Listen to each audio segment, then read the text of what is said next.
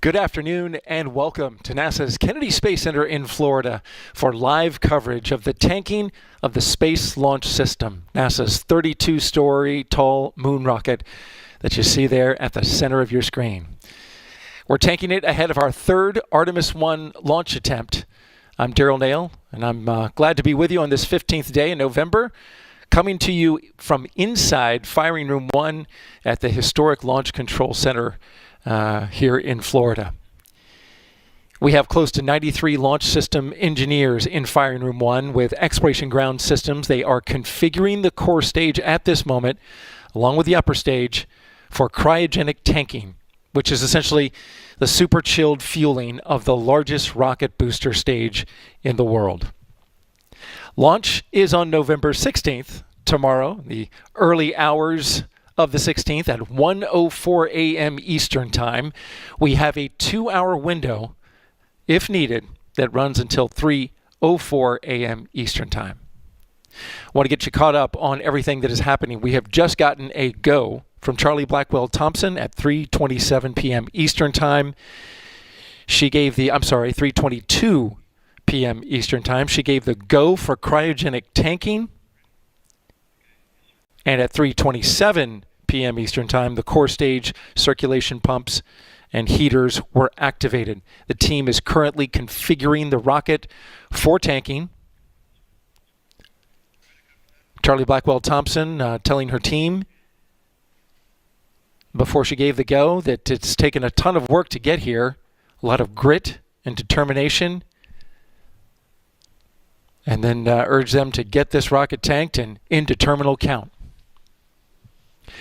Now, just about a half hour ago, we had a mission management team meeting, which is part of the protocol before launch, chaired by Mike Sarafin. It was a good meeting, only 14 minutes long. In fact, the shortest I've been a part of, going back to the first wet dress rehearsal. Charlie Blackwell Thompson came to the meeting saying, for the first time ever, we will have a clean board going into the meeting. Of course, she then knocked on the wood table, and as did the rest of the mission management team. Things are looking good. Spirits are high. I talked to several members of the launch team. Confidence is high. Folks are feeling good about the launch opportunity today.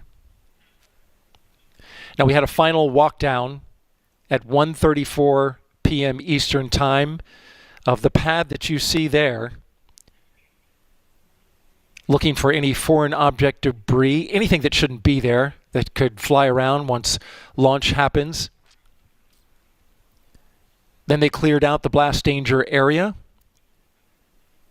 prepared the liquid hydrogen and liquid oxygen tanks, the giant cryospheres, which will fill the rocket with propellant. And then we got a weather update from Launch Weather Officer Mark Berger with the 45th Space Wing.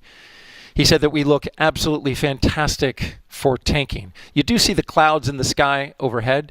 We do have a little bit of cloud cover and the roughly about the 20,000 foot level. But conditions are calm. And so there are no constraints to tanking, 0% chance of lightning within 5 nautical miles. But the LWO did say we could get some sprinkles around 8 p.m., if not a little sooner. There are some lightning and storms off the west coast of Florida in the Gulf, and I do have some cloud, so a thicker cloud deck coming over the state at this point in time, but LWO says that it doesn't look like it's going to constrain tanking. When we get into launch, the go for launch weather has been reduced to 80%, down from 90%, which is still excellent. It's the best weather forecast we've had since we've started the launch campaign. And again, the only fly in the ointment is the clouds. Tracking some of that imagery in the storms off western Florida. The only areas of concern once we get into the launch countdown will be the thick cloud layer rule and the cumulus cloud rule.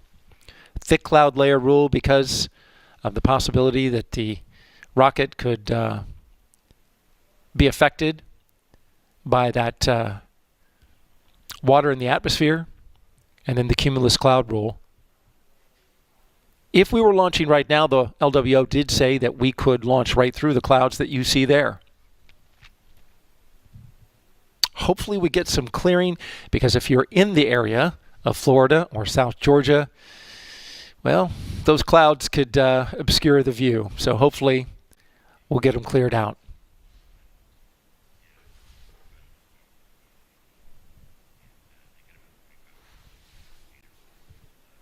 I'll be listening to the launch team as they give their call-outs over the nets. We call them loops. They are audio communications channels between the various teams that are supporting the launch today. Of course, Exploration Ground Systems here at Kennedy Space Center. We have teams from the Johnson Space Center here supporting Orion. And of course, we have engineers from Marshall Space Flight Center supporting the Space Launch System down from beautiful Huntsville, Alabama.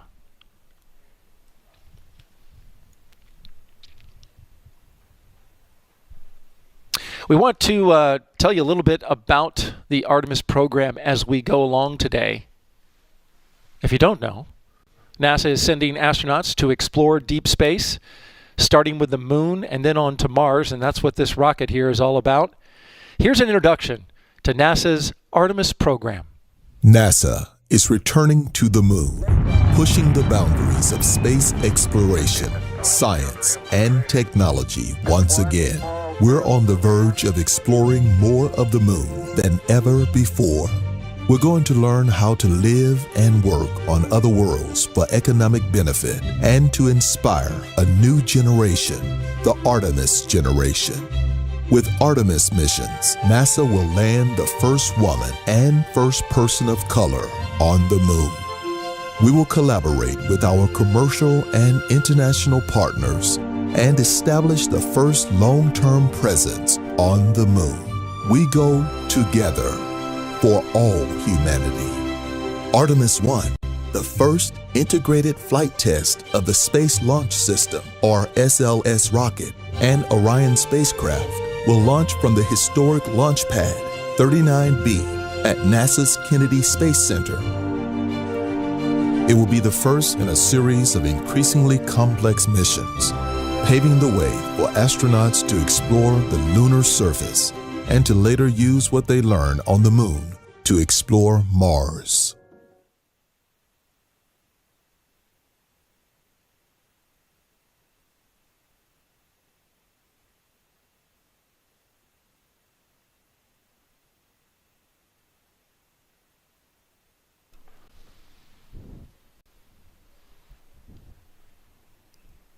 In just a few minutes, we will begin the operation for cryogenic tanking of the Space Launch System.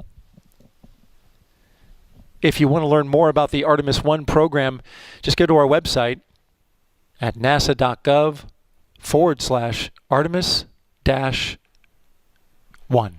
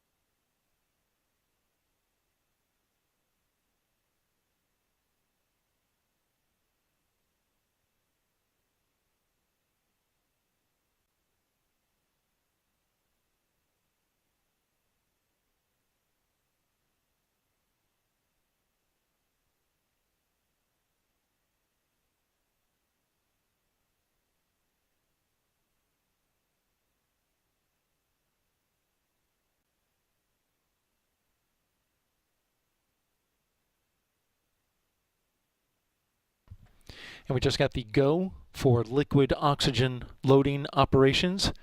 Again, we just got the go for loading the liquid oxygen into the core stage. Now, coming up in just a bit, they're going to start the loading operations of the liquid oxygen by chilling down the transfer lines. These are the lines that run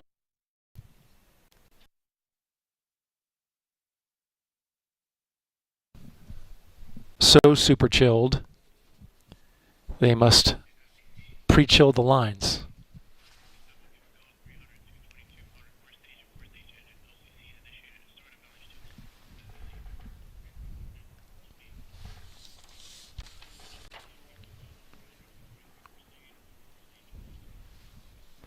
And I just heard them give the go for core stage liquid hydrogen loading operations.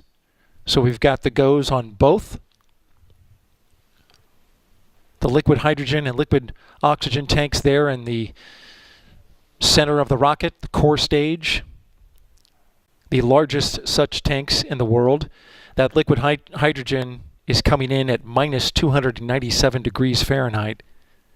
On the hydrogen side, it is minus 423 degrees Fahrenheit. And so the team pre-chills the lines by opening up the valves and allowing a little bit of the liquid oxygen to flow in, not much.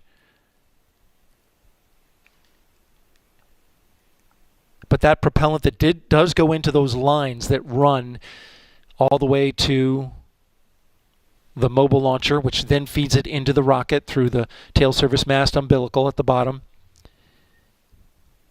That cold gas, the liquid flashes off so quickly once it hits the ambient air.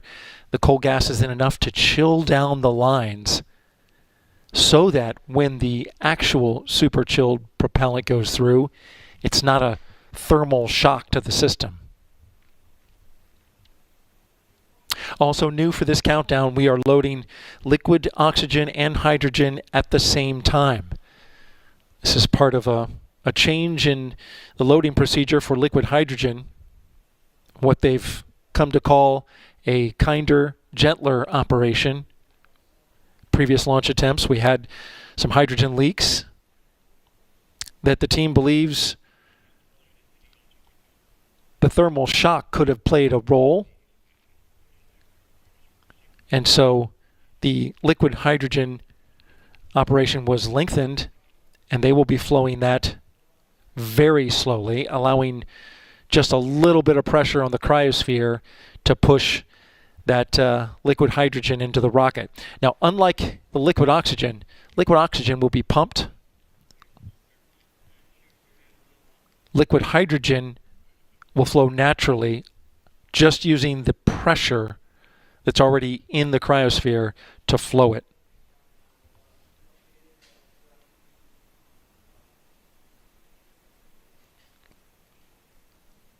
LOX is 12 pounds per gallon density, so it's quite heavy.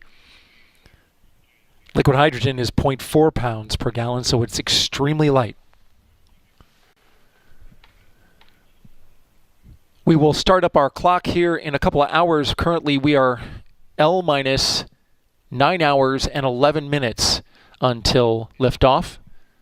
Our cryogenic operations will run roughly about 6 hours. This is Artemis Launch Control.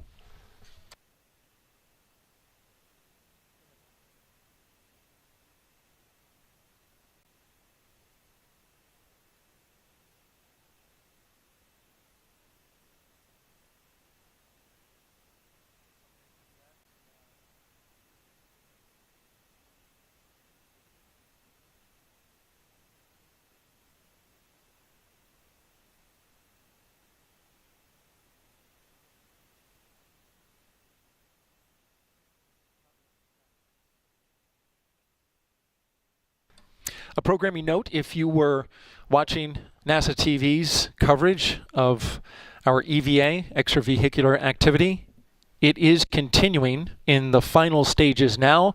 That spacewalk you can watch on NASA's media channel. Again, it continues the final stages of our EVA on the International Space Station on our media channel.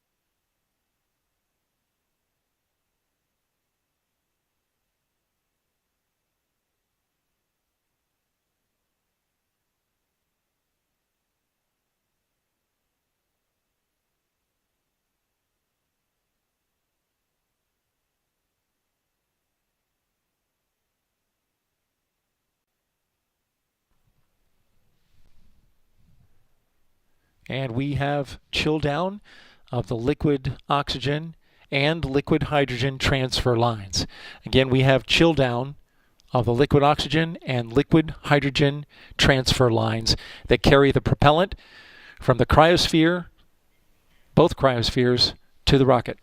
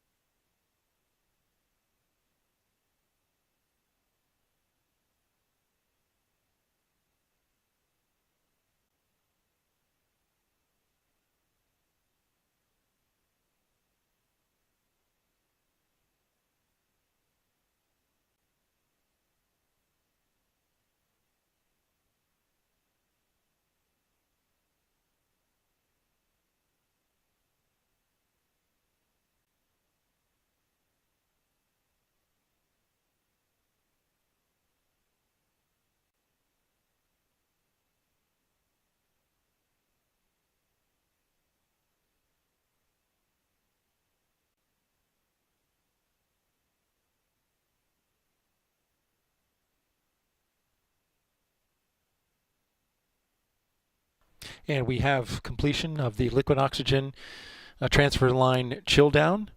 Again, LOX Chilldown is complete. Liquid hydrogen Chilldown still in progress. As we prepare to tank 750,000 gallons of propellant into that rocket right there, the Space Launch System. It will take roughly 6 hours to complete.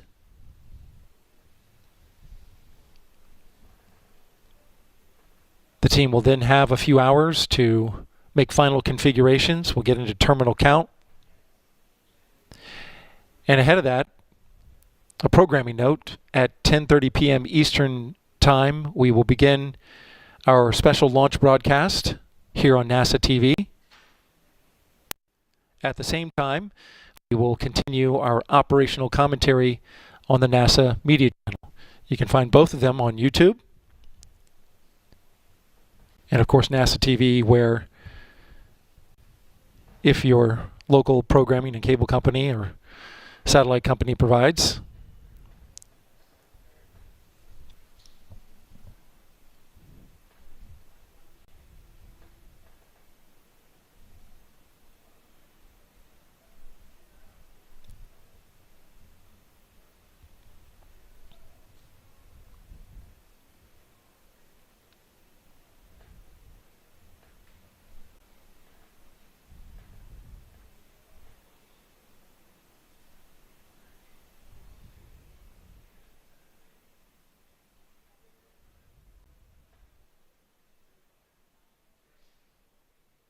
And we have a start of the core stage system chill down.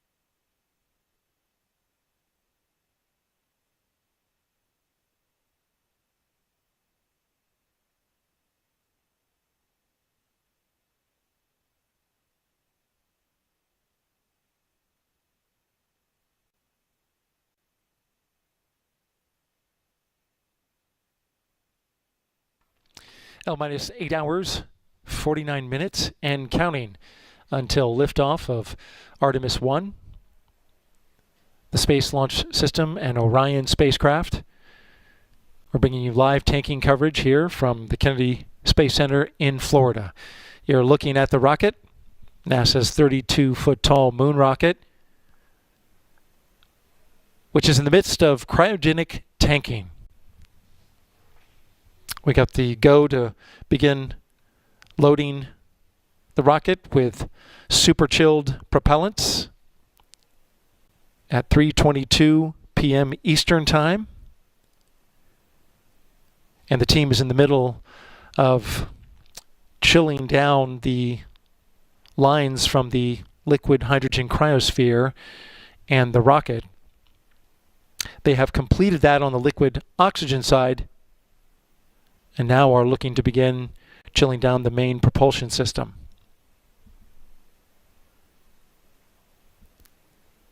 It'll take roughly 6 hours to complete this process.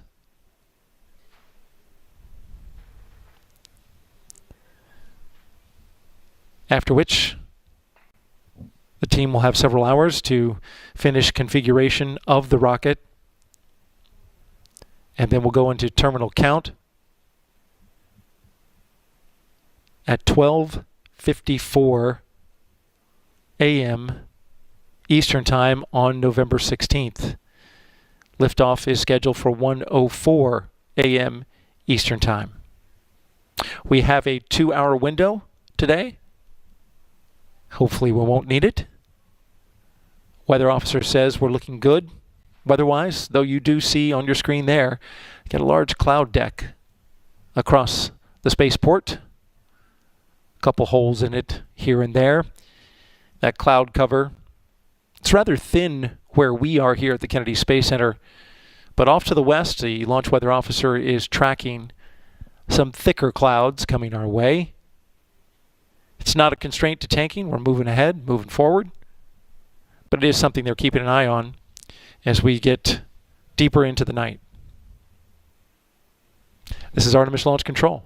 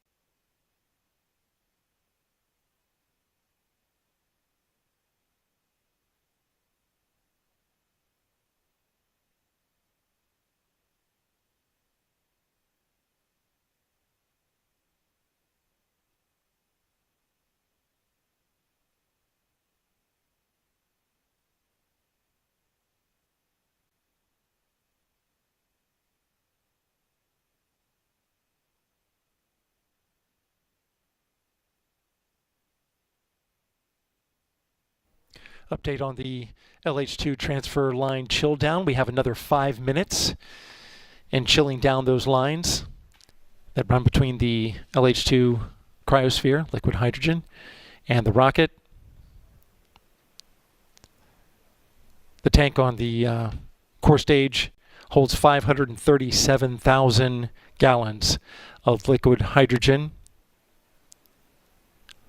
The loading operation today represents what the launch team calls a kinder, gentler loading operation. They're starting the pressure on the storage tank quite low, closing skid valves, which are on the upper part of the rocket, and then reducing that main fill valve and allow those skid and lines to chill down until the inlet temps are fully chilled before they start running propellant through there.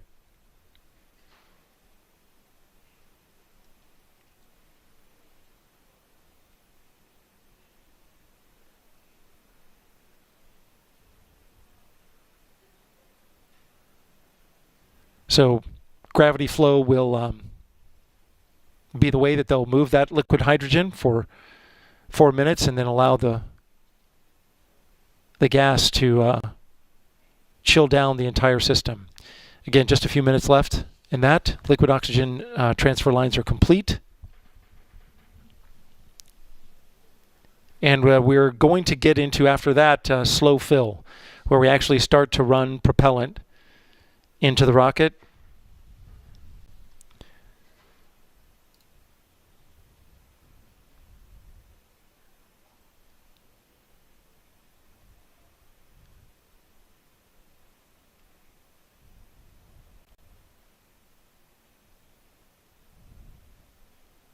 Slow fill for both the core stage and the liquid, the core stage liquid hydrogen and oxygen is roughly 500 or so gallons per minute.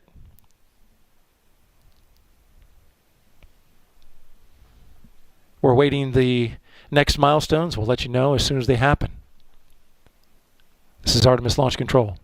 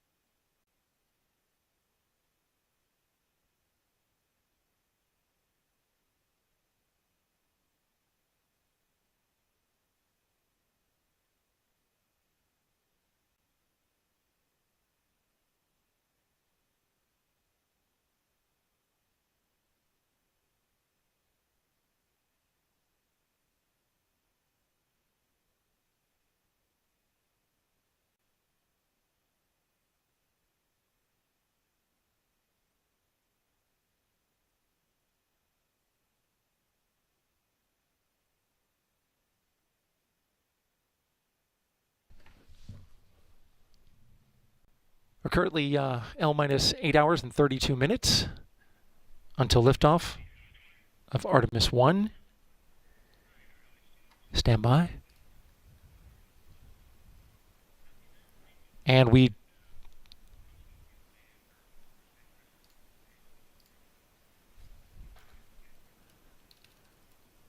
just got an update that the liquid hydrogen transfer line Chilldown is complete and slow fill has begun. Again, liquid hydrogen slow fill has begun. This bumps up the speed of the pumping on the liquid hydrogen side.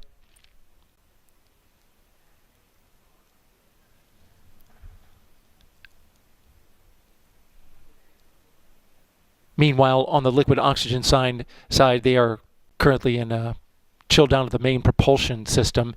They put in a little bit of liquid oxygen propellant into the system and then drained it back and allowed the gas to cool down the system. That super cold oxygen. Continue to track the milestones as we start the liquid hydrogen side. Filling the tanks on the Space Launch System. This is a major milestone. Launch team watching, of course, the liquid hydrogen process closely.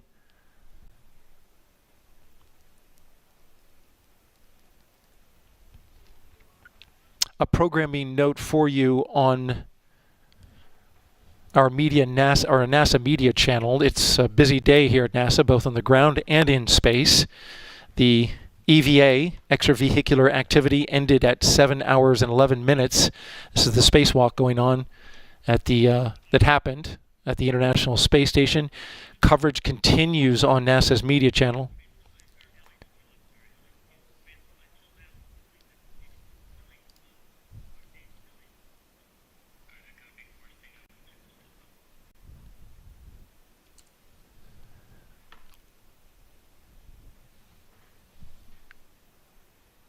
The team just repeating the announcement that they are in LH2 slow fill. But again, the spacewalk coverage continues as they now head into the repress of the airlock and getting the crew back inside with helmets doffed. Again, you can find that on NASA's media channel. Here on NASA's main channel, we continue with the cryogenic tanking of the Space Launch System. It's a great day in Florida for tanking. Weather is not a factor at the moment, even though we have some cloud cover overhead.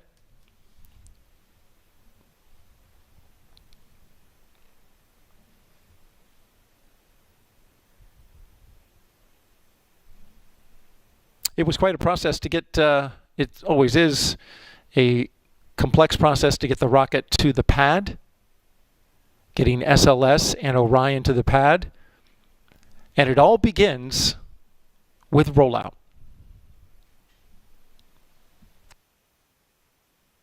Out of the 322-foot tall Artemis I rocket from the vehicle assembly building, signals launch is approaching. The crawler transporter will travel along the crawlerway to the launch pad, carrying the SLS rocket, Orion spacecraft, and the mobile launcher.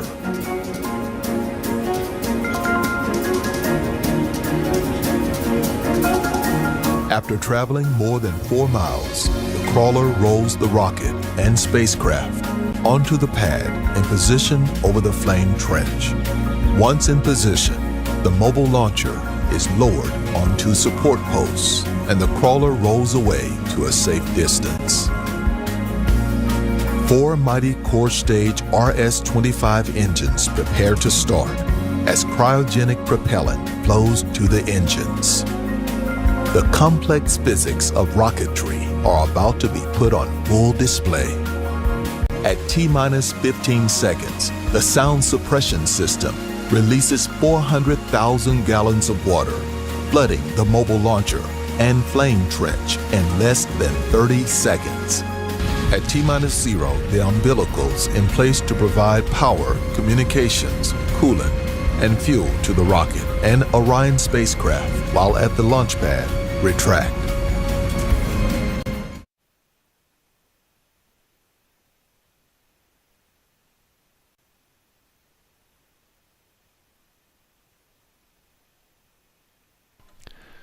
For more information on the Artemis program, just go to our website,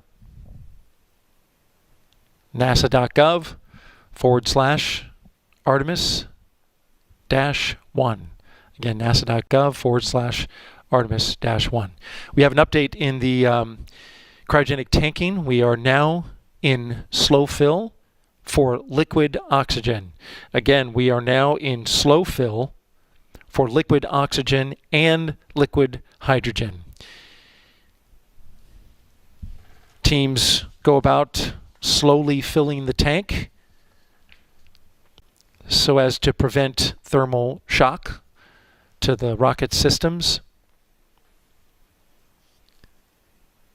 It's a great shot of the mid-level of the rocket there, and the launch vehicle stage the adapter between the core stage and the ICPS.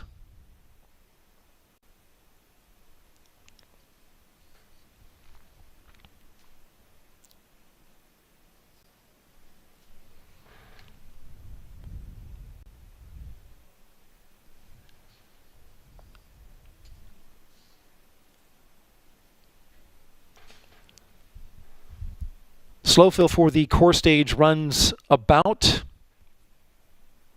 40 minutes or so.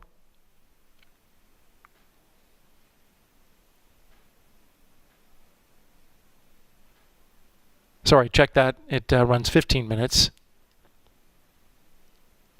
Again, the core stage liquid oxygen slow fill runs about 15 minutes.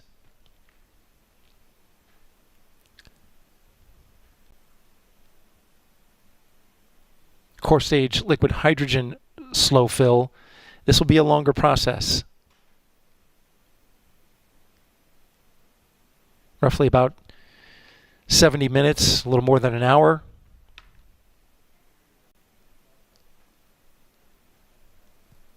And then we get into fast fill.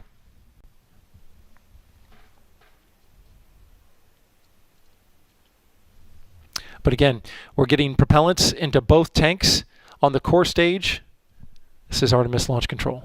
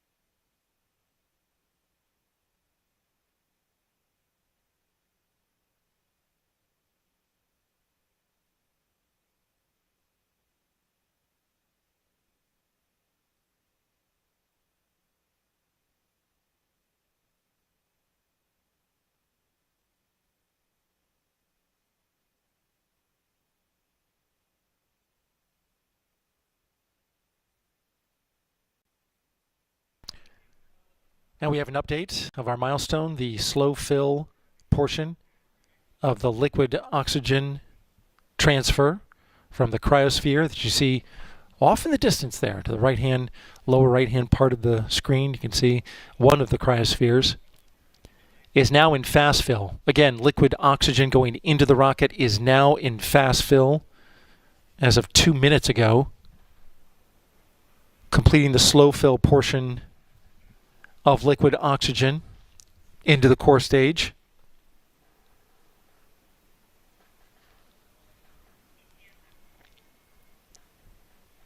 And there you see one of the aft struts, which actually comes into play with regards to the liquid oxygen flowing in. That strut that you just saw, there's an aft strut constraint that requires that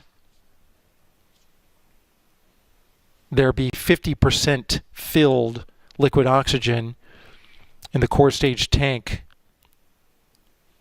that they hold it at 50% rather, until they have at least 5% liquid hydrogen over on the hydrogen side. So the propellants are carefully sequenced. There's a shot of it again. That's the aft strut. It connects the solid rocket boosters to the core stage, a very critical component of the Space Launch System. The rocket actually shrinks as these super chilled propellants go into it. And so there's motion there, very, very small amounts of motion. But in order to keep everything aligned and in good shape structurally, liquid oxygen won't go above 50% until we have, again, at least 5% liquid hydrogen in that tank. And so now that we are in fast fill for liquid oxygen, which is roughly double that of slow fill, a little more than double, we're going to be moving pretty quickly on the tanking of the liquid oxygen tank. And there you can see a shot of the core stage engines and the two solid rocket boosters to either side. 4 nozzles in all. 3 of them you can see. One of them is obscured by the engine in the front, right? This is the business end of the rocket. And an engineer is currently controlling that camera as they complete inspections throughout the process of countdown. There are more than 100 cameras trained on this rocket in various areas of the rocket, making sure that they have eyes on all of it as we proceed through the countdown. A note on the sensors, if you're wondering about going from slow fill to fast fill and how it detects where we are, similar to your car, your vehicle. If you have a gauge there that will tell you when it's empty, same thing exists on the core stage, which triggers a shutdown in flight once it reaches empty. The sensors inside the tank, they detect when certain levels are reached, and you want to slow the flow down as they are in fast fill. You want to slow it down to prevent burping of this liquid propellant out of the top, which would be a very bad thing.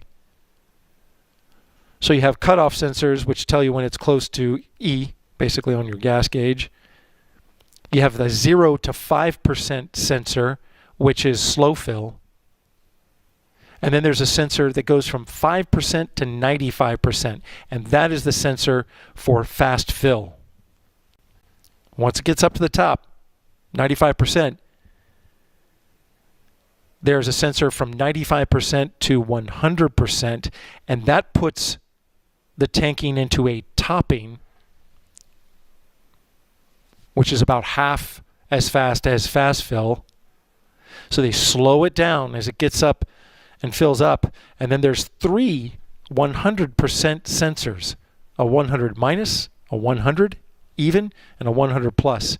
And then that's when we get into Replenish. There's software that cycles the valves to keep it in that sweet spot, 100 minus, 100, and 100 plus. And then, of course, Replenish just replaces the propellant that boils off. These propellants, the moment they go into the tank, they are boiling. And they will continue boiling all the way through liftoff and during flight. They will be vented initially. That vent will be capped off to build up flight pressures. And then, of course, at the end, when the engines are lit, and this rocket is, if all things go well, racing into space at 1:04 p.m., 1:04 a.m., 1:04 a.m. Eastern Time tomorrow.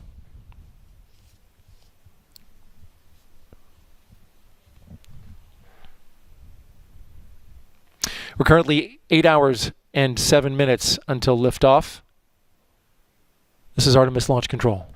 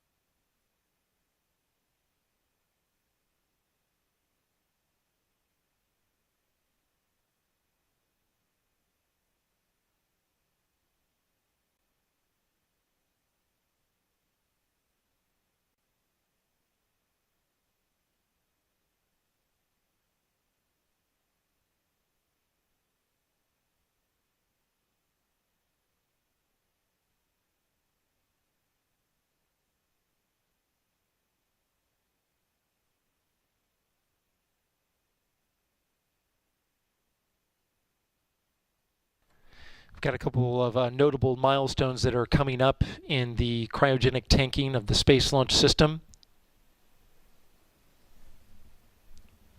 One that has just happened is the aft strut constraint has been verified, so we are over 5% hydrogen filled. And since we're in slow fill, we're now going to transition to fast fill. And this has been a moment in past tankings where we've seen leaks.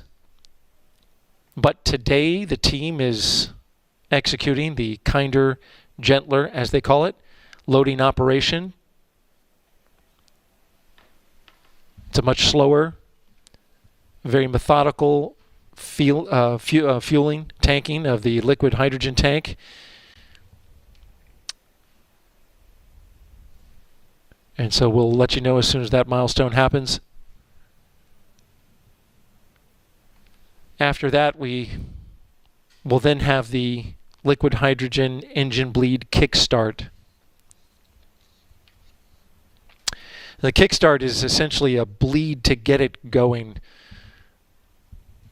They close the vent temporarily. The liquid hydrogen tank is vented.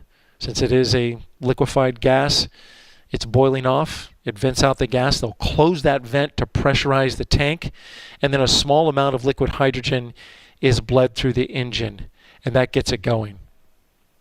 And then after kickstart, they go to a vented bleed, but at a lower pressure. So they'll open back up the vent, and the bleed will run.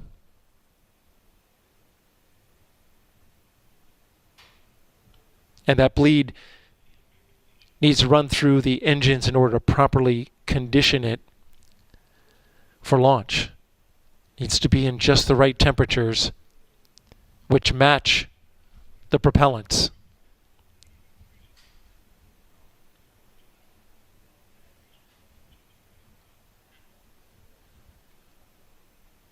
So all those milestones coming up in a bit, and we'll certainly let you know as they happen.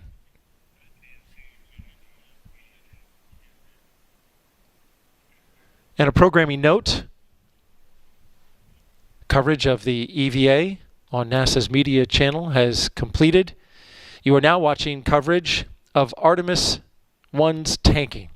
The tanking of the Space Launch System and Orion and launch of the Orion spacecraft. Tonight at 1:04 a.m. Eastern Time from the east coast of Florida. We are headed to sunset, as you can see from this shot here, in roughly about 23 minutes. Got some cloud cover overhead as we count down, currently at 7 hours, 56 minutes and counting until liftoff. We started our day here on NASA TV with the tanking go that we received from Launch Director Charlie Blackwell Thompson at 3:22 p.m. Eastern Time. And we are currently flowing propellants on both the liquid oxygen and liquid hydrogen tanks of the Space Launch System. This is involves two steps here. We'll get the lower tanks filled, the largest tanks, and then we'll fill the tanks of the upper stage.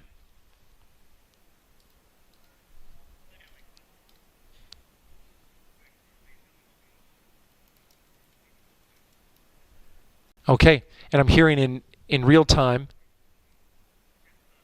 we are now transitioning from core stage LH2 slow fill to fast fill. So core stage LH2 is now in fast fill.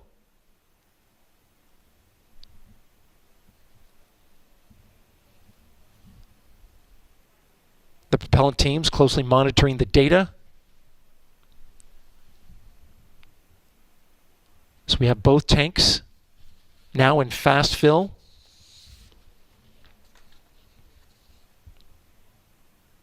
The liquid hydrogen tank holds 537,000 gallons of liquid hydrogen. The liquid oxygen tank, close to 200,000.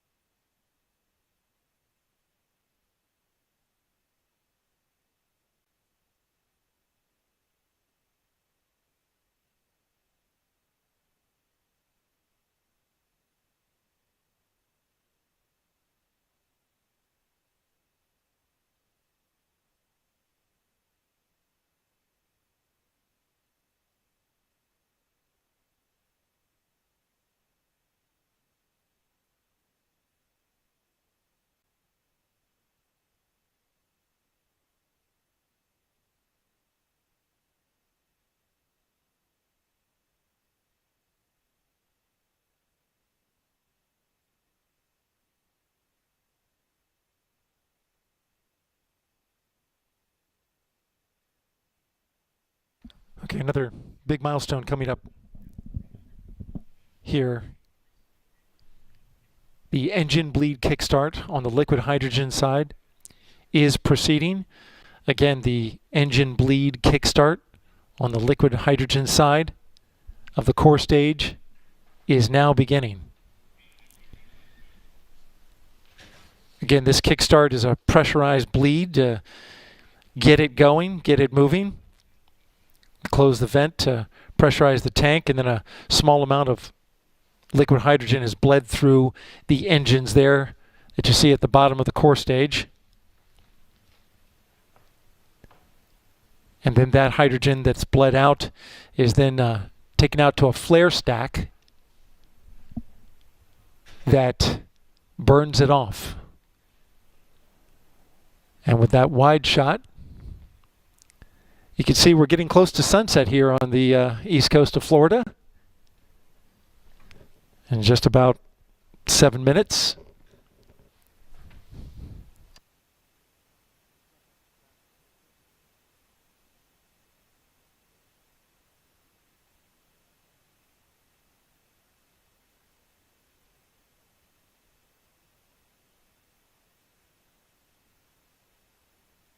And so far, so good.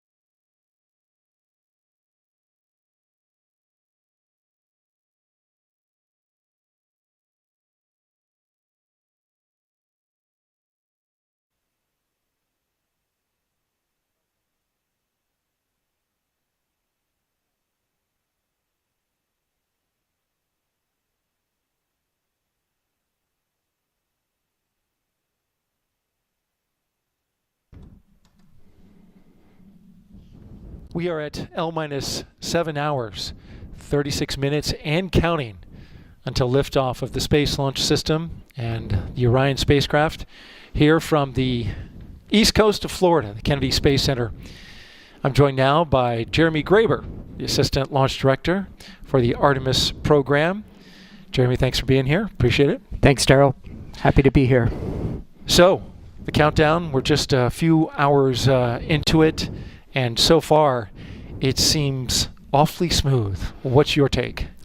So, we're doing really well right now. We're in the middle of our tanking operations. We picked up with those tanking operations just a few hours ago. Our launch director, Charlie Blackwell-Thompson, said some great words to our team, and they're actively loading cryogenic fuel into the core stage. So far, everything is going very smoothly, and we're about 25 minutes from coming out of our hold at T-minus 6 hours and 40 minutes. And we've got about an hour and a half of liquid hydrogen fast fill to go, and about 2.5 hours of liquid oxygen fast fill to go. Our teams are monitoring the progress of that loading, doing a great job, and things look really good right now. The team seemed upbeat when I was at the MMT meeting. A lot of positive vibes all the way around. Charlie Blackwell-Thompson, launch director, didn't have a constraint when she walked into the room. And then, as you mentioned, things have been going pretty well. Now that we're in tanking, this is an area that we have seen issues in the past. The fast fill for liquid hydrogen, especially when we get into the bleed. We're currently in that kickstart bleed, but so far, so good. And there's a different loading operation that was used for this time. Yeah, this team has done a fantastic job working through each of the different wet dress rehearsals and launch attempts. In addition, we did a tanking test that demonstrated a lot of updated procedures to deal with the challenges that we had seen previously, and this team has really been outstanding, finding the right sequencing, the right basically keeping everything in a very tight box to ensure that we manage through any potential issues, and so far everything that they've put in place has been going extremely well, and we'll just keep monitoring as we go. Yeah, this is as close to the countdown as you lay it out on your bar chart, as they called, that I've seen through 4 wet dresses and 2 launch attempts, and this of course being the 3rd. Absolutely, we are right on the timeline, which is, as a launch guy, that's where I want to be, right on the timeline. That's right. Had to deal with a hurricane. Had to deal with 2. Obviously, the rocket was inside the VAB for 1, and for the 2nd, it was out there for tropical Hurricane Nicole, rather. So far to this point, have you noticed anything that you would attribute to the hurricane? Well, so one of the really key things that we've been doing since Nicole passed through is to really investigate and look at all of our systems from a powered up perspective, as well as from an outside visual perspective. And we've been doing that from the minute we were able to really see that. We monitored all of our capabilities on the flight hardware and the ground systems throughout the storm, and we've been keeping a very close eye on everything since the storm made it through. And so far we've worked through any of the items that we found. I know some of those things have been talked about at the mission management meetings over the last couple of days. We came in to call to stations for launch countdown. We had some work that we carried in. We've made it through all of that work yesterday, and we really have a clear constraints board at this point. Have not seen any issues associated with normal issues that may have come up, or from anything else. So, as I said, clear constraints right now and on the timeline. That's one tough rocket out there, as come to find out. You mentioned the couple issues that were dealt at the MMT meeting, the some of the RTV that came off the seal below Orion, and then along with a connector that was in the same location as a previous hydrogen leak. But you've got redundancy there, so you're good to go, and it looks like that is not going to be an issue as we proceed forward. We're headed to sunset. As you can see, sun just went down here at the Kennedy Space Center as the lights are on and illuminating the Space Launch System rocket. Getting an update. Engine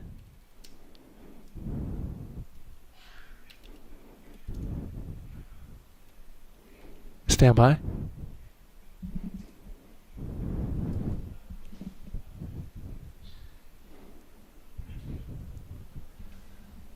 So, Jeremy, we just heard from the NASA, from the liquid hydrogen team on the NASA test director's loop. They're reporting out right now. The engine bleed is complete. They did see a little bit of hydrogen in the area, a little bit of leakage, a little over 4%, but that apparently went down. That's within your range, right? Absolutely, that's it within our range. That's an expected leakage rate at that location, and as you mentioned, the great thing is wherever it got to at that 4%. Since I'm not looking at data right now, I'm sure. But the good thing is it started coming down as they completed the bleed. So that's exactly what we would expect to see, and based on that, it sounds like we're still doing great. That seal in that quick disconnect, it has to conform, right, to that space there. And when you hit it with those cryos, that's kind of part of it, right? Just like you were saying. It's kind of and our expectation through the rest of loading is that leakage rate will come down. That's really what we saw during the tanking test that we performed after the last launch attempt. And so we really do expect to see that leakage come down as we load the core stage tank, the liquid hydrogen tank, and you get more commodity on board. That will really help seal that, and we should see that come down. All right, great news. Real-time update from our Assistant Launch Director, Jeremy Graver. I really appreciate that. Thank you very much for being here, and good luck to you and the team the rest of the way. Thanks, Daryl. Appreciate it. All right, we are at L-7 hours, 28 minutes, and counting until liftoff. This is Artemis Launch Control.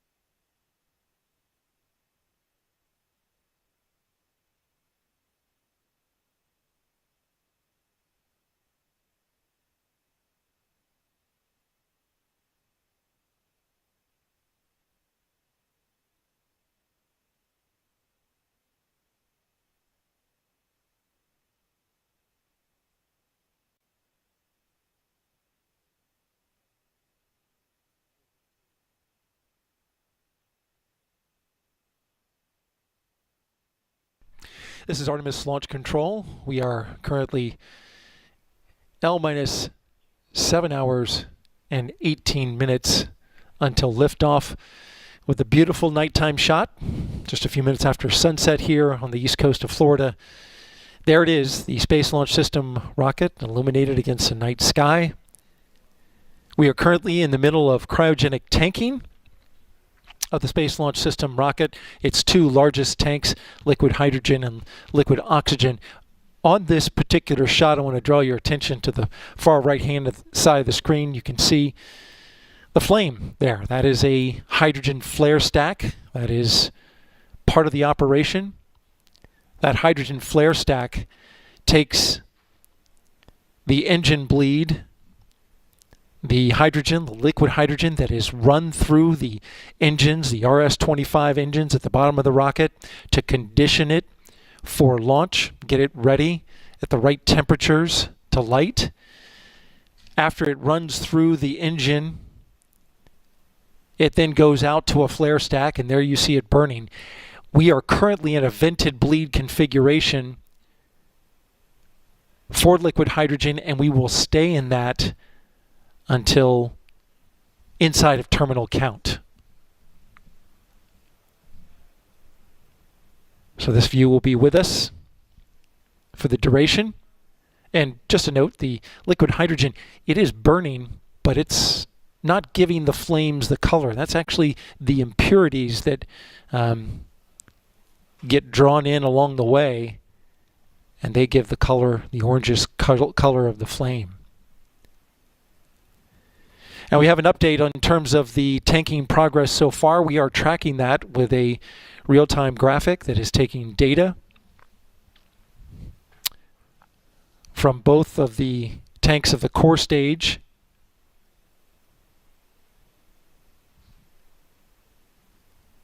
This visual will allow you to see our progress. On the core stage liquid oxygen, on the left you can see we are at 35% full. Currently in fast fill. And over on the right, the core stage liquid hydrogen, the largest tank towards the bottom of the rocket, 40% filled. You can see the capacities, close to 200,000 gallons for liquid oxygen and 538,000 gallons for liquid hydrogen.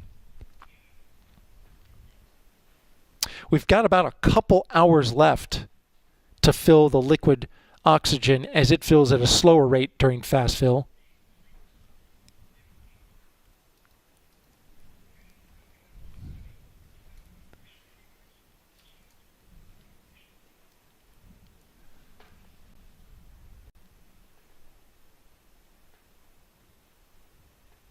Across the bottom of the bar, you can see our progress as we head to the tanking of the upper stage.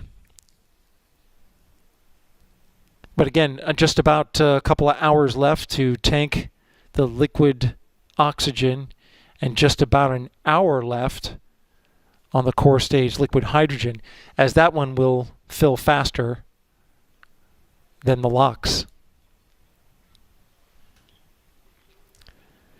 We have about 5 minutes left in a pre-planned hold. And after that, we're going to put up our countdown clock so that you can see it. The hold time was roughly about 3.5 hours long, an extended hold. That's part of the longer operation to tank the liquid hydrogen side of the rocket.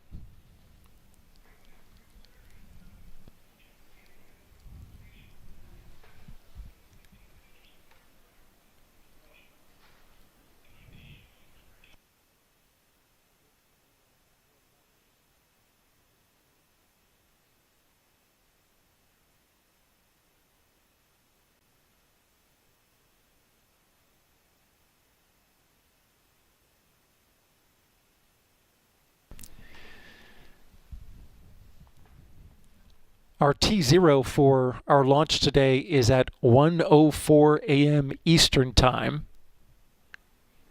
We have a special launch broadcast that will start at 10:30 p.m. Eastern Time. And that will happen right here on NASA's main channel. Operational commentary, which you're watching right now, will continue on NASA's media channel. You can find both of them on YouTube. We have a 2-hour launch window tonight, which the launch team likes having a long launch window just in case they run into some weather. But the launch weather officer has reported that we're 80% go for launch weather. It's not expecting to run into that tonight, and hopefully that holds. Throughout the night, we've been sharing the various stages of the Artemis I mission with you. And with just about 7 hours and 12 minutes left in the countdown, we want to take a look at the big moment, liftoff, and what you can expect to see on the Space Launch System and Orion. During liftoff and ascent, SLS produces 8.8 million pounds of thrust to accelerate the rocket that weighs nearly 6 million pounds towards orbit.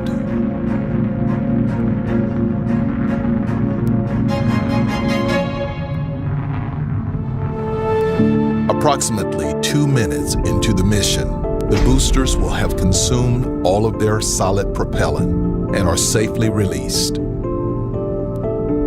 The rocket continues to propel toward orbit. After 3 minutes, Orion's service module fairings are jettisoned to lighten the load and expose its solar arrays, having completed their job protecting the arrays from aerodynamic forces. 40 seconds later, the launch abort system is jettisoned. Orion could safely abort at any time. About 8 minutes after launch, the SLS core stage engines shut down and the stage separates. The interim cryogenic propulsion stage, or ICPS, will give Orion the big push it needs to leave Earth's orbit and head toward the Moon. Orion's 4 solar arrays deploy to convert the sun's energy into electricity to power the spacecraft, charging its batteries for power when it moves out of direct sunlight. The upper stage engine ignites to elevate the spacecraft and fully enter Earth orbit, targeting conditions for the maneuver that will send Orion to the Moon. Engineers at Mission Control in Houston will perform one last check on Orion systems prior to committing to the Translunar Injection, or TLI. The TLI maneuver breaks the bonds of Earth's gravity and sets the spacecraft on a course for the Moon. The interim cryogenic propulsion stage fires the RL-10 engine to complete the TLI burn that lasts about 20 minutes and increases the spacecraft's speed to more than 9,000 feet per second.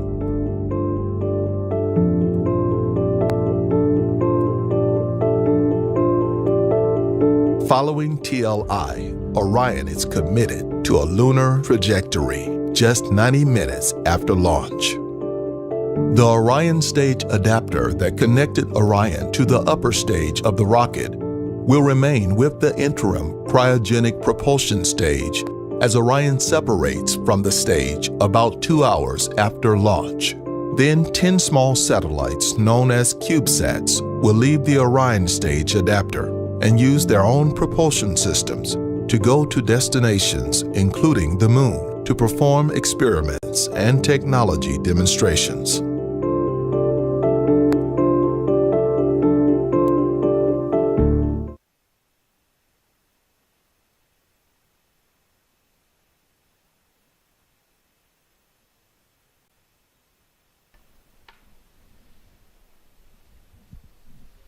And now we want to put up our countdown clock for you.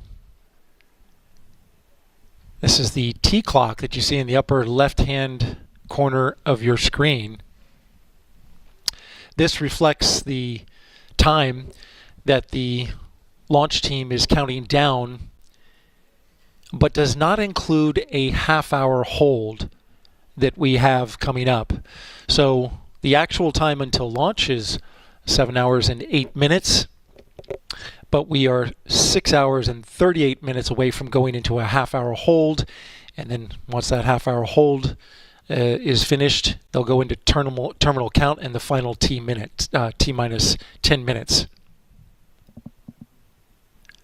To learn more about Artemis I and our mission around the moon, go to our website at nasa.gov/Artemis-1. nasa.gov/Artemis-1. It's nighttime here on the east coast of Florida, and we continue counting down to liftoff. Currently in fast fill for both the core stage liquid oxygen and liquid hydrogen tank. We've got another couple hours of that for the core stage. So far, the launch team not working any major issues. The range is go. Our weather is good, 80% go. Liquid hydrogen will finish in about an hour, and we'll be able to get started working the upper stage tanking. For now, this is Artemis Launch Control.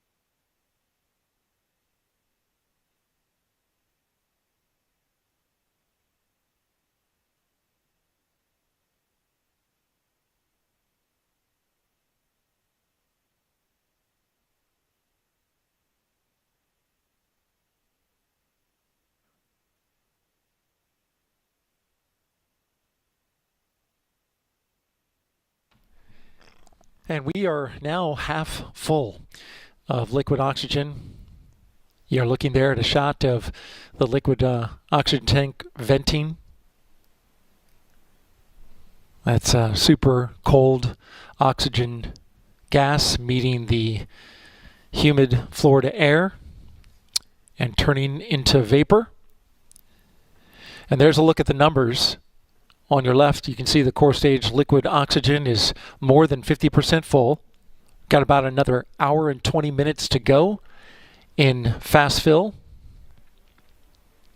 And then over on the hydrogen side, moving quick. More than 3/4 full.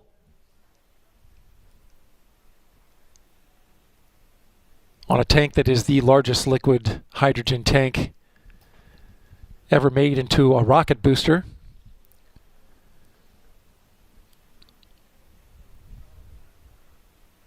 We also got an update from Johnson Space Center and the flight dynamics officer there.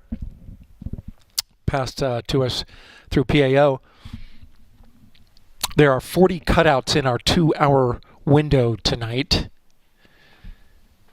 These are times in which we cannot launch the Artemis rocket. This is down from the 56 cutouts that were reported just a couple of days ago, but these numbers are regularly crunched and examined and looked at. The cutouts range from anywhere from a second or two to about a minute. So they're not a big impact today on the 2-hour launch window that we have that runs from 1:04 a.m. Eastern Time to 3:04 a.m. Eastern Time tomorrow.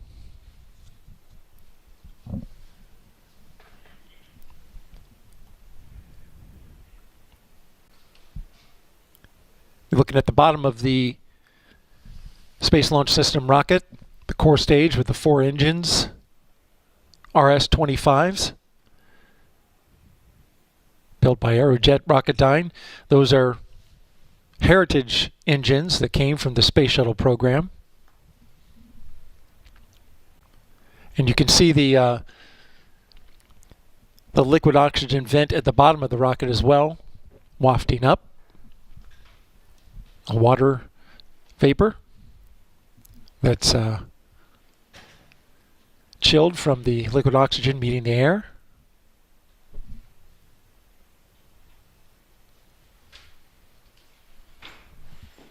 The team is also configuring the upper stage of the rocket, the interim cryogenic propulsion stage.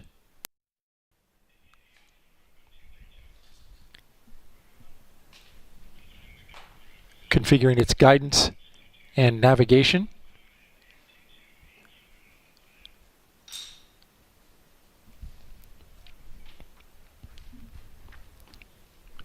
And at the very top, you can see the launch escape system, which covers up the Orion spacecraft, which is the spacecraft we're going to send around the moon with a launch tonight.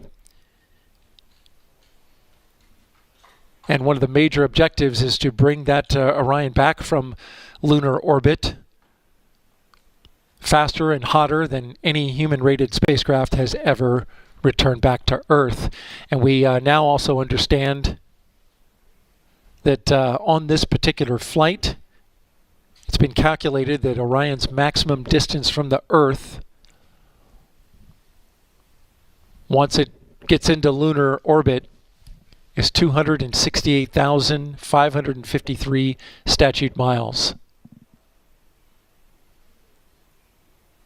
From launch to splashdown, the total number of miles is estimated to be 1,228,000, roughly. And Orion's going to get about 80 miles away from the moon. And we have cameras on Orion in which we hope to bring you that imagery should we have a launch this evening, or should I say early tomorrow morning. We're moving along well. Currently, we are 6 hours and 15 minutes on the T clock, 6 hours and 45 minutes on the L clock. This is Artemis Launch Control.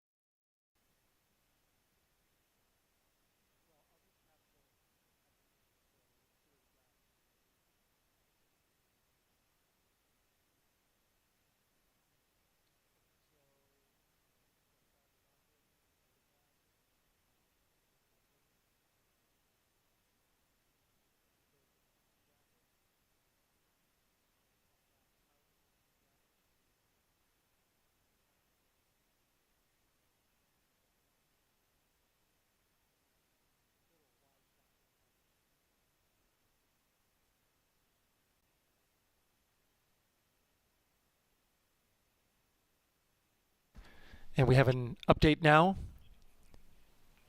The tanking fast fill for liquid hydrogen has completed. The fast fill has completed. And now we are in topping. Again, core stage liquid hydrogen fast fill is complete, and now we are at topping.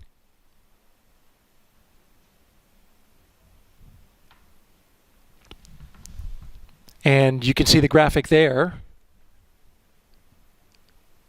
We've still got about an hour left on the core stage liquid oxygen side to the left. Now currently 64% full. Currently had no issues. We went through the test on the liquid hydrogen side. Did get a leak rate at just over 4%, 4.3% I believe. And but then it went back down, which is tracking exactly as the launch team expected it to, with the kinder and gentler, as they call it, loading procedure for liquid hydrogen. All great news there. And so as liquid hydrogen goes into topping, we continue to have the liquid oxygen in fast fill. And you can see the venting of liquid oxygen coming up from the bottom of the rocket.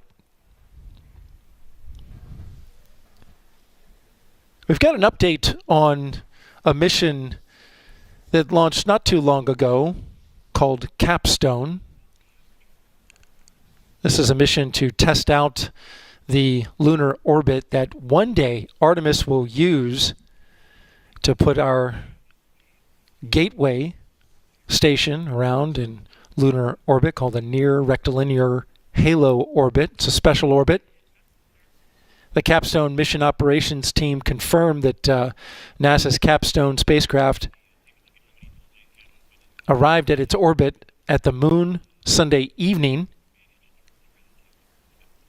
The CubeSat completed an initial orbit insertion maneuver, firing its thrusters to put the spacecraft into orbit at 7:39 p.m. Eastern Time. Capstone is now in a near rectilinear halo orbit, or NRHO. And this orbit, of course, is the same one that will be used by Gateway, as I mentioned, the moon orbiting space station that will support NASA's Artemis missions. Capstone is the first spacecraft to fly NRHO.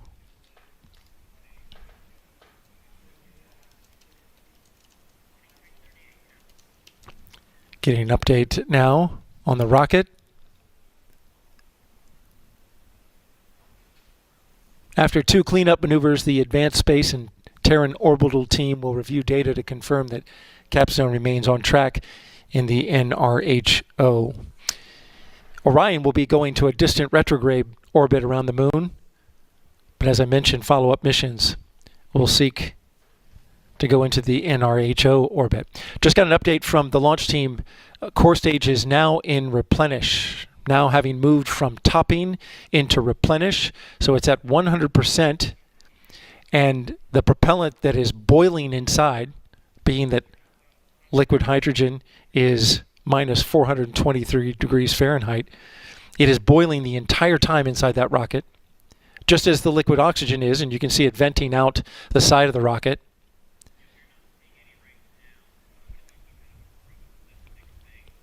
But again, liquid hydrogen now in Replenish, which is a great milestone for the launch team.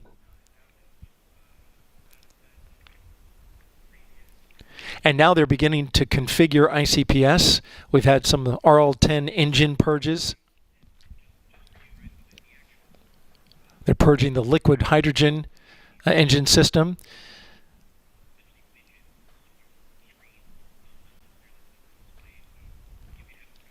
The core stage tanking must be complete before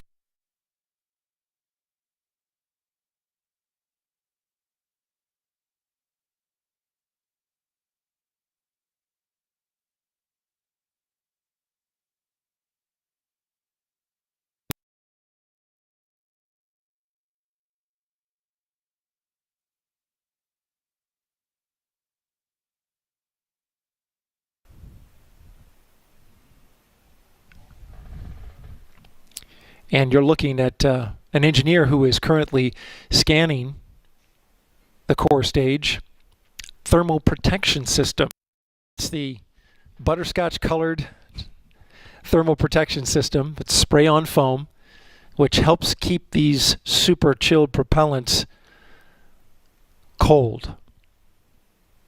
They still boil and they still vent off, but that additional insulation helps slow the rate of that boil. And so if you were following our program, you know that we had some thermal protection system. Some of that thermal protection system has what's called cryo pumping. Small cracks in the TPS. It's not a problem for the rocket, but it can sometimes give off some vapor, as you see to the left side, lower left side of the screen. So the engineers will scan the TPS for any cracks, any frost balls, just making sure that they are keeping a constant eye on anything that happens in that TPS that might signal something more severe. But so far, to this point, all is well with the rocket.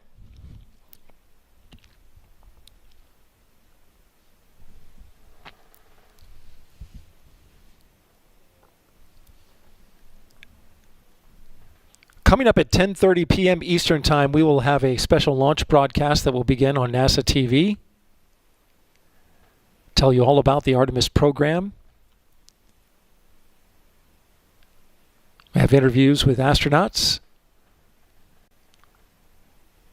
and some special features for you. We will continue the commentary that you're watching right now on the NASA Media Channel.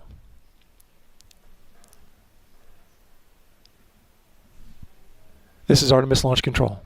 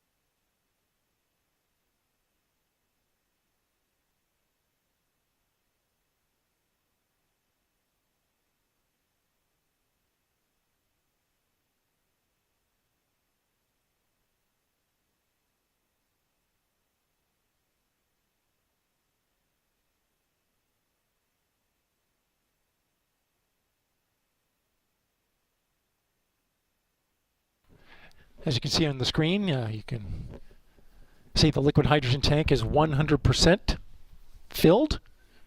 All 538,000 gallons. Currently it's boiling off, and that is being replenished. That's why they call it replenish mode. On the core stage, we're 3/4 filled. Core stage liquid oxygen currently flowing into the rocket. That's the long pole in the tent.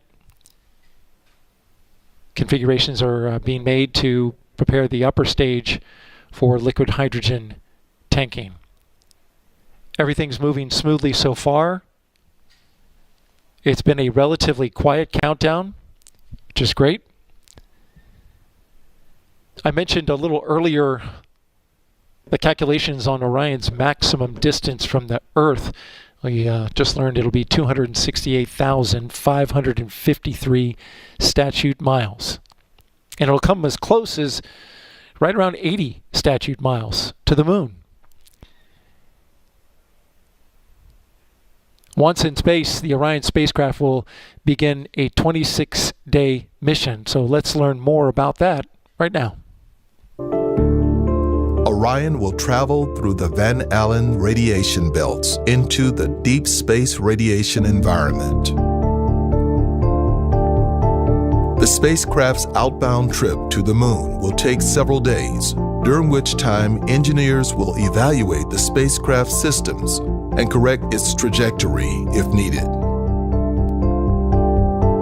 As Orion approaches the moon, the engines of the European Service Module will fire to perform a powered flyby, which allows the spacecraft to target a distant retrograde orbit about the moon. At its closest approach, Orion will be about 60 miles from the surface of the moon.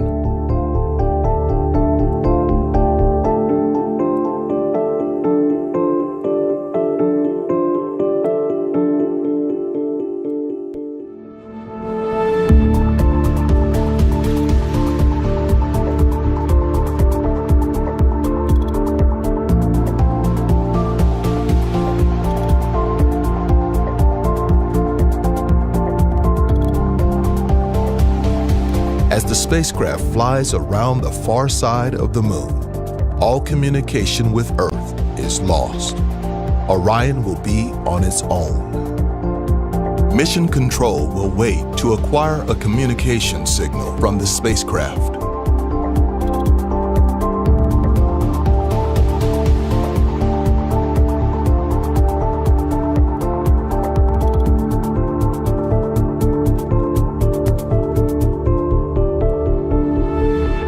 Through cameras positioned inside and outside of the capsule, will capture a view of Earthrise for a new generation.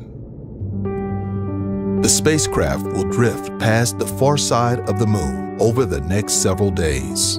A second service module main engine burn will place Orion in a distant retrograde orbit. It will travel in the opposite direction from the path the moon flies about the Earth. The spacecraft will stay in that orbit for approximately 1 to 3 weeks to collect data and allow mission controllers to assess its performance. The spacecraft will use another precisely timed engine firing of the service module along with the moon's gravity for its return trip to Earth. After exiting the distant retrograde orbit, the engines of the European Service Module will fire to do another close flyby of the moon and aim towards Earth.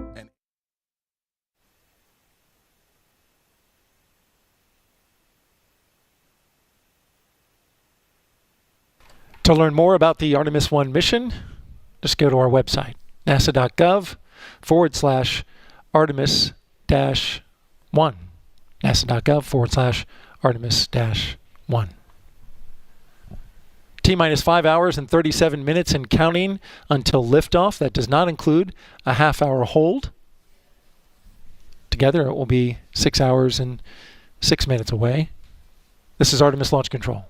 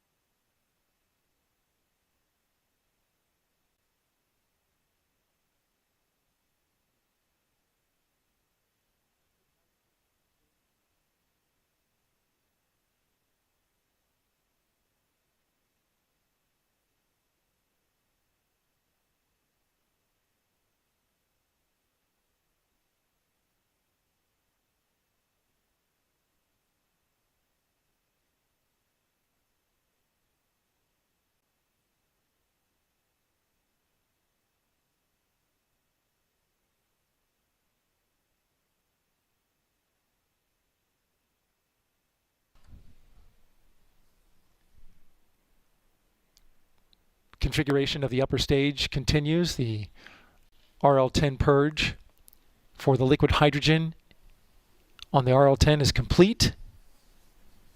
The liquid oxygen upper stage RL10 engine system purge is now beginning. Again, liquid hydrogen upper stage RL10 purge complete.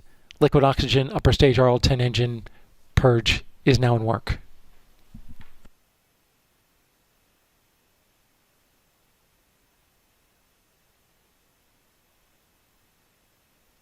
These steps are done ahead of cryogenic tanking of the upper stage.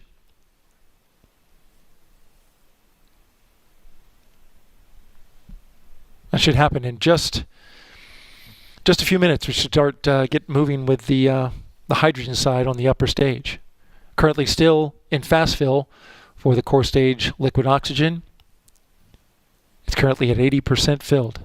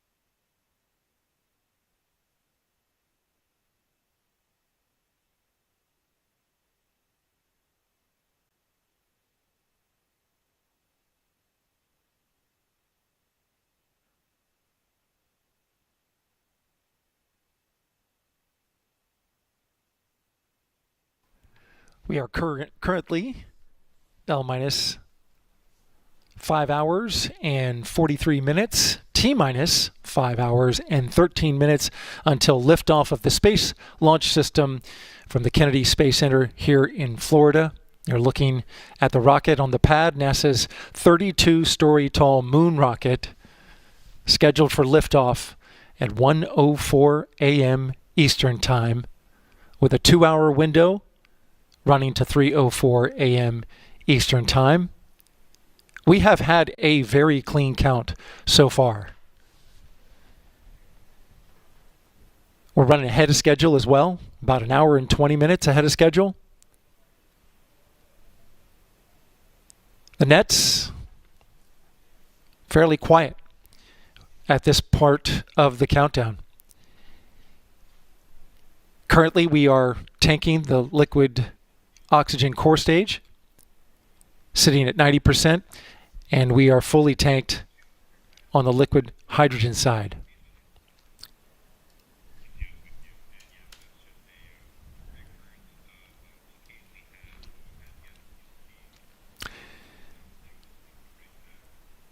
Looking at the engines and the core stage right there in the center of your screen, quite a bit of history there with those RS-25s. They were built by Aerojet Rocketdyne, and they are heritage hardware that's been upgraded and its performance increased, all 4 of them, substantially. But about that history, if you look to the left, engine number 3, that's engine 2058. And engine 2058, which flew on the space shuttle, flew 6 flights to the space station.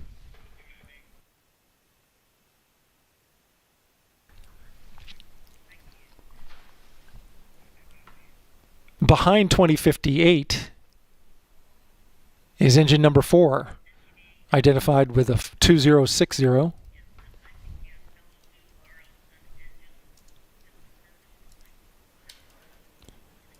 And quick update, the LO2 engine system purge is complete on the ICPS. Again, LO2, liquid oxygen engine system purge, complete on the ICPS. Getting a couple updates on the nets at this moment.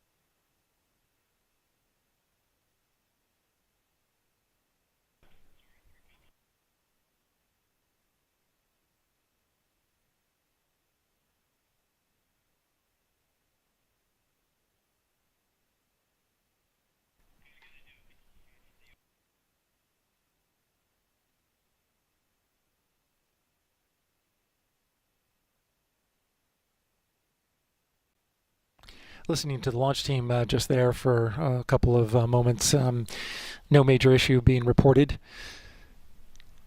But as you're looking now, again, back to the engines. Liquid oxygen venting up from the bottom.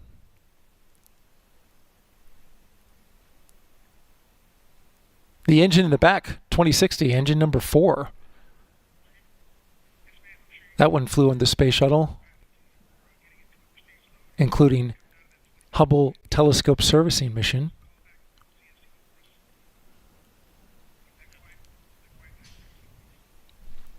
And then to the front right, that's engine 2056, engine number 2 on the rocket. 2056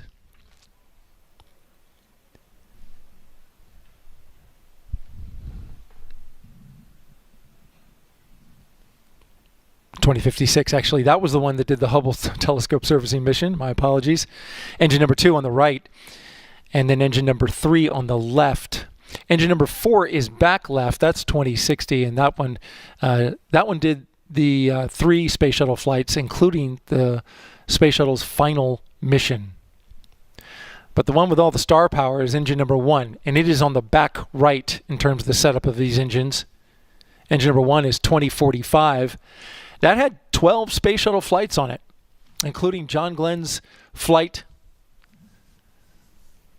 Astronaut John Glenn, as well as a senator, flew with that engine.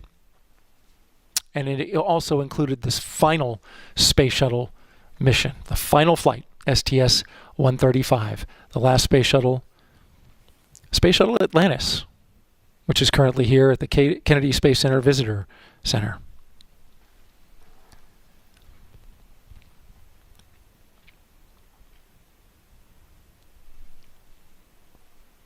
The core stage in the middle, of course, that holds the RS-25s, that's built by Boeing Aerospace. The 2 side boosters there, built by Northrop Grumman. And to the top of the rocket, the Orion spacecraft.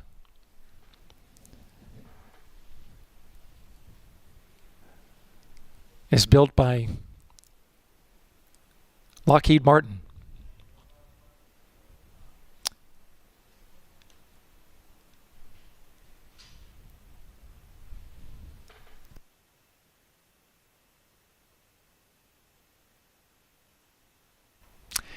And speaking of the Orion spacecraft, when it heads to the moon, that will be about 1,000 times farther from Earth than the International Space Station is from the Earth. Of course, the International Space Station orbits the Earth at approximately 250 statute miles above the surface of the Earth, and the moon is beyond 250,000 miles.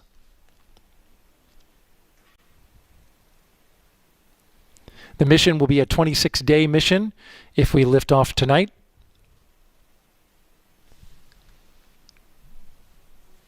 To learn more about the Artemis program, go to our website at nasa.gov/Artemis-1. Again, nasa.gov/Artemis-1.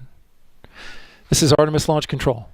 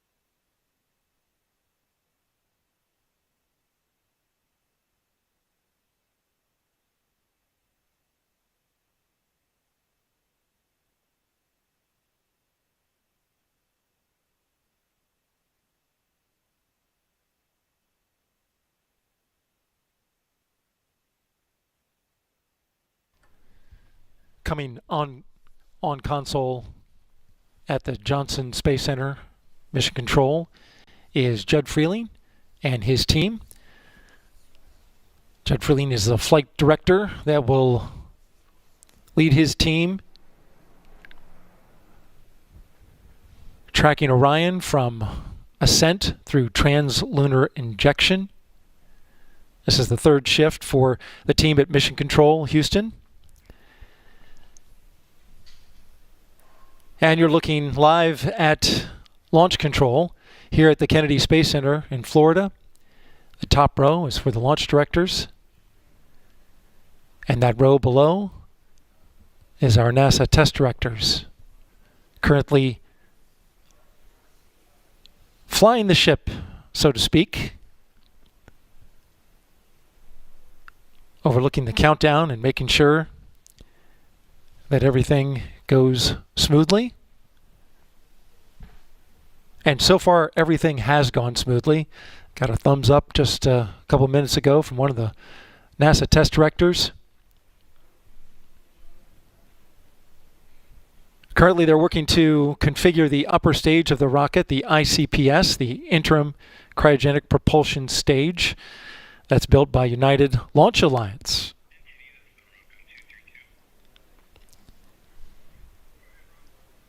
It's a modified upper stage from the Delta IV.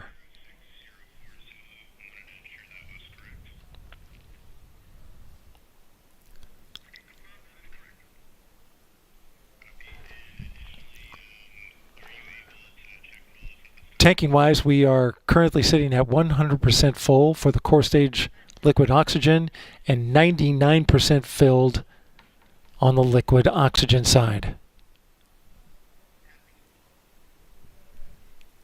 T-minus 4 hours, 58 minutes until liftoff. L-minus 5 hours, 28 minutes until liftoff. This is Artemis Launch Control.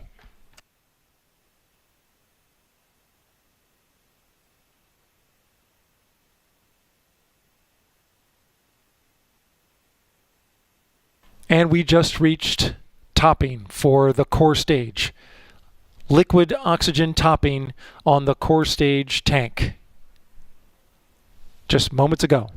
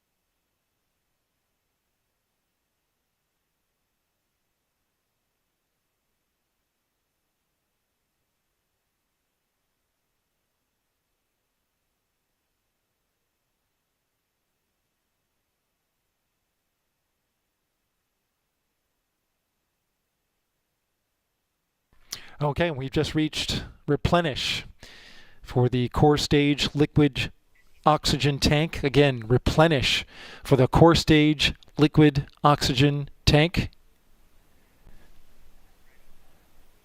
A major milestone reached this evening, as now both tanks of the core stage have been filled. Both are in replenish. Both are boiling propellants and thus venting off the gas that results, as you can see there on the left side of your picture, as the liquid oxygen side vents off that super cold oxygen gas that then condenses the water in the atmosphere and creates that vapor plume. And now we have just started upper stage loading operations, shifting now to tanking the upper stage of the rocket, the interim cryogenic propulsion stage. It too has a liquid oxygen tank and a liquid hydrogen tank, much smaller though. LH2 Chilldown now in work for the upper stage of the rocket, which holds 10,000 pounds of liquid hydrogen. On the liquid oxygen side, there are 53,000 pounds of capacity.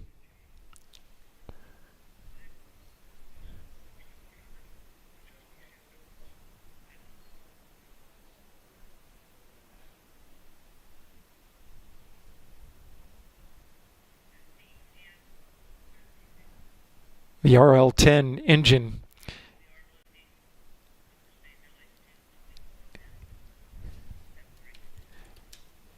Okay, we are now loading LH2 in the upper stage. Again, LH2 loading in the upper stage, that's liquid hydrogen.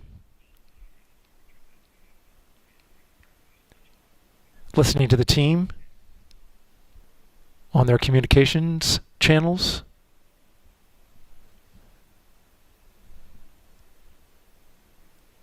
All right, very good.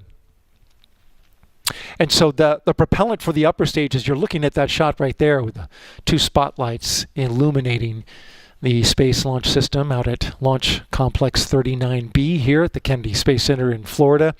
The propellant will flow through the umbilical at the 240-foot level, just below the one that you see to the left in the foreground. It's in the background there. And so now we are tanking the upper stage.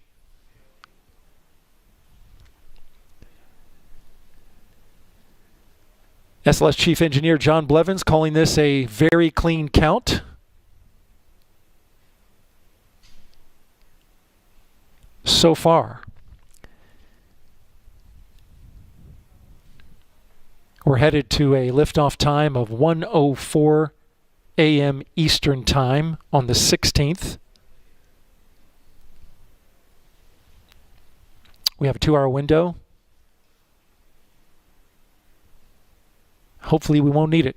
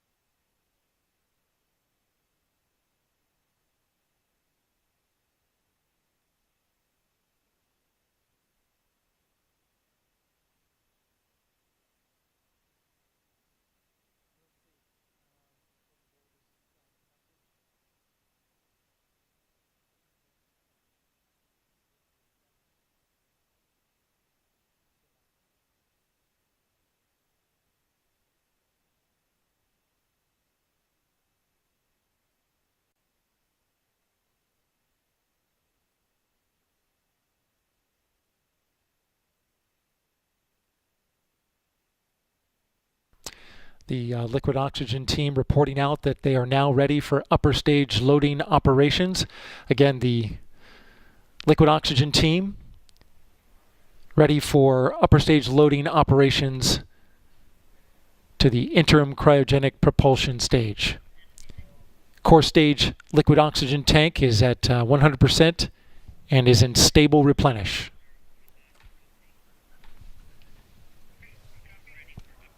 It took roughly about 4 hours and 23 minutes to tank the core stage from the moment the go was given by the launch director at 3:22 p.m. Eastern Time. Charlie Blackwell Thompson, Artemis launch director, gave the go. And now loading of the upper stage is underway.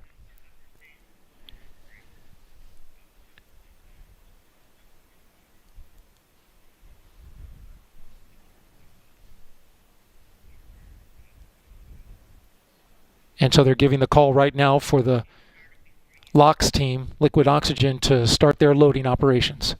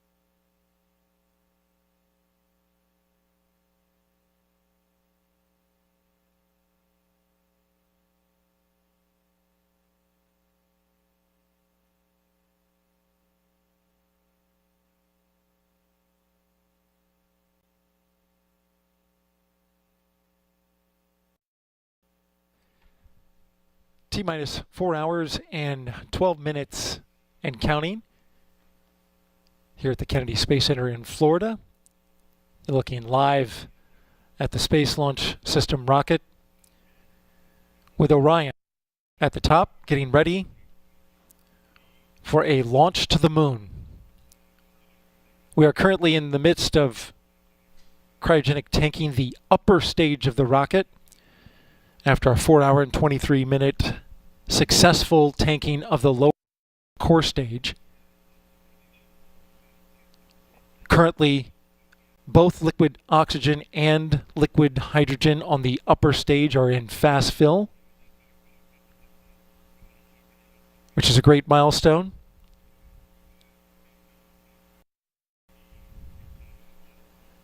The ICPS, the upper stage of the rocket, that's the interim cryogenic propulsion stage made by ULA. It's a modified Delta upper stage. Has 10,000 pounds of liquid hydrogen and 53,000 pounds of liquid oxygen.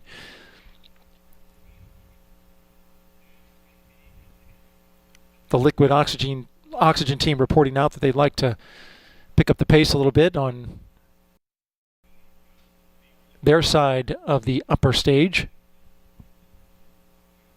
So far, we've had a pretty clean count.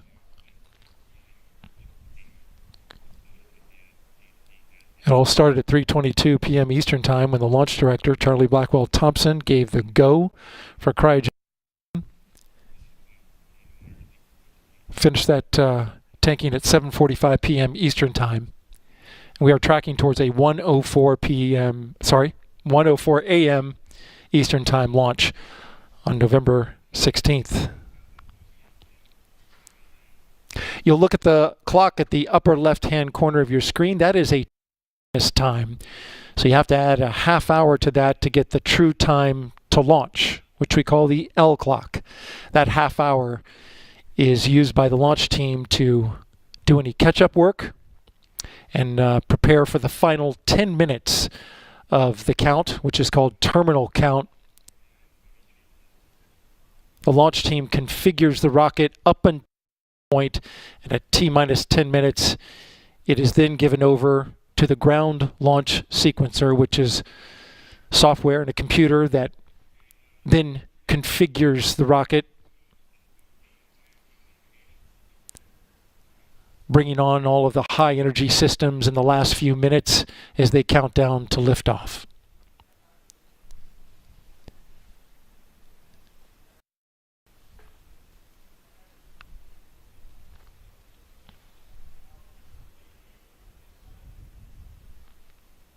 You're looking at the lower portion of the rocket and the midsection of the rocket. You can see the venting happening as the liquid oxygen is now venting from the ICPS. The ICPS has multiple liquid oxygen vents, so you can see them in two locations. And then the full shot of the rocket there, you can see the liquid oxygen tank in the core stage currently venting out from the upper portion of the rocket.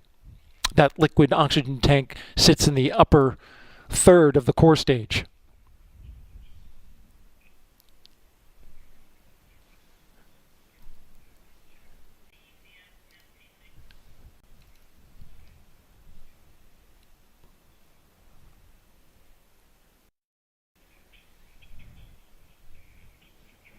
Throughout the evening, we've been telling you a little bit more about the Artemis mission.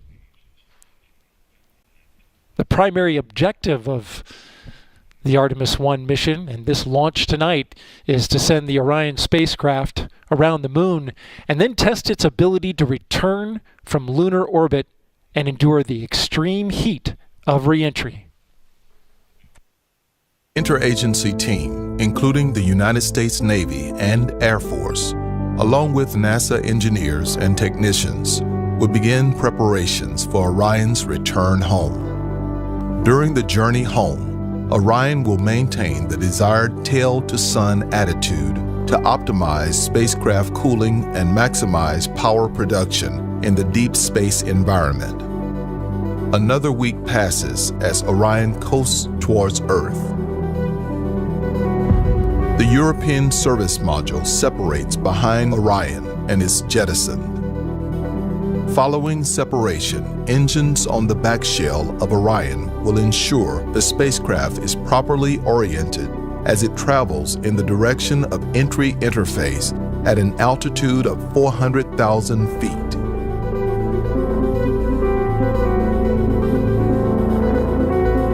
At entry interface, Orion will enter the Earth's atmosphere, traveling at a speed of 25,000 miles per hour, decelerating at a rate up to 4 times the force of gravity. The heat shield will protect the spacecraft from temperatures half as hot as the surface of the sun, approaching 5,000 degrees Fahrenheit. Orion's precise deployment sequence of 11 parachutes assembled in mid-air will begin. As Orion slows, the 3 forward bay cover parachutes separate the protective thermal cover that sits over the parachutes.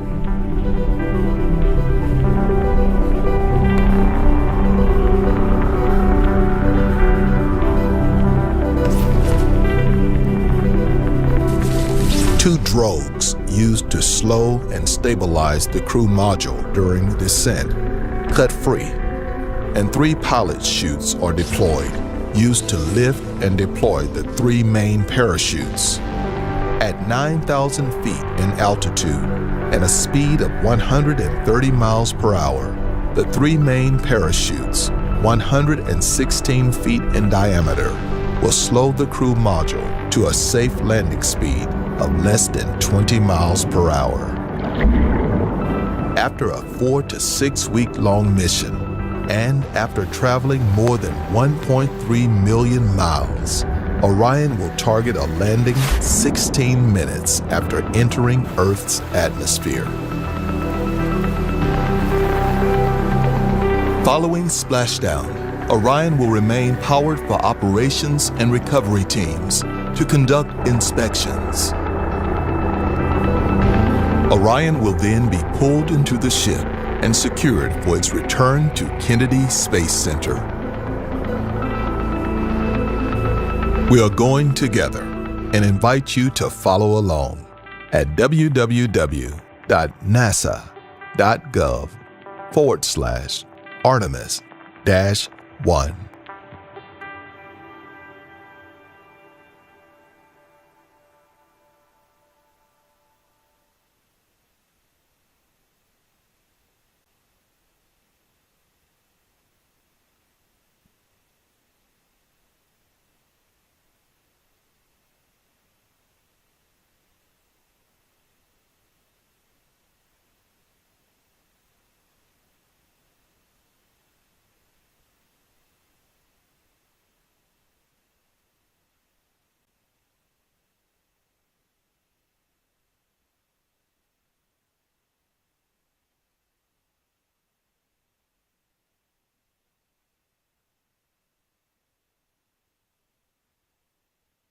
To learn more about Artemis I, get to our website, nasa.gov/Artemis-1.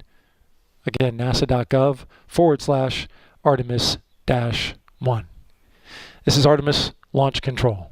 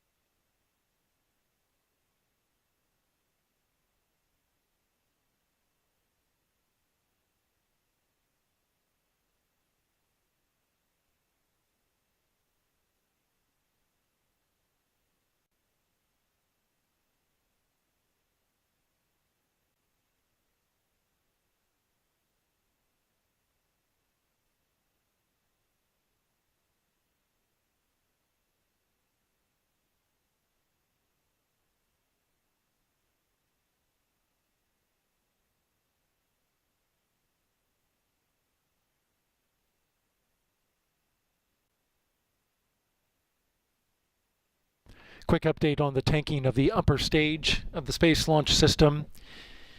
We are in fast fill for both liquid hydrogen and liquid oxygen. Liquid hydrogen stands at 18% filled.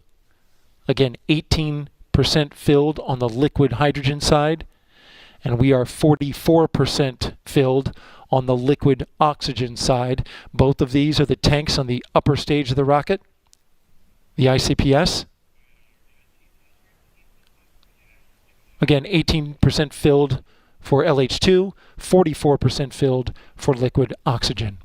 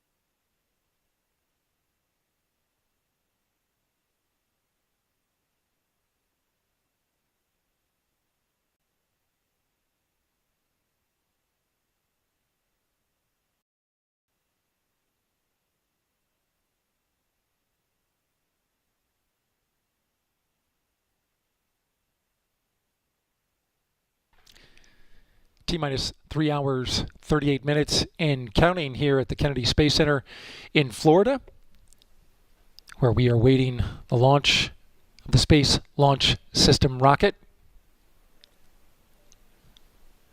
Currently on the pad, you're looking at venting from the upper stage of the SLS as we are in fast fill for both the liquid oxygen and liquid hydrogen. Just got a weather update to the launch director, Charlie Blackwell Thompson.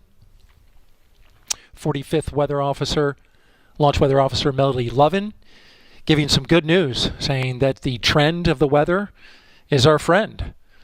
Some thicker clouds are moving into the area over the launch pad, but it was only just one thick cloud in the area, would have violated flight through precipitation rule, but it is now thinning out, and that was the only one they're tracking, not within the launch area. And so because the clouds are starting to thin over the launch complex, we are back to 90% go for launch. Again, we are back to 90% go for launch weather. Only concerns that the LWO is tracking at this moment is the thick cloud rule and the cumulus cloud rule. You don't see it in the shot. It is nighttime, but early in the evening we did have some cloud cover over the area.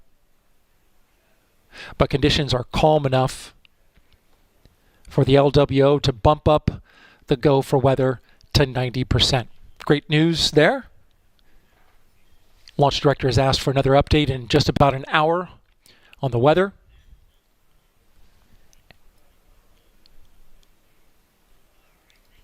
And I just heard a completion of LOX fast fill complete for the upper stage liquid oxygen tank.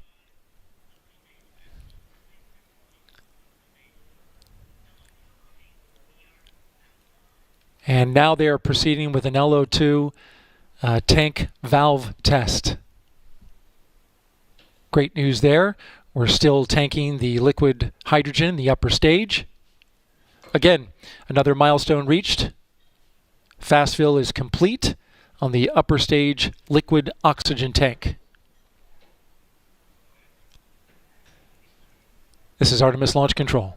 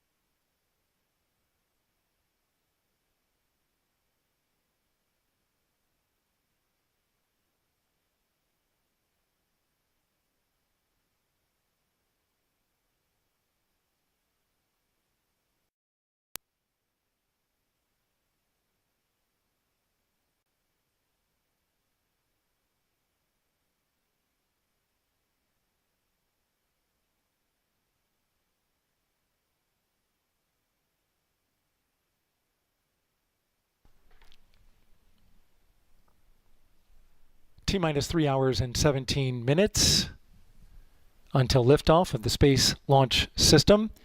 That's L-minus 3 hours and 47 minutes. We have a half-hour hold that we're going to be going into at the end of, towards the end of the countdown. I want to give you an update now.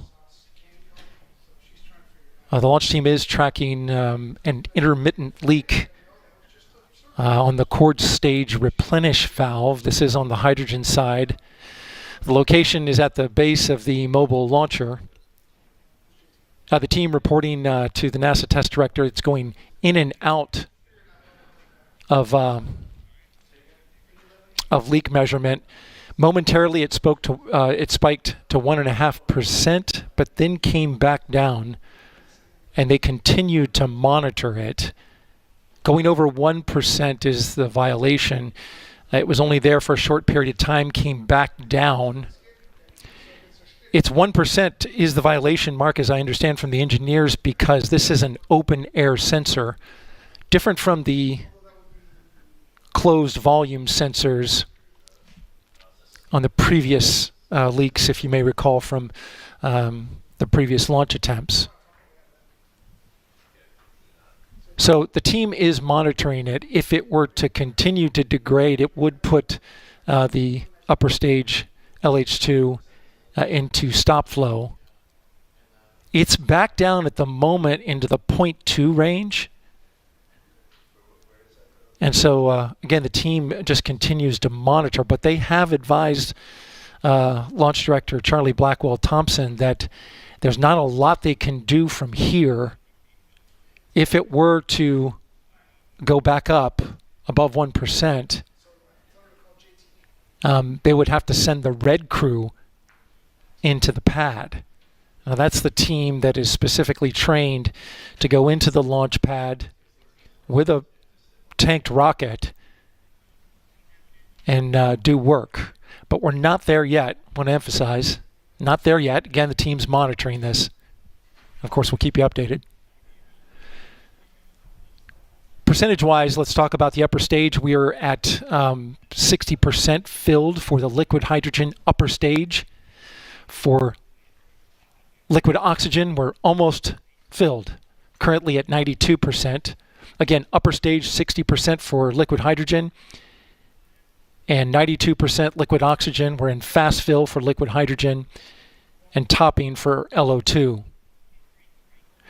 Quick look at the core stage just to review. We can put up a graphic that'll give you a check on that. Core stage reached its replenish mark, which means fully tanked and filled at 7:45 p.m. Eastern Time. And there you see the graphic. 100% on both tanks. The core stage, of course, 750,000 gallons of super chilled propellants.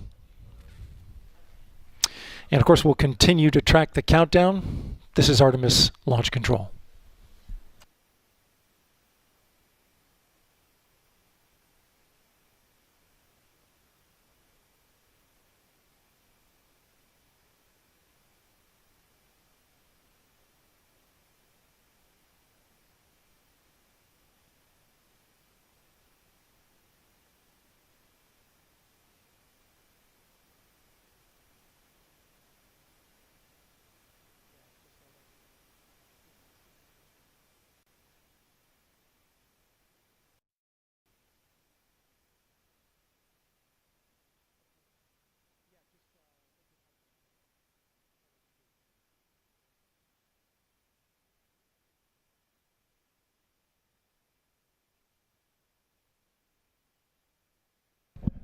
Quick update, we are now in stop flow for the liquid hydrogen core stage. Again, we are in stop flow for liquid hydrogen core stage due to an intermittent leak on the replenish valve.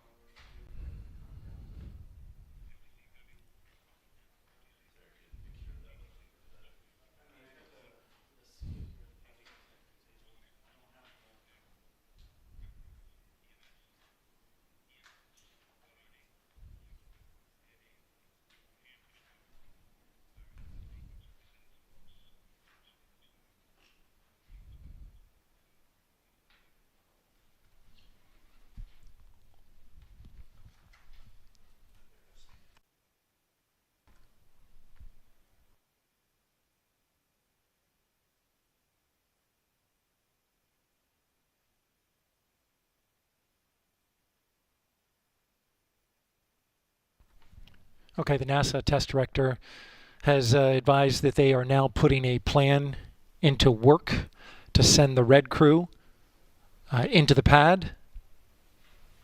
Again, the NASA test director putting together a plan to send the red crew into Launch Complex 39B and the mobile launcher area.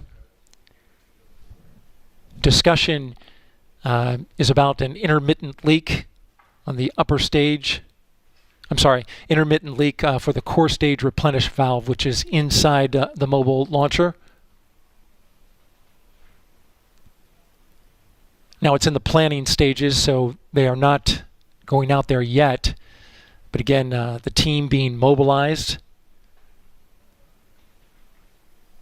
The red crew operates out of a building about 4 miles away from the launch pad. Discussion is around torquing down the packing nuts at the base of the ML. The leak has increased.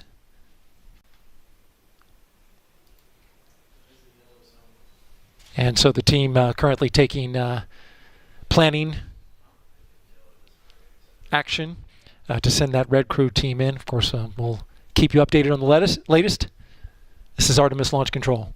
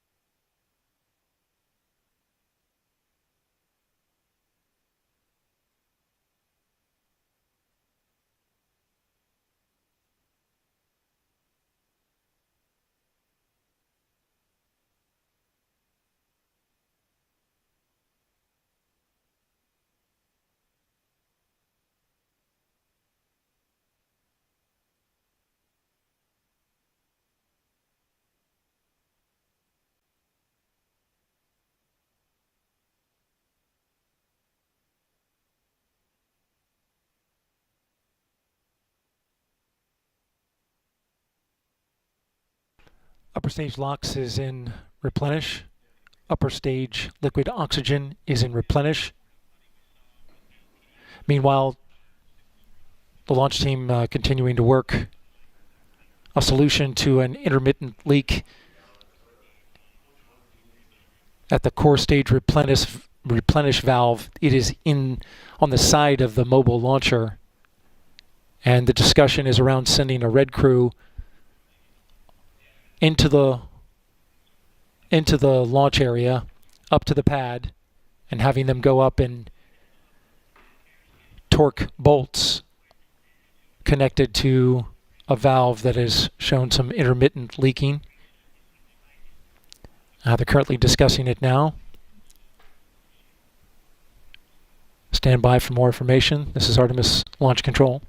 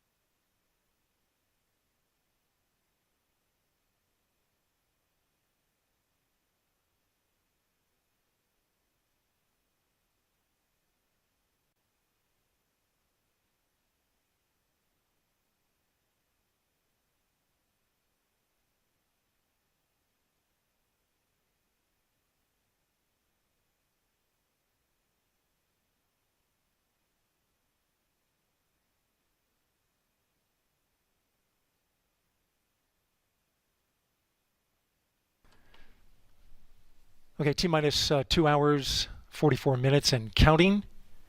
Have an update on the situation with the intermittent leaky valve for the core stage liquid hydrogen. The NASA test director just briefed about getting ready to send the red crew onto the launch pad. The cause is an intermittent leak on the core stage liquid hydrogen replenish valve. Its location is on a skid on the side of the mobile launcher. As a result, the liquid hydrogen for the core stage is in stop flow, coming out of replenish, which replaces the liquid hydrogen that is boiled off. And so the only way to fix it at this moment is to send a red crew out to the pad. This is inside the blast danger area and is considered a hazardous operation.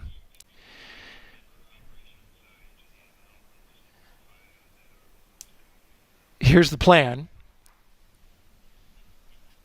The launch team is going to send 2 technicians with a safety lead to compartment AB12. That's on the side of the mobile launcher to torque packing nuts to resolve the intermittent leak. The techs will take 2 vehicles, drive up the pad surface. They'll exit their vehicles, go up the stairs to the 0 deck, then downstairs to the location where the valve is, and then torque the packing nuts. The red crew says it should take them about 15 minutes to do. Then they would return to their vehicles from the route that they came in on.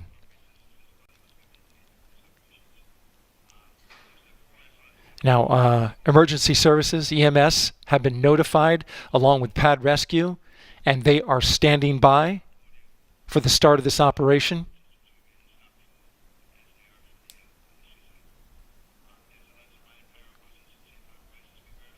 And right now, the NASA test director is briefing the launch team on the procedures. HASGAS will be closely monitoring sensors that are with the technicians for high concentrations of oxygen, hydrogen.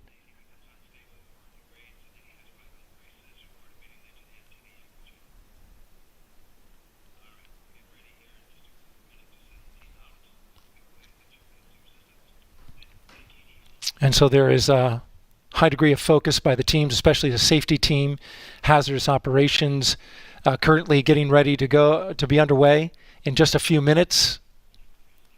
Again, intermittent leak on the core stage liquid hydrogen replenish valve. It's on a skid on the side of the mobile launcher. The red crew team has been mobilized. The plan to torque down bolts inside the ML where the valve is has been briefed to the launch director. It's been signed off on, and we're awaiting the departure of the red crew team out to the launch pad. Stand by for more updates. This is Artemis Launch Control.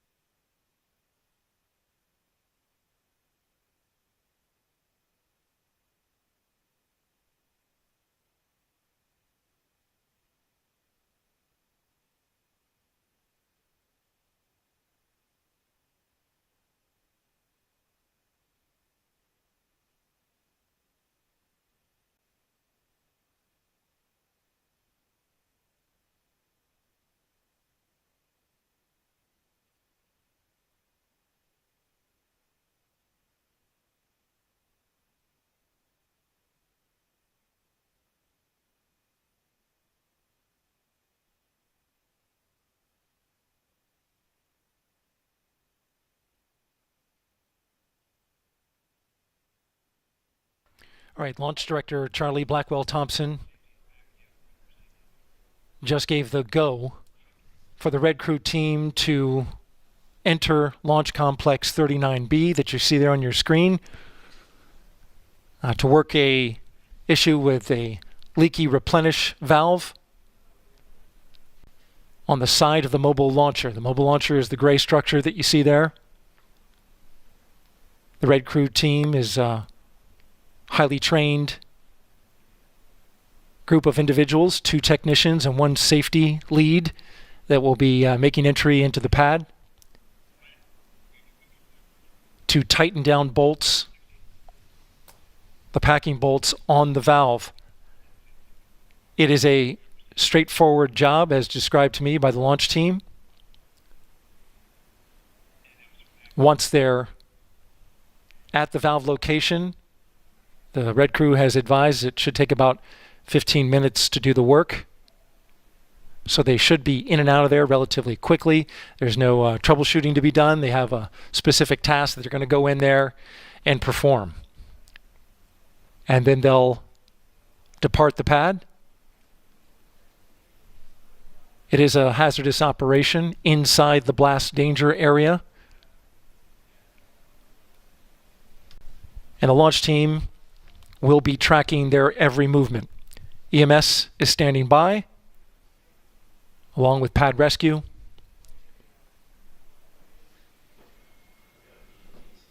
We'll keep you updated. This is Artemis Launch Control.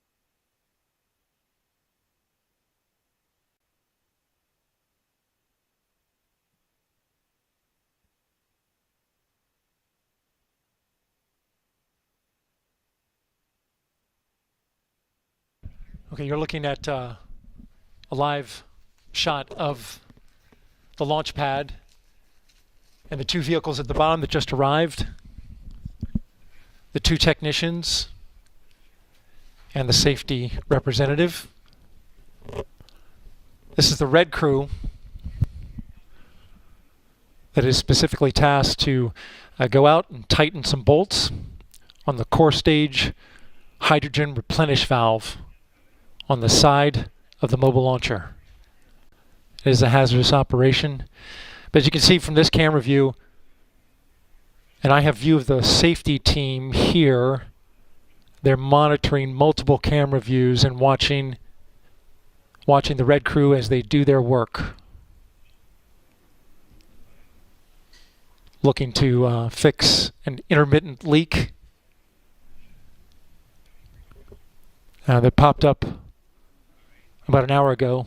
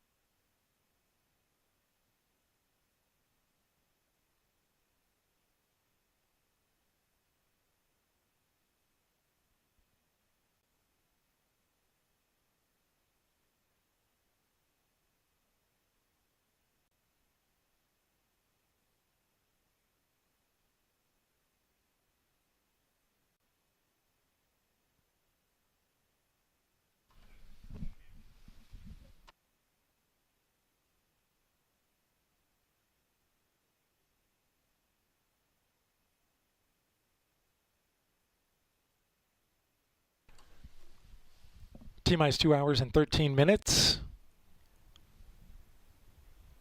We are tracking the red crew, 2 technicians and a safety representative that have made entry to the launch pad and are currently inside the compartment where the leaky replenish valve is. Again, the red crew, which is a specially trained crew to work in and around a fully tanked rocket, is inside the compartment area where the leaky replenish valve is. It's on the liquid hydrogen side. Their job is to torque down the bolts, the packing nuts on this particular valve, and that is, as I understand it from the launch team, currently in work. Safety team is watching on cameras that are in and around the launch pad.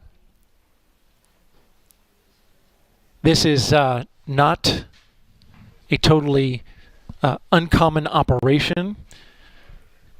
The red crew, there's a number of individuals who stand by ready to do work on the red crew, who are specifically trained in their areas of expertise when they have to put hands on at the launch pad after or during tanking.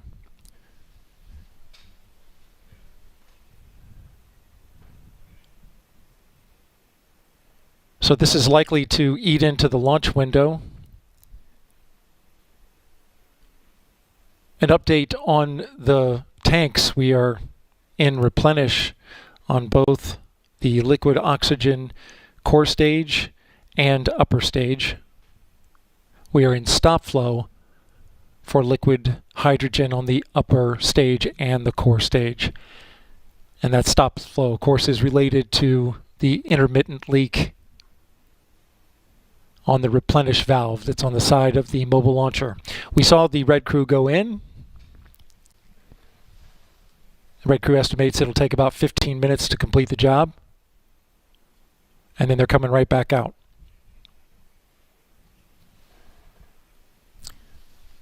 This is Artemis Launch Control.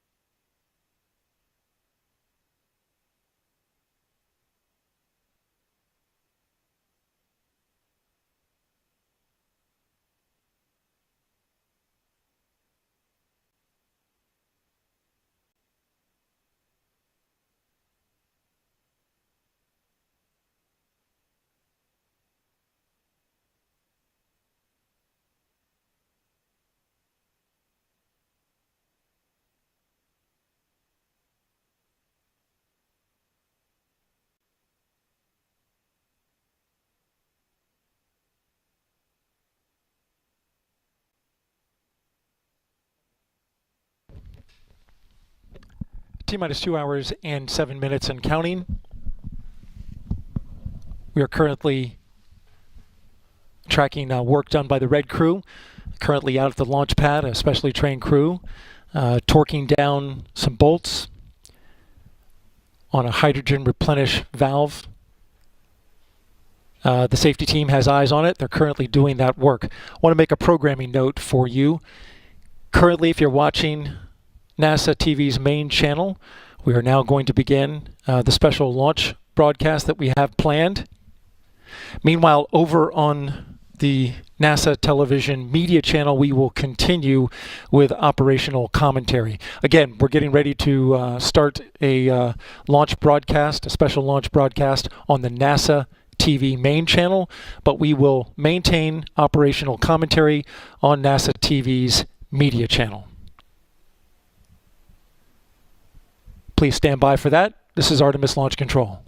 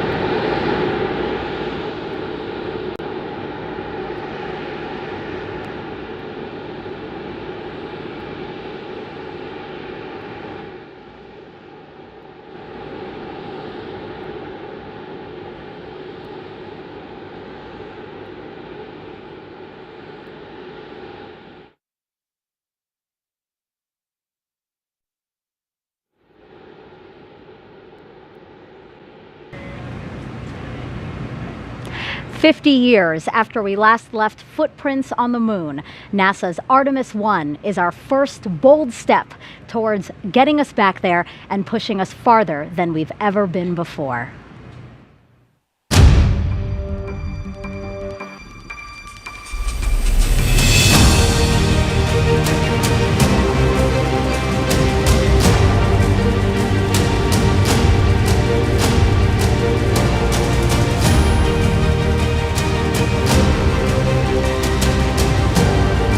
Landing a man on the moon and returning him safely to the Earth. Tranquility Base here. The Eagle has landed.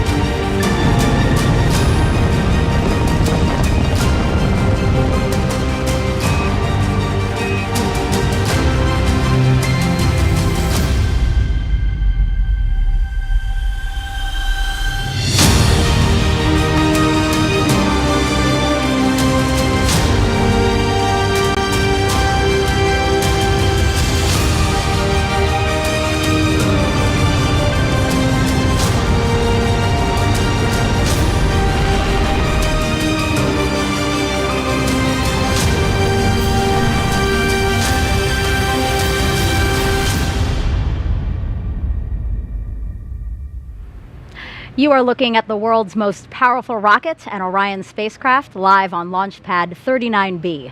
Artemis I embodies the hard work of thousands across the world, determined to explore for the benefit of all. Welcome, and thank you for joining us live at Kennedy Space Center, where the energy here is palpable as we attempt to make history today. I'm Megan Cruz, and this is NASA astronaut Kayla Barron. Kayla, great to have you here again. So awesome to be here tonight. Well, some of you may know this, but Kayla served as a mission specialist for NASA's SpaceX Crew 3 mission.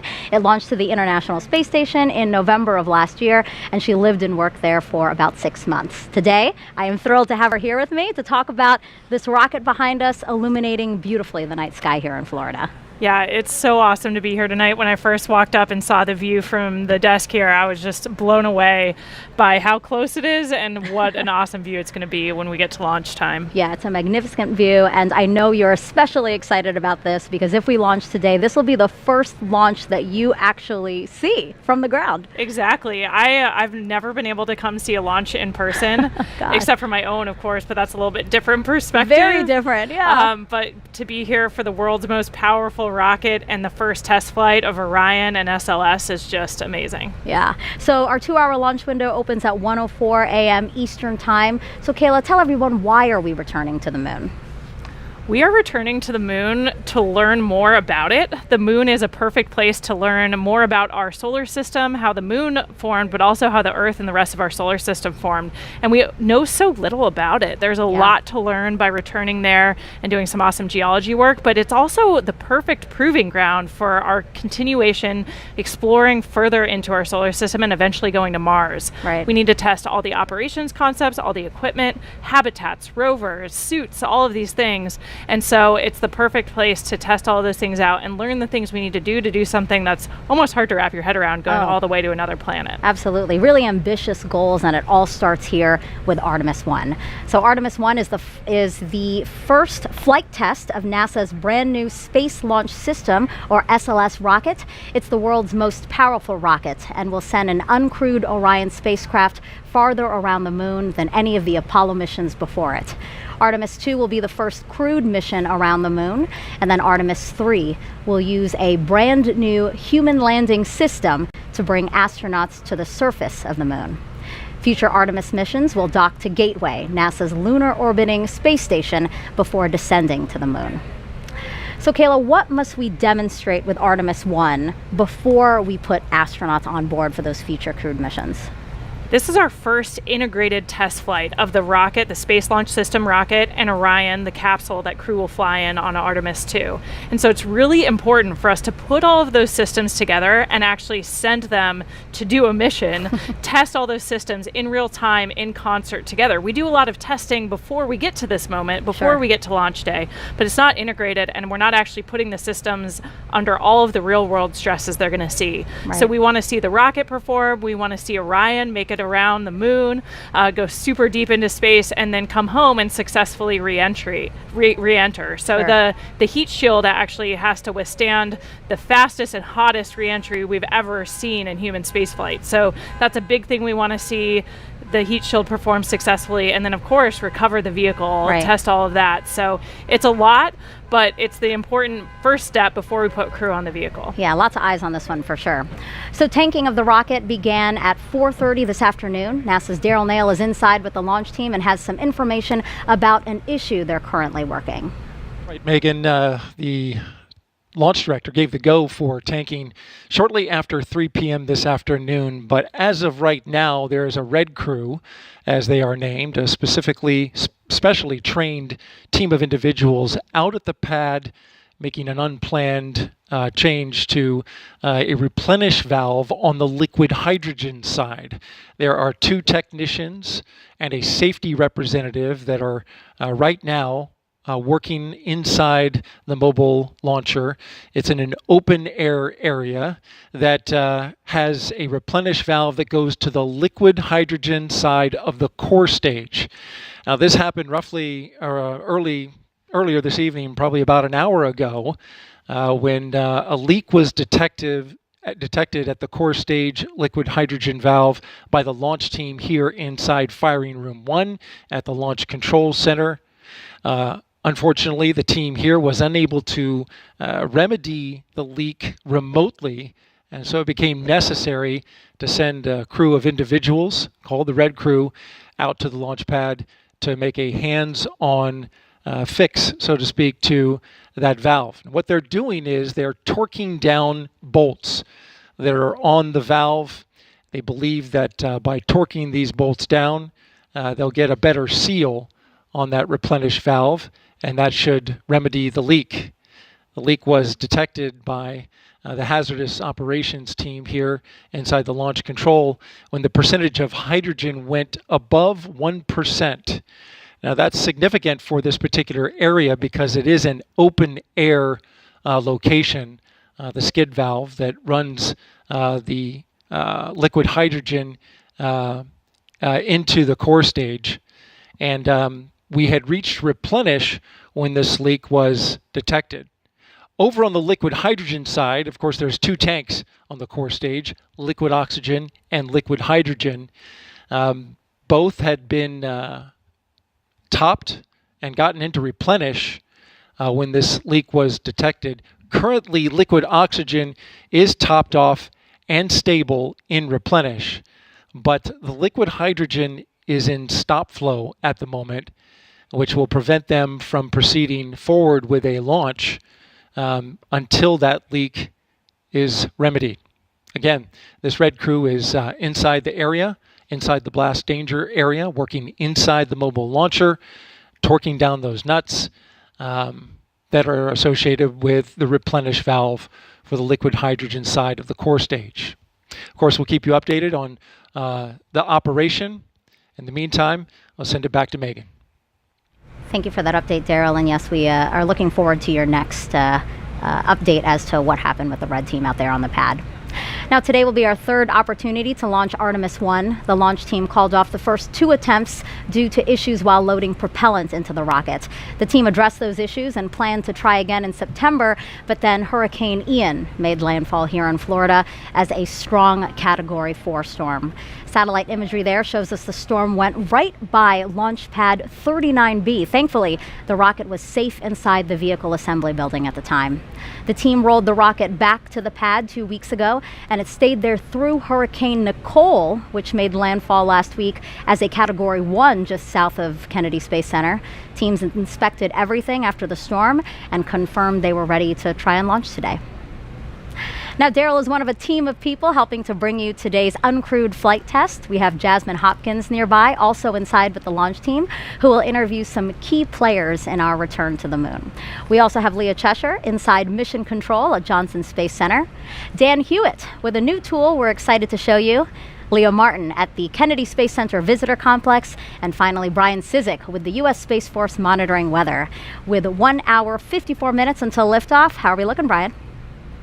And you showed we certainly had some interesting weather here in East Central Florida over the last several months, but I'm happy to report we're not looking at any type of satellite imagery like the ones you just showed. Overall, weather is looking quite favorable as we head throughout the countdown and into the launch window. So here's what we're looking at right now, really just one area of concern. That's these upper level clouds that are moving in. So there's a cold front in the Gulf of Mexico right now. That's producing some showers in the Gulf, but those are not expected to get to us by the launch window. But the upper level winds are bringing in some cirrus clouds that are moving in. Now they're high enough and thin enough where they're really not going to be a concern. For it to be a thick cloud layers rule violation, they'd have to be a lot thicker and a little bit lower in the atmosphere in order to hold a charge. So that's what we're looking for in these lightning launch commit criteria, not just natural lightning, but rocket triggered lightning potential, as some of these clouds can hold a charge. A rocket can actually induce a lightning strike in an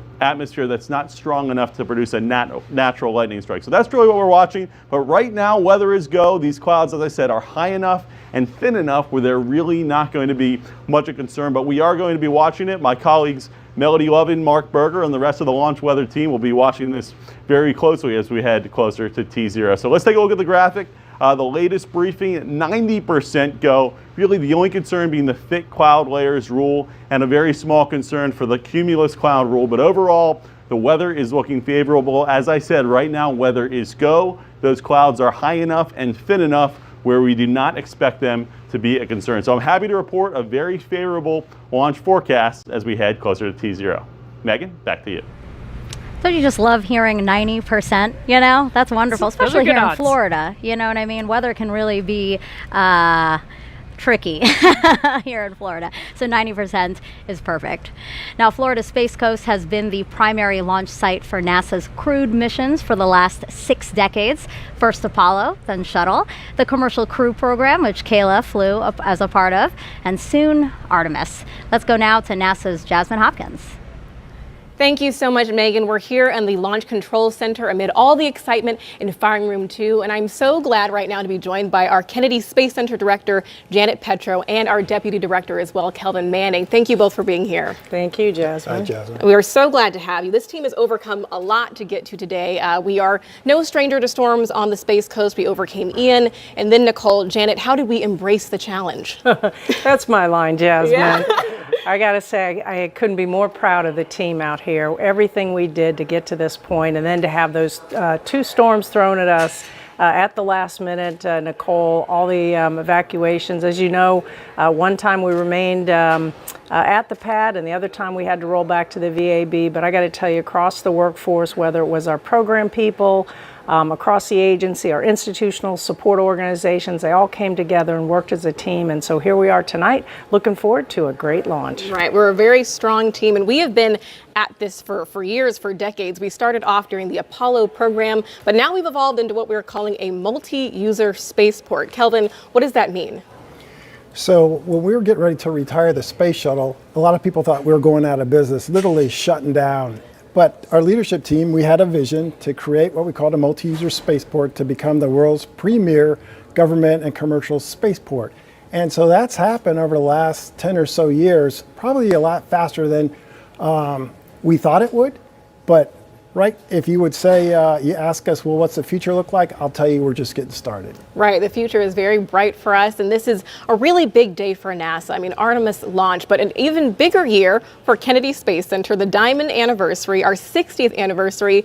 Janet, how have we commemorated that big milestone? Oh, we've had a whole bunch of celebrations all along this year. As you know, Kennedy became a center back in 1962. As you said, we've been celebrating all year long, and I can't think of a better way of culminating our Diamond Anniversary with a launch of the Artemis for the Artemis generation later this evening. Right, that is so exciting. And what does it mean for both of you to be leading the center at one of our busiest cadences we've ever seen? We've had over 40 launches this year alone. What has that been like? We're gonna get past 50 tonight, I think. But for me, I'm incredibly honored to be leading this team. It really is all about the team and the workforce. We have such a highly skilled, a highly dedicated, a highly motivated workforce. We have an incredible mission, and we all come together and embrace the challenge and make things happen.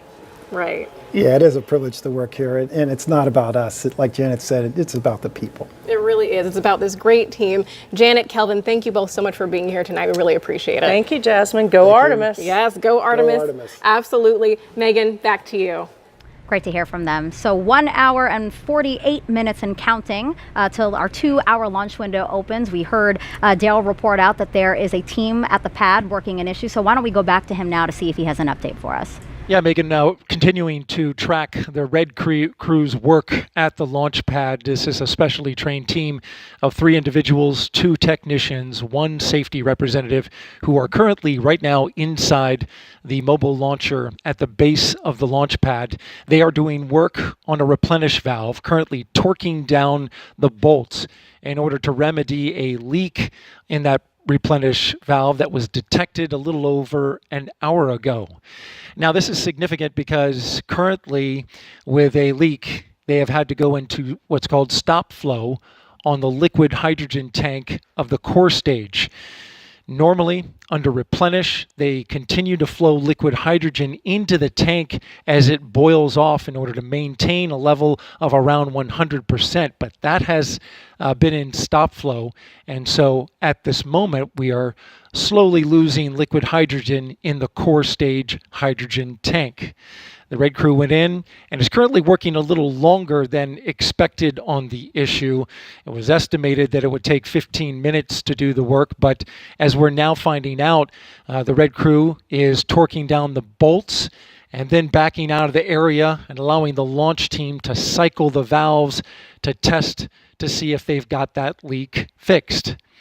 So as they do this, we understand they will cycle this work, go in, cycle the valves, torque them down again if it continues to leak, and then back out and test the work. And this may continue until they have it fixed. The red crew going onto the launch pad isn't a totally uncommon occurrence, certainly new with the Artemis program, but work like this was done in previous space programs. The red crew is specially trained for this work. They are accustomed to working around in hazardous operation, especially a fully tanked rocket. Again, we are tracking Red Crew's operation out at the pad. It's expected that this will eat into the launch window, which currently we have liftoff at 1:04 a.m. Eastern Time, but the window runs 2 hours to 3:04 a.m. Eastern Time. Again, monitoring the Red Crew's work. We'll have more updates for you a little later on. For now, back to you, Megan. Thank you, Daryl. Some quick programming notes. For the first time ever, we are broadcasting a launch in 4K. You can watch it on NASA's YouTube channel or check your local provider to see if you have NASA's UHD channel. The audio of our broadcast is also available on the local amateur VHF and UHF radio frequencies you see at the bottom of your screen. So if you're here along the Space Coast and interested in that, make note of those frequencies now. Or you can watch today's launch with live commentary in Spanish. That broadcast starts at midnight on NASA en Español's YouTube page, which we're showing you now at the bottom of your screen. Now, Kayla, why did NASA choose the name Artemis for our return to the moon? Well, in Greek mythology, Artemis is the twin sister of Apollo. So it's really a connection back to the Apollo era, the amazing things we did as part of the Apollo program. But we wanted to give a nod to the future. You know, Sure. it's a new set of missions. We're with new objectives. So it's a connection to the past with an eye towards what we might do as part of the Artemis generation. Yeah, let's talk about what those future ambitions might be. I mean, landing the first woman and first person of color on the lunar surface, that is a worthwhile ambition. Oh yeah, absolutely. I think we've come a long way since Apollo in so many ways in the space program, but one of the ways we've evolved is our astronaut corps more closely reflects the nation it represents now. Sure. So those crews will be more diverse, and we think those diverse perspectives, not only in our astronaut corps, but our larger team, only make us a stronger one. Yeah, all right. Well, coming up, we are going to hear from some of the Apollo astronauts and learn more about what we will accomplish for humanity by going back to the moon. We'll meet some of the women shattering glass ceilings to bring Artemis to life, including NASA's first female launch director. We'll also show you the Space Launch System up close and what happens when the cutest group of visitors gets the surprise of a lifetime. Plus, we'll take you around the world to show you how people are marking this historic mission. And Kayla and I will also take your questions live. You can send those our way by using the hashtag Artemis. We already have some questions from some celebrities. I know you're going to love these questions. So you're going to have to keep watching to find out who sent those in. And we also invite you to share your moon-inspired content using the hashtag NASA MoonSnap. Here's a sample of some that's already been sent in. This one's beautiful. The flower in the foreground there, the moon in the background illuminated so beautifully. Here's an awesome one. It looks like we have an eagle here flying over the moon. Just beautiful. It's been really cool to see all these artistic submissions. Oh yeah, really creative. And we're going to compile as many as we can and show them later in the broadcast. Now, let's check back in with Daryl. We do like to check in with him as much as possible to see if we can get any updates from the launch team. Go ahead, Daryl. Yeah, Megan, we just saw the red team give a thumbs up to the camera as they are doing their work out at the launch pad. Currently, they're torquing down some bolts to the specification required in order to try and stop what has been described as an intermittent hydrogen leak in the area. It went above the 1% threshold, and so that is a violation of the has gas limit in that area. The team continuing to work. As you look at the rocket on the pad, they were called out to the pad about a half hour ago, and they appeared to be making their way, at least have stepped back from the area of work. The way that the workflow has been going is they torque down the bolts, step back a little bit. The launch team then cycles the valves to check to see if the leak is still there, and then they come back in, and this has happened a couple of times, and start torquing the bolts again. The rocket was nearly fully tanked. The core stage was in replenish for both hydrogen and oxygen. The upper stage had nearly been finished when the leak was detected. And the countdown, though it is continuing, the rocket, the leak had to be addressed in order for the launch to proceed.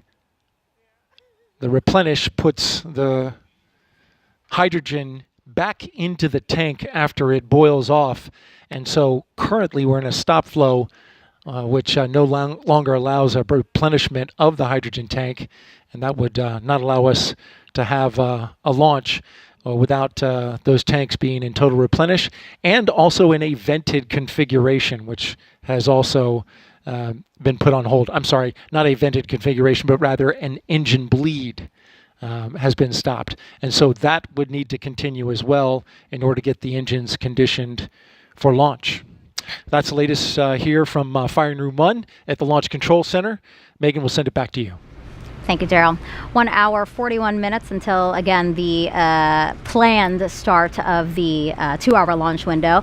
Right now, let's head over to the Apollo Saturn V Center at Kennedy Space Center's Visitor Complex, where NASA's Dan Hewitt is just inside in front of a Saturn V rocket, which is the only vehicle to date to carry humans beyond low Earth orbit. He's going to show us what he has behind us there, the moon board. It's an interactive tool. Yeah, thanks, Megan, and welcome everybody. We're in the Saturn V Center, fitting that the rocket that carried astronauts to the moon of Apollo is just over our shoulder as we meet the rocket that's going to do it with the next generation under Artemis. So SLS, the Space Launch System, is out on the pad right now. It's on the mobile launcher. Before we jump into that, just to give you some perspective, so that valve that Daryl's been talking about is in the base section of this mobile launcher down here. That's different from the areas we were focused on in August and September in these 33-foot-tall tail service mast umbilicals that are delivering the hydrogen and oxygen to the core stage of SLS. But let's jump right in. A couple of key components to SLS. We're going to start here on the sides with the solid rocket boosters. If they look familiar, they're derived from those that flew the space shuttle. In fact, some of the segments of these boosters today were flown on previous space shuttle missions. We call them solids because of the type of propellant inside. If you were able to look in, you would see a mix of ammonium perchlorate, aluminum powder, and a binding agent called polybutadiene acrylonitrile. That's your expert vocabulary word for the day. Now, as these are firing, they're providing more than 90% of the steering and 75% of the thrust as SLS makes its way uphill. And those are attached to the core stage, 212 feet tall, 5 major sections. We're going to start at the fun part down here on the bottom. 4 RS-25 engines, again, derived from those that flew the space shuttle. In addition, we have this core engine section here where we have all of their necessary plumbing, also the connection points where we're feeding the propellants into the core stage itself.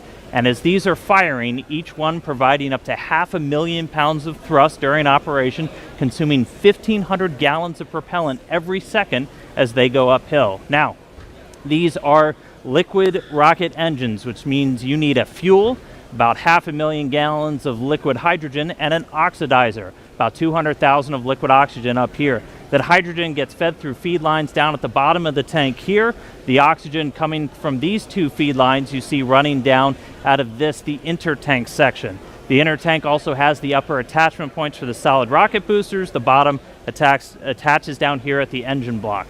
Now all the way up top we have the forward skirt. It's where you have your core avionics, your brains for flying SLS, as well as connections to the mobile launcher and some antennas. And if we zoom in, why does it look all bumpy? We have a spray-on insulation on the core stage. These propellants are stored at cryogenic temperatures, hundreds of degrees below 0 Fahrenheit.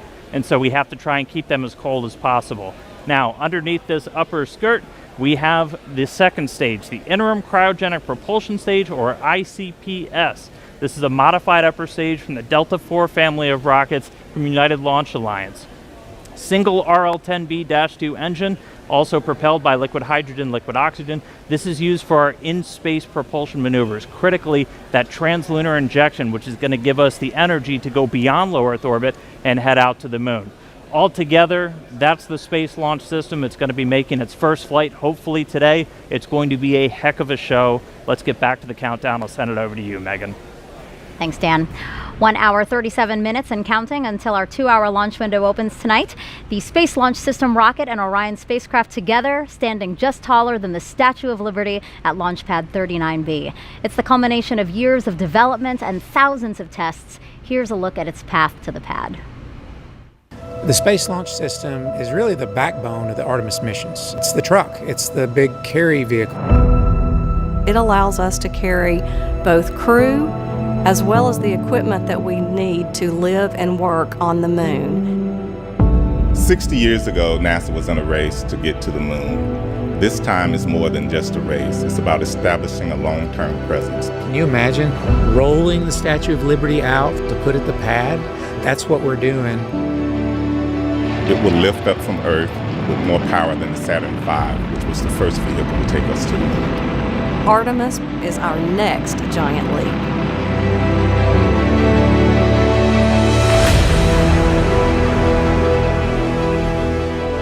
The difference between the Apollo program and the Artemis program is really the focus on sustainability and using the moon as an outpost for further exploration. This time, we're going back to learn how to live and work on the moon. The Space Launch System really is the culmination of our knowledge for 60 years of building rockets. We started by looking at over 1,700 different potential components that would go into the rocket, and by looking at the way we could reuse some of the most reliable equipment that was flown on the shuttle. We took those and we put them together into a system that had enough energy to make sense to do the mission that we've been asked to do. We're moving from low Earth orbit, like you see in the International Space Station today, to moving beyond that, to taking the next step in exploration. It's 322 feet tall. It's got 700,000 gallons of cryogenic propellant in the core stage alone. It can produce 8.8 million pounds of vacuum thrust. The Space Launch System is really a national rocket, a national asset too. We have worked with contractors as well as with our NASA experts, our science and engineering department, our safety and mission assurance team. To get the Space Launch System designed, developed, and produced, it has taken thousands of companies across the country. It comes together by train, it comes together by plane, it comes together by barges. So all of that culminates at the Kennedy Space Center for the launch of the first Artemis mission. Everybody has worked together to ensure that we have a safe and reliable rocket. At NASA, safety and testing is extremely important because ultimately this rocket isn't meant just to carry cargo, it's meant to carry people.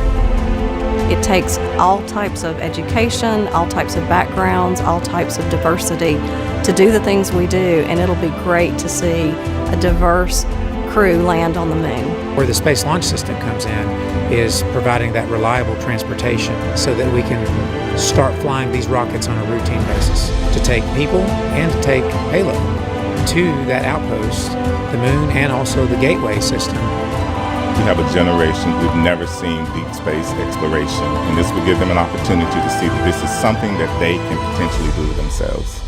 It's going to be a paradigm shift for NASA. We're going to be back to looking at things that nobody's ever done before.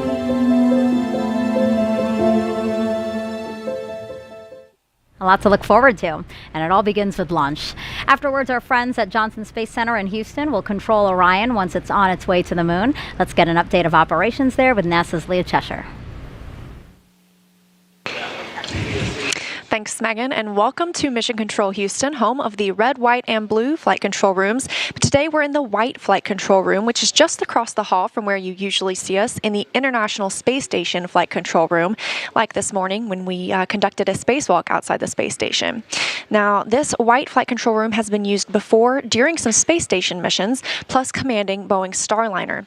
Previously, this room was used for space shuttle missions and was renovated in 2014 to support our use with the Artemis program.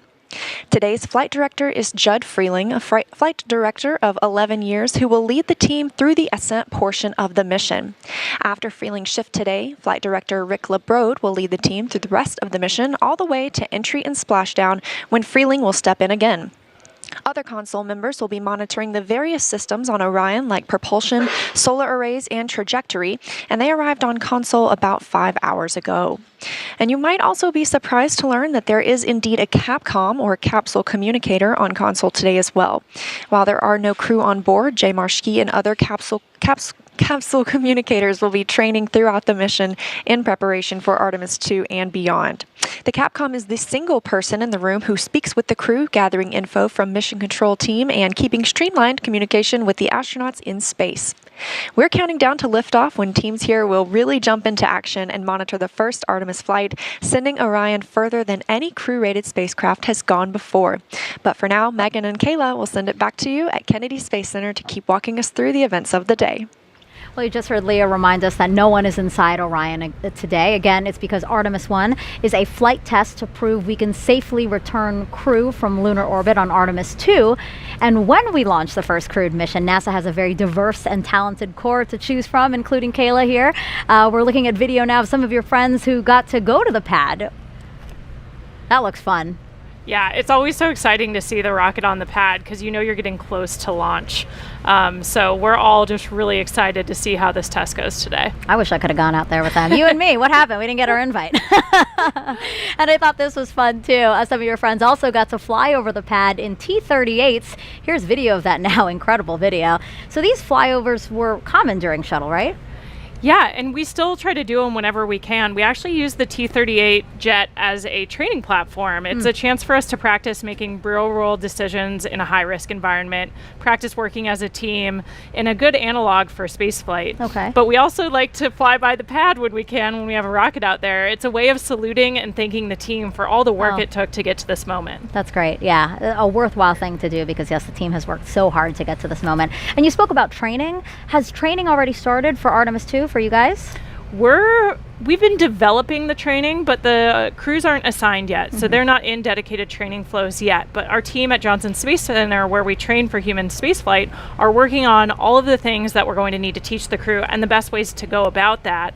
Once we get that crew assigned, they'll be straight into training right up until launch day. Awesome. Cool. All right, I can't wait to hear who gets assigned.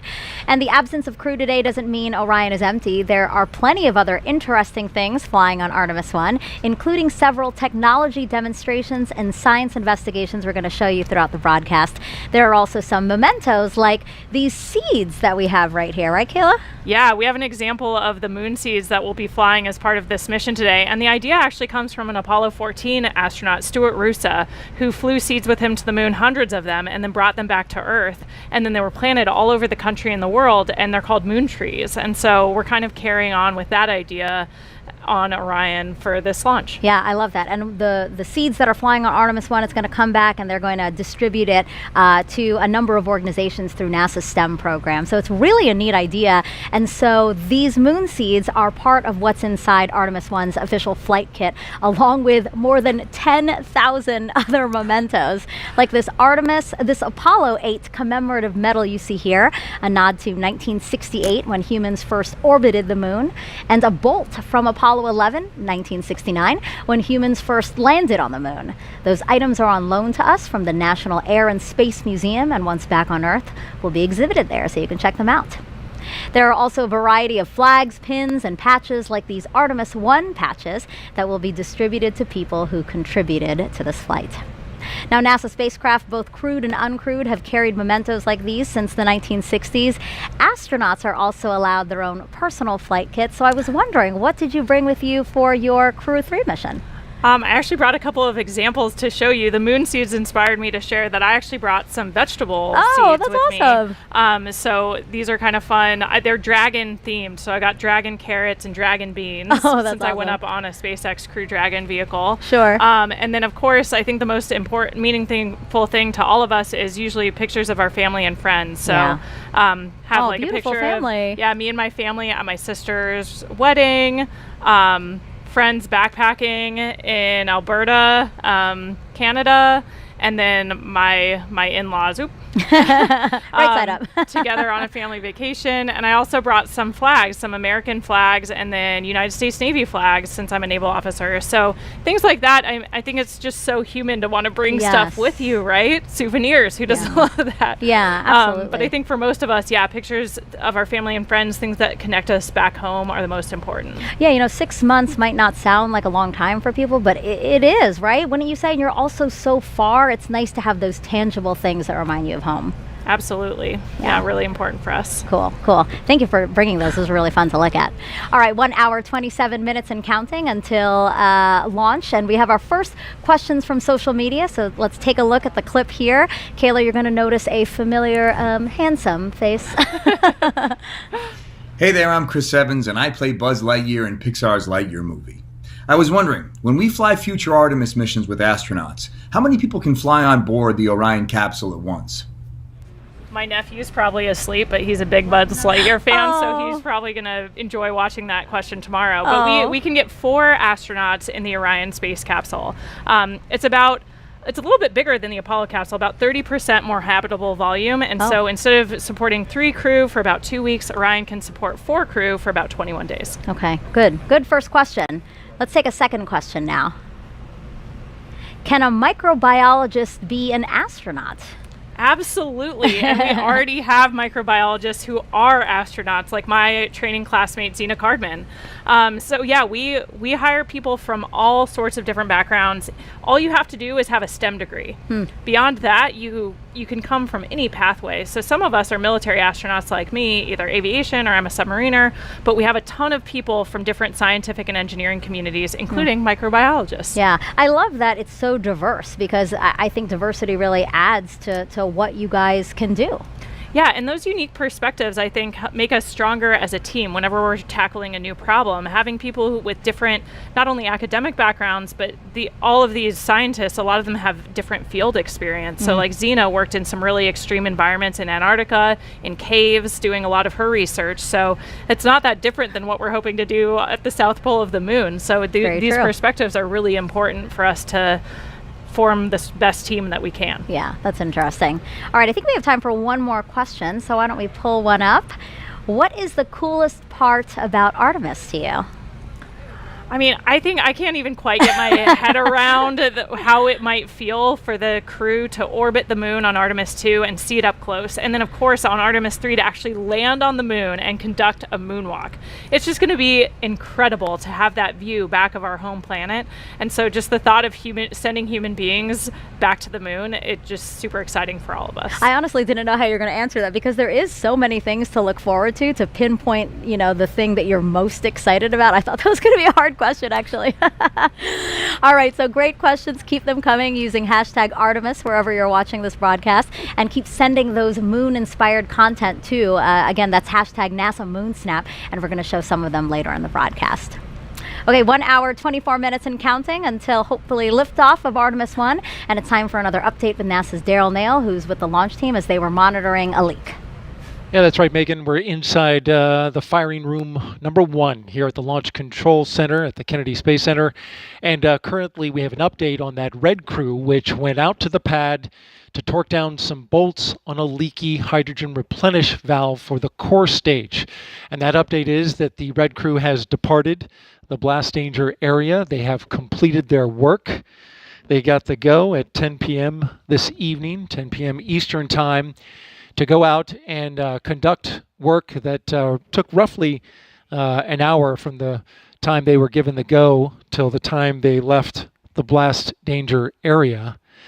The technicians, 2 technicians and 1 safety representative, did the work out at the pad on the replenish valve. And now that they are on their way back, the team is now examining the work and whether or not that leak is still there. What we do know is, you may have heard me mention that this put the liquid hydrogen tank into stop flow, and as a result also stopped a required 90-minute engine bleed for the liquid hydrogen side. Teams have come to the conclusion that only a 45-minute bleed is required at this point. They can resume the bleed at the point that they left off, and it'll be enough to meet that requirement for launch. You're looking now at a graphic where we're tracking the core stage fill rate. We did this earlier this evening. Took about 4 hours and 20 minutes to fill the core stage. You can see on the left that the core stage liquid oxygen is at 100%. That's the same for the upper stage, and both are in stable replenish. As you can look to the right, though, you can see that we're at 97% for liquid hydrogen. The reason for that is because when we went into stop flow, that means that the replenish was no longer refilling the tank, and that liquid hydrogen was boiling off and draining some of the capacity out of that particular tank. So we've lost some liquid hydrogen. The plan is to resume, of course, the filling of liquid hydrogen, which goes into that into the liquid hydrogen tank on the core stage and then vents out on that flare stack that you see to the right, where excess hydrogen is burned off. That's the latest here from Fire Room 1. Megan, we'll send it back to you. Thank you, Daryl. All right, let's go back inside our Apollo Saturn V Center now with NASA's Dan Hewitt. We last sent humans to the moon using the rocket behind you. Can you show us how we're going back now with Artemis? Absolutely. Thanks, Megan. So Artemis I is going to take us from planet Earth around the moon and all the way back, and I'm going to show you every step of the way. Like every great space mission, it starts with a launch. In this case, 4 RS-25 engines, 2 solid rocket boosters ignite, sending SLS and Orion into the sky. On the way uphill, we'll have a number of jettison events, things coming off the rocket. One of the most visible, these 2 large solid rocket boosters, a little over 2 minutes into flight, will break away. We'll also have the launch abort system come off once we're high enough, and then 3 fairings, which are protecting Orion's capsule and service module during the flight through the thicker parts of the atmosphere. Now, after the core stage has consumed its propellants, we'll hear MECO, main engine cutoff. Those 4 engines will cut off, the core stage will drop away, handing over propulsion duties to this, the interim cryogenic propulsion stage. Its first job is a perigee raise maneuver. Perigee just means the lowest point of your orbit. This will give us a nice circular path for Orion around our planet. While it's there, we can really check the spacecraft out, make sure everything from electrical systems, guidance, navigation, and control, communications are all functioning before we commit it to heading to the moon. And we do that with this, the translunar injection. This will be about an 18-minute firing on today's timeline, and this is done to give us enough energy to get out of low Earth orbit and make our way to the moon. Shortly after that, the ICPS will separate. It'll do a disposal burn, sending it around the moon and into an orbit around the sun. But from there on out, propulsion duties get handed over to the European service module. It's going to make a couple of outbound trajectory correction burns on the way out, critically testing that orbital maneuvering system engine, that large one on the very bottom that's going to be needed when we start making our maneuvers around the moon to get into what's known as distant retrograde orbit, or DRO. To do that, we're going to do the outbound powered flyby, dipping in about 70 or 80 miles off the lunar surface, really pushing with that large engine. That's going to slingshot us around. We're going to do a final orbit insertion maneuver, and then we will be in DRO, distant retrograde orbit, this dotted line right here. Distant, we're about 40,000 miles off the lunar surface, and retrograde, because the moon orbits the Earth in a counterclockwise fashion, we're going to be going clockwise, opposite retrograde. It's a very stable orbit, doesn't require a lot of energy to maintain your space there, really lets us put Orion through the paces, learn about using this spacecraft in deep space. But eventually it'll be time to come home. We'll fire up the engines once more, do a departure burn. This is what commits us from departing the moon and heading back home. We'll dip in close to the surface once more for the return powered flyby and execute correction burns on the return transit as we target a splashdown in the Pacific Ocean. Before that happens, the spacecraft separate. The European service module's job is done. It drops away to burn up, revealing the heat shield. This is goal number 1 for this flight, is testing that heat shield at lunar return velocities, because when we hit the upper atmosphere, we're going to be moving more than 20,000 miles an hour, heating that up to more than 5,000 degrees Fahrenheit. So really need to make sure that that can withstand that heat of reentry. After it makes it through, parachutes deploy, Orion splashes down in the Pacific, a Navy ship and other recovery assets are standing by to pick it up out of the water and bring it in to the first mission in the Artemis program. So that's all still going to unfold. It all starts with launch today though, so let's get back to the countdown. Over to you, Megan. Our return to the moon would not be possible without our partners across the country and the world. So joining us now is Frank Davina, head of ESA's European Astronaut Center. Good evening to you. Good evening. Well, so I want to ask you, talk to me about Airbus and how that company and ESA contributed to the Orion spacecraft. Well, Airbus is of course the lead manufacturer and integrator of the service module of our Orion capsule, and that will fly to the moon. So this is a very important part, of course, because without the service module, it's clear that we would not get to the moon or would not be able to return from it. So it's a very important partner for ESA, but there are industries across Europe, not only Airbus, but across Europe, that are contributing to the service module in Italy, in France, Belgium. Really, it's a really European project. Yeah. Frank, we've been close partners, NASA and the European Space Agency, for decades now, and partnering on things like the space station, scientific exploration, and of course commercial crew missions. Matthias Maurer, ESA astronaut extraordinaire, was on my crew, Crew 3.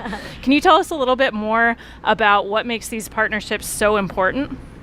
Well, it's important, these partnerships, because we want to do sustainable exploration of the moon. We want to explore space on a sustainable way.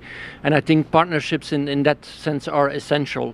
One nation alone, could they do it? The US maybe, yes. Europe certainly could not participate to a lunar program by themselves or could not do it by themselves. But I think if we do it as a partnership, we can go a lot further, we can do a lot more. We can leverage technologies, we can leverage talent in all these countries across the globe that can really push the partnership forward. So looking ahead to future Artemis missions, we're going to have ESA astronauts on board those. Have you guys begun preparing for that training, anything like that? We have actually started preparing already for lunar missions, surface missions. We have a program called Pangaea in ESA, which is basically, there are NASA astronauts participating in those trainings. Stephanie was just over with us just 1 week ago, doing field trips, and we are actually starting to prepare to see also which technologies do we need to use that we can at the best possible way do science on the moon, because of course we just do not go there to walk around or do two things. We want to do real science, we want to do discoveries, we want to live there for a sustainable way. So which technologies do we need? And that we are actually starting already in the European Astronaut Center. We actually started already more than 5 years ago developing this training program. So yes, we are involved again together with our NASA colleagues and colleagues from the international partners to start preparing crew to really do sustainable surface exploration of the moon. Yeah.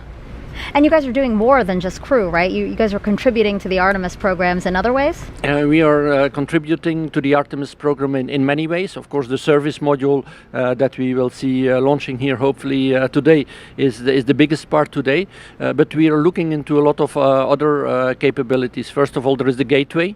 That will be a real element to enable the sustainable exploration of the moon. We have the communication system on the gateway, we have the IHAP, the habitation module, we have Esprit, which is a refueling module, which is essential if you want to sustain the gateway there for a longer period of time. Of course, you need to be able to refuel the system. So these are essential elements, again, that ESA is providing. We're also providing small technology experiments. Radiation, for example, will be very important.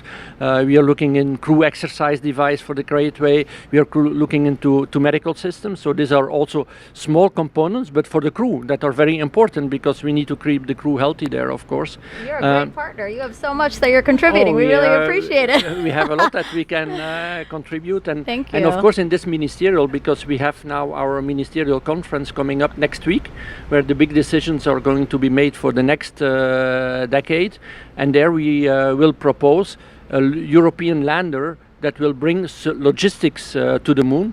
And this logistics capability that will be a big part of the integrated Artemis program will allow us to have European astronauts actually walking on the moon. So that is really interesting for us. Wow, Frank, thank you so much. And we continue to look forward to the contributions that we can make together with this partnership. Thank you so much. Thank you for having me. And good morning to the viewers in Europe. Thank you so much. All right, and speaking of viewers, we have a ton of people out here on along the space coast of Florida watching today's launch. So let's head on over to NASA's Leah Martin. She's over at the Visitor Center with a whole bunch of excited people. Oh my goodness, Megan. You know, this normally is a time of night that people are winding down and getting ready for bed, but there is not a single person here who has sleep on their mind. Everybody is so excited, on the edge of their seat, trading stories, talking about previous launches and being excited for this one. And I'm actually joined here by 3 women who are thrilled to come out and watch tonight's launch. What does it mean to be out here and see this historic launch tonight? It's an amazing moment. I grew up on the Space Coast watching launches, and so to be out here tonight, it's incredible. It's an amazing feeling to be out with all of these people celebrating, and we're super excited to be here. And Isabel, I know that you said that you have been having your eyes on this launch. You've been watching on the previous attempts. What does it mean for you to be here tonight? Well, yeah, this is our 3rd attempt here. We were here for the 1st and 2nd here at Banana Creek, so we're really excited. The energy out here is electrifying, and we can't wait to see this thing go off. Now, this is the first of a series of missions that are becoming increasingly more complex. What are you most excited about for the Artemis missions? Leah, I am so excited to be here. I just feel so honored because, as you know, this isn't just a momentous launch for humanity as a whole. It's so important for gender and cultural minorities across the globe because Artemis is landing the first woman and the first person of color on the surface of the moon. This is this generation's Apollo. And so all of the people who didn't have the opportunity to live through Apollo and be inspired by that have the opportunity today to witness it. And I'm just so grateful to be here. I can't wait to see the positive impact. One more question. This is going to be something that you guys, I'm sure, will remember for your entire lives. How are you marking this? Do you have any special plans of capturing these memories and being able to pass them on to people in your life? Well, my son is growing up here. I didn't grow up here, and so he's going to grow up here on the Space Coast, and I just can't wait for him to just grow up with the Artemis missions. Well, Megan, we're out here. We have our eye to the sky, and we can't wait to see it go. Back to you.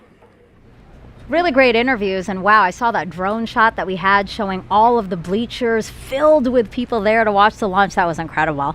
If you're just joining us, welcome to NASA's live launch coverage of Artemis I, our return to the moon in almost 50 years. I'm NASA's Megan Cruz, and this is NASA astronaut Kayla Barron, who flew on NASA's SpaceX Crew 3 mission and returned home earlier this year after living and working on the International Space Station for about 6 months. I gotta ask you, how was that experience? It was incredible. We had such an amazing time up there. The Expedition 66 crew was awesome. I've been saying since I got back that we're the happiest crew in the history of the space station, and nobody's been able to really challenge me on that yet. You guys look very happy in that photo. Oh man, we were just like a family up there executing an incredible mission. Some amazing science experiments. We got to do 3 spacewalks. It was just, you couldn't have planned a perfect first mission for me, Matthias, and Raja, and of course our veterans up there, Mark and Tom. It was amazing. We had an incredible time. Yeah. Wow, look at that photo of you in the cupola. That is amazing. Yeah, the views are beautiful. It's just like every time you look out the window, it takes your breath away. Wow. And now here you are adding some valuable insight into Artemis I. This is our 3rd opportunity to launch NASA's brand new Space Launch System rocket and Orion spacecraft. This is an uncrewed flight test to pave the way for future crewed missions, starting with Artemis II. And Kayla, you could be chosen to fly on some of those future missions. How does that make you feel? Honestly, it's a little unbelievable to me. I could barely imagine what it'd be like to go to the space station until I did it. And just thinking about what it would be like to look back at the Earth from orbit around the moon or even standing on the moon kind of blows my mind. Wow. So yeah, it's hard to even imagine that that's true, but it's a really special time to be at NASA and an even more special time to be in the astronaut office. Yeah, that's a beautiful picture of you seeing the moon, right? Yeah, that's sort of a moon spotting adventure there. I've got binoculars. One thing that's really cool about seeing stars and the moon from orbit is you're not looking at them through the atmosphere. So you get these very clear views. And the moon is always super spherical. You never get these like sort of slices that look kind of flat from Earth. Up there, you see it in 3D, it feels like. Wow. So yeah, I think we all sort of fall in love with the moon from space in a whole new way. Yeah. Well, today's launch attempt comes amid a very busy year for us at NASA. Some of the highlights include 2 more commercial crew launches with SpaceX, Crew 4 in April, you're seeing there, and Crew 5 last month. In May, NASA and Boeing flew OFT-2, the second uncrewed flight test of the Starliner capsule. The goal is to certify the capsule for regular flights to the International Space Station after a crewed flight test next year.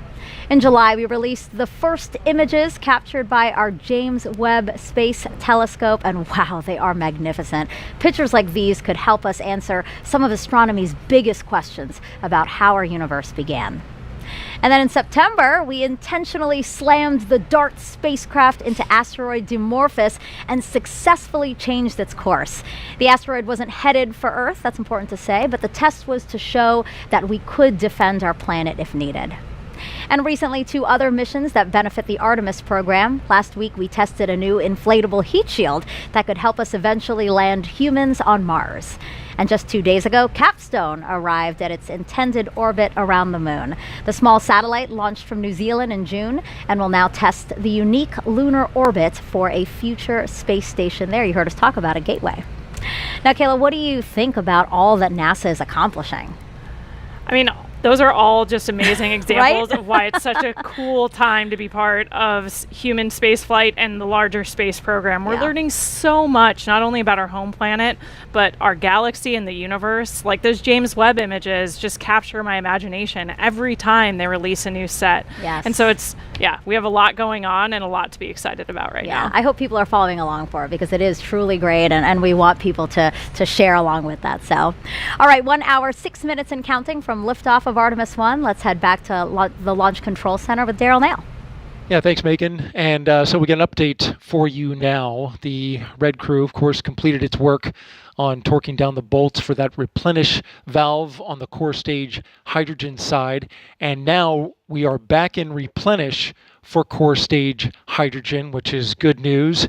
The team now looking to work on that upper stage, and we understand for the update to the NASA test director, they just informed the NTD that they can start getting back the flow on the upper stage as well. It went into a stop flow roughly around 10 p.m. Eastern time after a leak was detected. You can see the core stage status there. Liquid oxygen side is in stable replenish, both for the core stage and the upper stage of the rocket. Over on the right side, you can see we've lost some hydrogen since going into a stop flow that allowed some liquid hydrogen to boil off during about an hour or so while a Red Crew was sent out to the launch pad to make repairs. Now, the hydrogen bleed for the engines was reestablished, and it looks like the team is back on track to recover that after a stop flow halted the bleed. They are required to bleed that liquid hydrogen through the RS-25 engines for 90 minutes, but they're picking up where they left off, and that appears to be on track. In the meantime, we've had an update from the range, and the range has informed the NASA test director that currently at the moment, if we were to launch now, they are no-go due to the loss of signal on a radar site. That's currently being worked right now. Again, the range advising the NASA test director that they are no-go. The range is not clear for launch until they remedy that issue on their radar site. And so we're also tracking that. In the meantime, we started this at 3:23 p.m. Eastern Time. Got the core stage tanked in about 4 hours and 23 minutes, and now looking to get everything back on track to try to make that launch window at 1:04 a.m. Eastern Time, which has a 2-hour window associated with it, all the way to 3 a.m. Eastern Time. That's the latest from the firing room. Megan, back to you. Thank you, Daryl.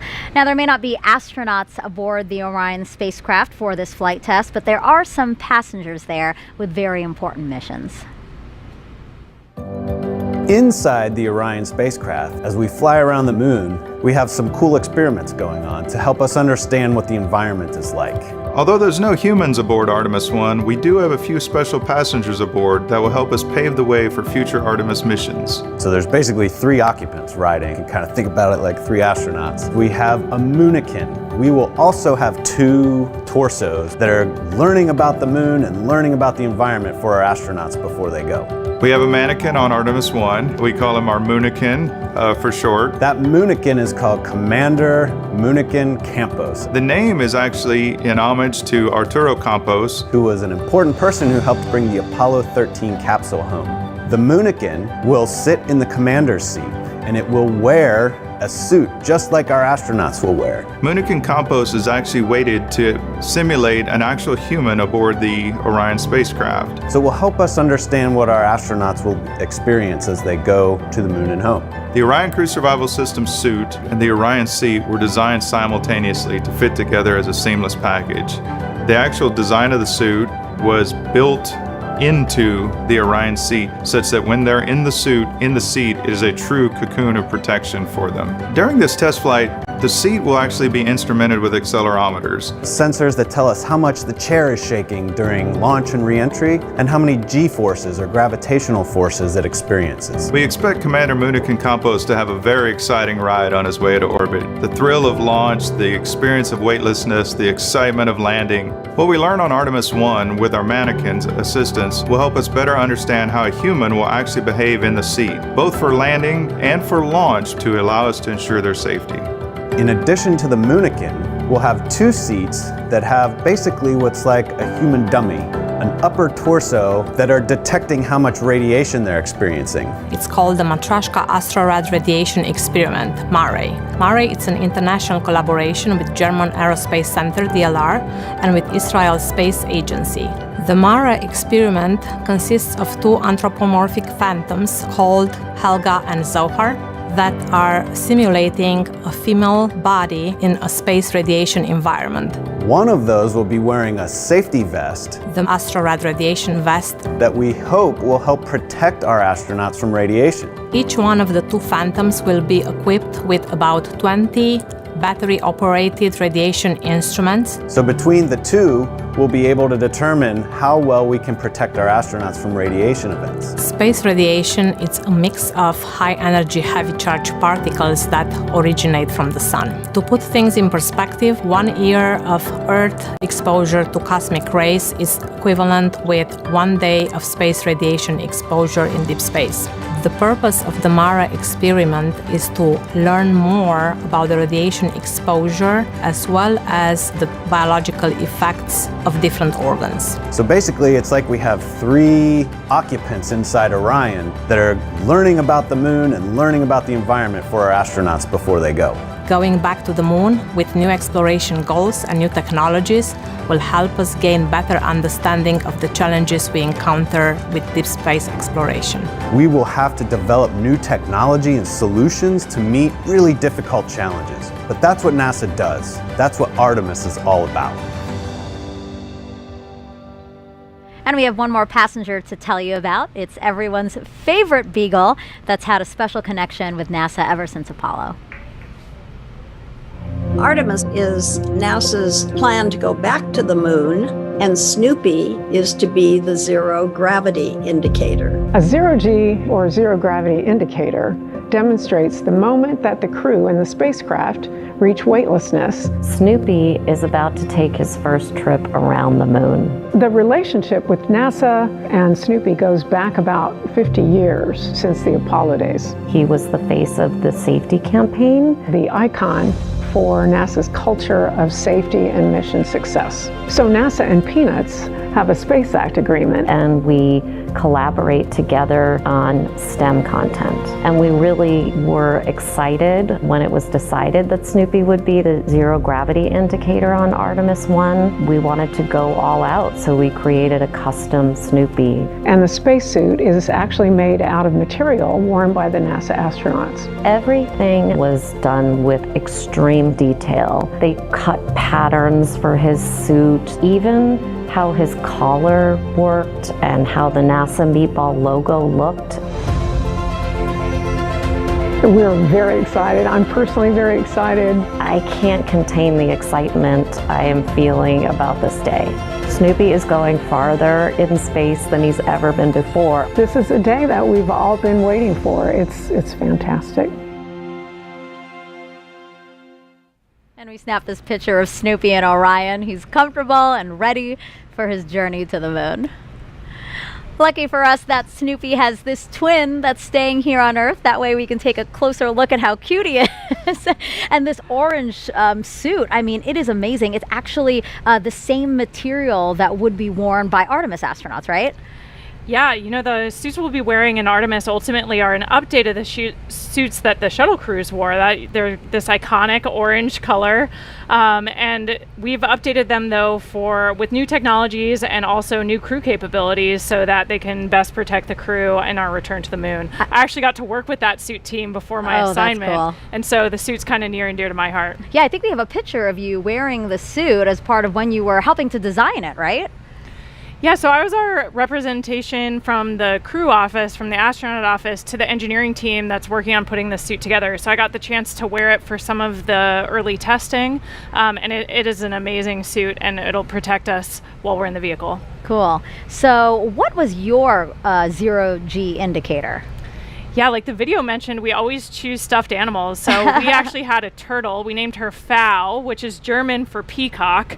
And we chose that because Raj and I are from the turtle training class. So we thought it would be fun to have a sea turtle as our zero-G indicator. But we wanted to have a nod to Matthias, who is a German astronaut, so that's what we gave her a German name, and Tom, who's from the peacock class. So she's peacock colored, and it kind of worked for everybody. I was about to ask, I was like, wait, why is it German for peacock, but it's a turtle? Yeah, exactly. Now I get it. It was, diplomacy, crew diplomacy. Now I get it. So we had Turtle, we have Snoopy here. Why is it always toys?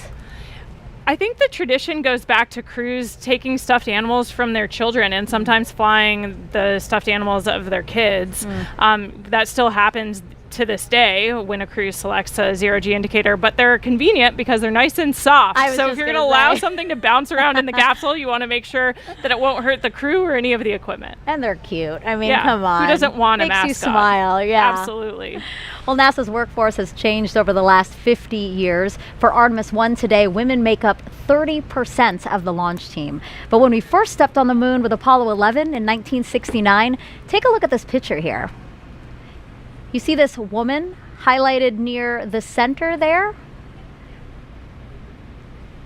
That's going to be Joanne Morgan, and she was the only woman in the firing room. She now has a special message for the Artemis generation. Hello, I'm Joanne Morgan, and I am so excited for Artemis I. This flight test will bring new knowledge to people on Earth, and I'm thrilled to see such a diverse team at the LCC making it happen. Firing Room 1 is a different sight today than when I was on console for Apollo 11. I was totally focused on doing my job and never thought about being the only woman in the room. Today, women at NASA are center directors and launch and flight directors and have substantial roles in engineering, science, and technical areas. This is so important for a new generation, the Artemis generation, to see how individuals are leaders and contributors to the mission, and for youth across America and the planet to see this as well. After 50 years, it is gratifying to see this change, and I can't wait to see what you all accomplish together. New century, new generation, new mission to the moon and beyond. Godspeed, Artemis team and Artemis I. I think it's so great that we know she's following along and interested in this mission too. Yeah, it's so awesome to see the women who have come before us at NASA and paved the way for a much more diverse team to contribute to these amazing missions. Yeah, and speaking of women breaking the mold, before serving as a NASA astronaut, I know you were a naval officer and a member of the first class of women commissioned to the submarine community. How amazing is that? I mean, what would you say as you look at these pictures? What would you say to women, young girls who might be thinking, hey, I might want to join a predominantly male field? Yeah, I was just really lucky to be in the right place at the right time. I was a senior at the Naval Academy when they announced that they were going to change the policy and allow us to serve aboard submarines. But even before that change happened, I knew that I was passionate about serving in that role and I was dreaming about it. So I think allowing yourself to really examine what your passions are and be brave enough to dream that you could actually do those things. I had awesome mentors who encouraged me along the way and told me never close a door on yourself. You always want to put yourself in the roles you're most passionate about, especially if you're going to challenge yourself. Doing something you love that's hard is so much better than doing something that you're not as well suited to. So I was just lucky I had some awesome leaders in my life who encouraged me to be brave enough to dream so that when those opportunities presented themselves, I was ready to take them on. Yeah, no, that's great. Having mentors is always so important because, yes, sometimes you don't know what path to take, especially if you're blazing your own. So it's always so nice to have somebody to talk through some of that. Absolutely. 52 minutes until the opening of the 2-hour window for Artemis I today. Once it soars off the launch pad, our colleagues over in Houston will take over. Leah, how are things looking in mission control right now?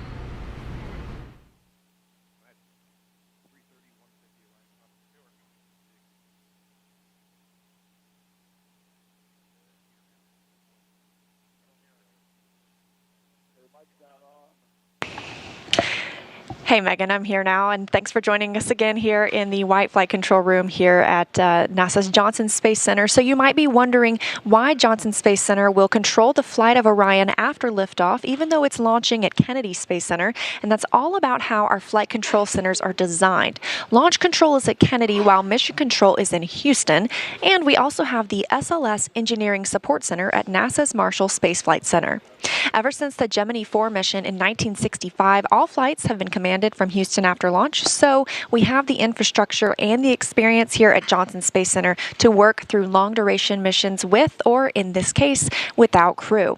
Additionally, launches must be conducted over water rather than over populated areas, which makes Kennedy Space Center a prime location. Again, we're ready to jump into action once SLS takes flight, and this room will be staffed around the clock until Orion splashes down at the end of the mission. We're excited to continue that work today with Artemis I and throughout the Artemis program, but for now, we'll turn it back over to you, Megan and Kayla. Now, the fully stacked SLS and Orion system was rolled from the vehicle assembly building to the launch pad about 2 weeks ago. We captured this video of the 4-mile, 9-hour journey. It took a special transporter and a special team of people to make it happen. Hear from them what it's like to shoulder the weight of this moment. The crawler transporter is it's a machine that goes and picks up the mobile launcher, the SLS rocket with Orion. It's basically the cornerstone of the mobile launch concept. Without the crawler, you couldn't transport the mobile launcher and the vehicle from the VAB to the pad or the pad back to the VAB. And it was designed and built for the Apollo program to move Saturn V's to the launch pad. Since then, we've modified it and used it to move the entire shuttle program. And after the shuttle program, we did extensive modifications, and now it's to be used to move Artemis to the launch pad. The crawler is 136 feet long from end to end. It's 114 feet wide from the edge of the truck to the other edge of the truck. It weighs 6.6 million pounds. It has the power to do 2 miles an hour, but you never want to go that fast. Generally, we're around 0.83 for SLS. Artemis will be one of the heaviest loads we've ever carried and one of the tallest loads we've carried. I am exceptionally proud of our team. They're very talented, they're very committed, and they're just all around good team. I think any problem that crops up or anything that comes up, we'll fix it and we'll get moving again. And again, it starts right here with the crawler. So if we do our job and everybody else does theirs, then we're going to have a successful launch. We're going back to the moon. This is going to be just fantastic. Such an impressive team, and the crawler, Kayla. I mean, this is a certificate from the Guinness Book of World Records. Yeah, it's pretty cool getting recognized for the heaviest self-powered vehicle in the world at 3,106 tons. That's amazing. It's amazing. I know. We were just talking about how awesome the crawler is. I mean, it was retrofitted. It was created in the Apollo for the Apollo missions, and it was updated, modified for shuttle, and now it's been modified for Artemis. It's just really an amazing machine, and the people who keep it maintained and operate it. Like, I'm so glad that we could feature them today. Absolutely. All right, so we are 48 minutes and counting again from that opening of the 2-hour window we have today. Kayla, if you thought you were excited, you have got to check out this video here.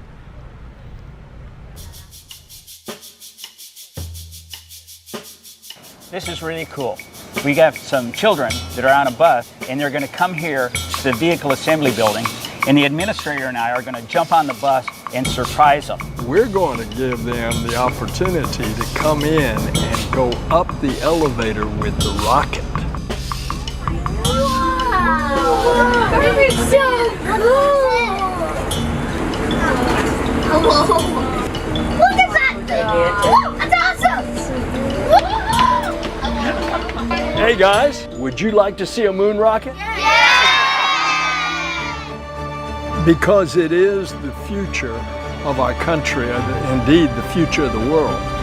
And we saw what our space program does for science and technology and engineering and mathematics. We saw that in the Apollo generation. All right, guys, what do you think?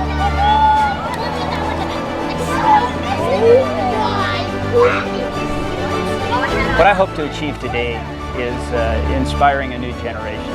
I mean, the more people that we can get to see up close and personal this rocket, it's awe-inspiring. And I cannot wait till the launch. When America sees our rocket actually launch on a test flight to the moon, you know, it's just going to spark a whole new push for what we are doing. Best day of my whole life ever. It's gonna be incredible. It was a dream come true. This rocket is definitely going to the moon. I think it's really amazing.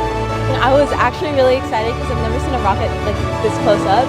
Now we have the Artemis generation. This is a new generation of us going back to the moon to learn and live, and then we're going to Mars. I told you they were so excited. They're so cute. Their faces, it was amazing. I think my face looked pretty similar the first time I walked into the VAB and looked up at that rocket. I mean, the building is huge, and standing at the base of the rocket just takes your breath away. The scale of it, 322 feet, especially stacked on its end like that, is just amazing. So yeah. I almost relived my first time in the VAB through their eyes. And it was really cool. There was this opportunity where they got to just ask any questions they wanted. I was there, so they were asking me questions. They were asking the administrator, Bob Cabana as well, and they just hands shot up. They just had questions, and then sometimes I didn't really know the answer, and they're like, well, it's this, and I was like, oh my God, they know so much and they're so interested in it. I mean, again, this is why we're doing this. This is part of the inspiring the next generation. Absolutely. Whenever I get a chance to interact with kids kind of any age, all the way from elementary school up through college, the human spaceflight program, and Artemis in particular, I think really captures people's imagination and gets them interested in everything it takes to do something so daring and so complicated. Yeah. And actually, before we move on, an interesting note about the opening music in that video. It's an original composition called The Artemis Generation, performed by the Cooper Middle School Band percussion section of McLean, Virginia. And to continue to inspire the Artemis generation, NASA invited students to take part in a national essay contest, challenging them to imagine what it'd be like to lead a week-long mission to the moon's South Pole. Here's the first winner now. I gazed out of our moon pod window just before it was time to exit. My crew of 3 and I had been working for years to get here. Our crew consisted of a botanist, an engineer, a doctor, and me, an astrobiologist. We'd been picked because of how well we got along together, with our complementary STEM backgrounds and our naturally upbeat personalities. Houston, this is Artemis Crew 1, initiating airlock sequence, I said over my microphone. I looked at my crewmates, and as I stepped over the pod, I felt so gratified, becoming the first woman on the moon.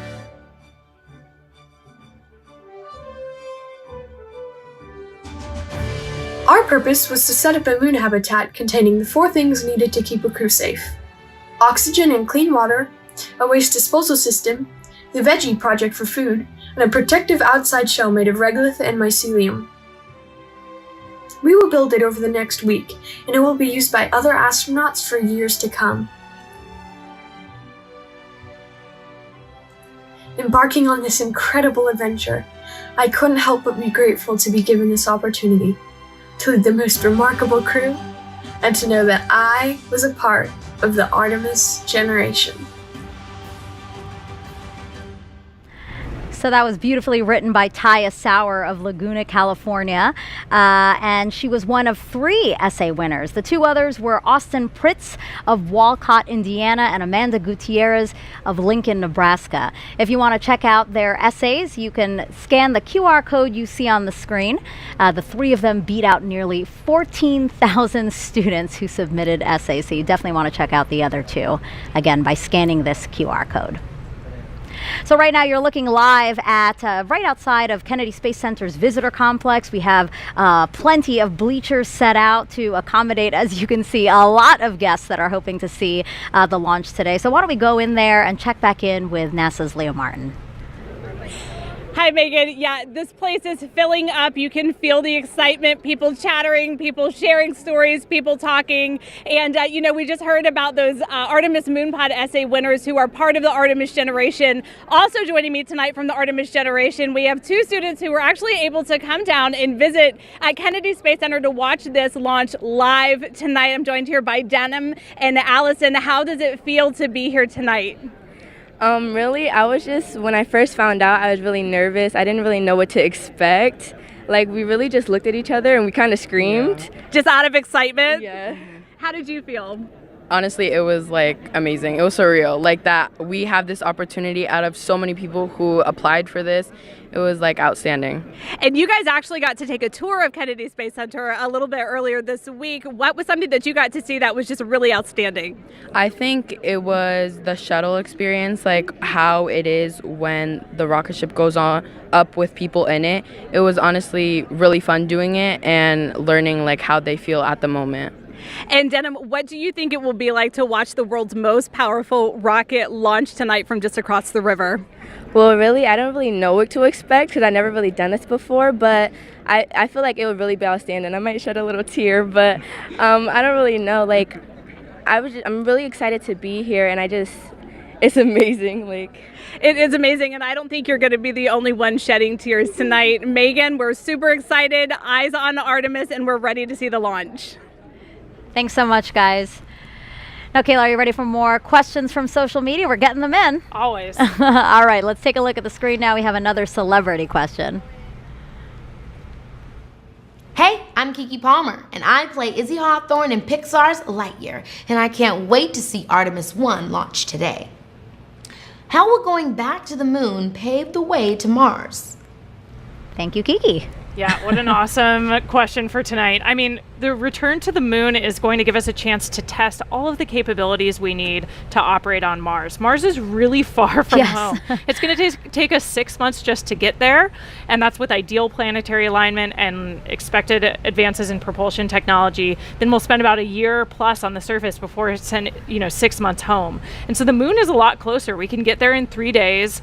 The communications delay is a lot shorter, and so we can really test our operational concepts a lot closer to home. The moon's super far away. It's 250,000 miles, but that's way closer than Mars. So it's going to give us a chance to test all of our technologies so that we know what we need to develop in order to take that next step. Yeah, we call it the next giant step for a reason. Mars is very, very far, like you said.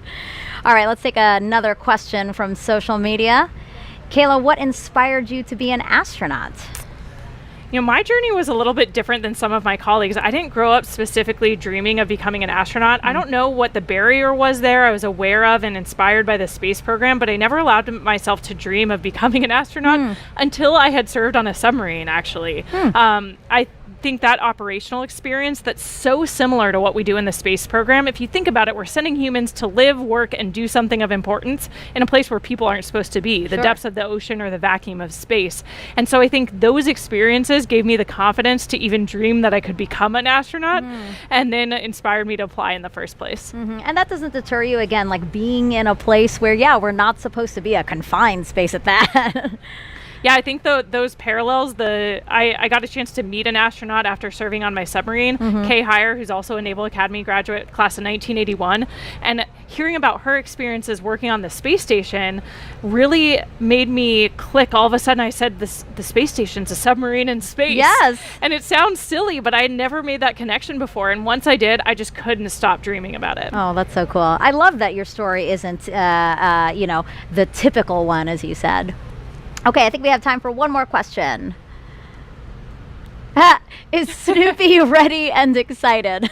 Of course. I think like any crew member, Snoopy's been training for this moment.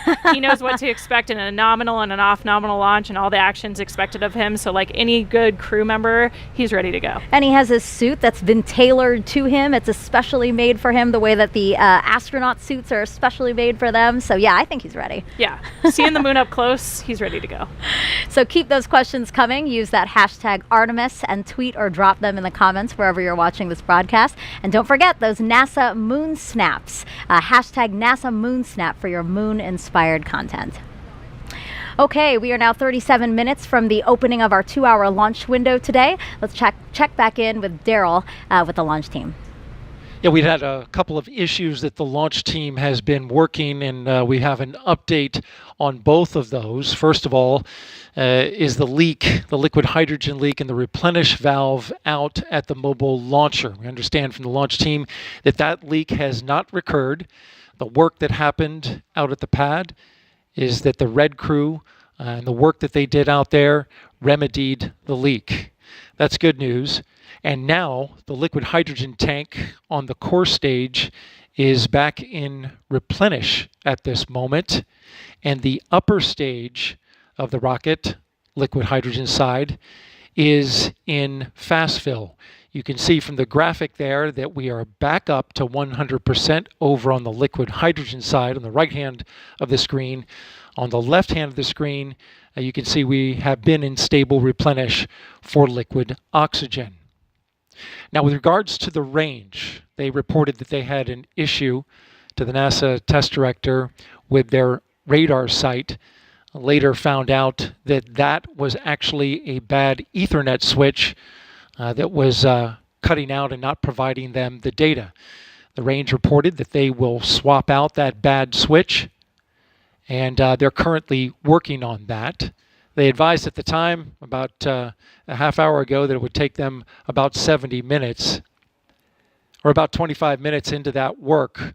They did just recently update the NASA test director to say that it's going to take them a little bit longer because they're going to need to re-verify this Ethernet equipment once they have it installed. Again, that work is ongoing, but at the moment, if we were launching right now, the range is no-go as a result of that bad Ethernet switch. The Dolly Lou file, which helps steer the Space Launch System through the upper atmosphere, has been uploaded to the rocket, and so we're good to go there in terms of other configurations that are ongoing. But we are continuing to monitor communications of the launch team about holding to the top of the window, currently slated for 1:04 a.m. Eastern Time. But we do have 2 hours, and we have yet to see whether or not the launch team is going to be able to make enough adjustments in order to hit the top of that window. No slip yet, but we're monitoring their work, and we'll give you an update when we have it. Back to you, Megan. Thank you, Daryl. Really great news about that leak. Kayla and I actually said, wow, that's really great news. So we'll wait on your next update. Let's go back live now to Kennedy Space Center's visitor complex, where we have NASA's Dan Hewitt inside there with our new moon board. Dan, let's focus in on Orion now. It has 3 main elements, right? That's right, Megan. And Orion is the spacecraft that's going to be carrying our Artemis astronauts off of planet Earth and then returning them home. As you said, 3 major components, so we'll jump in here at the top with the first one, the launch abort system. This is a critical safety feature on Orion, designed to pull the capsule away from the SLS stack in the event of an emergency on the pad or the way uphill. And it does that using 3 solid rocket motors. The first one, the abort motor, can fire within milliseconds of automatically detecting an issue, pulling the capsule away to a safe distance. After that, the attitude adjustment motor. This one will fire. We can cancel out any rates, put us into a nice stable glide before we get ready to fire the jettison motor. This is the one that will actually take the launch abort system off of Orion, allowing it to then deploy parachutes and parachute down to safety. I will note the jettison motor, the only one that fires no matter what on a normal mission. It's going to fire once we're high enough in the atmosphere. And for Artemis I, that is the only motor on this that is active. The attitude and abort motors are inert for Artemis I. And that's all focused on protecting this, the Orion crew module. This is where you have your astronauts physically inside.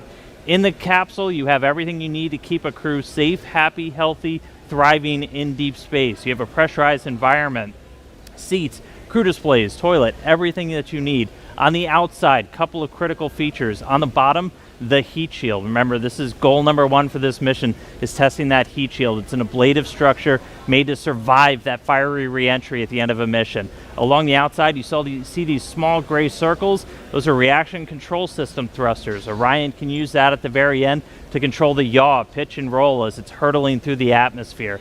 We have windows. You need windows to look outside. 2 on the front, 2 on the sides, 1 in the side hatch, 1 up top in the very top docking hatch. Those are different layers of glass and acrylics for pressure and thermal control. We have a docking system, an uprighting system, parachutes, all for the very end of the mission.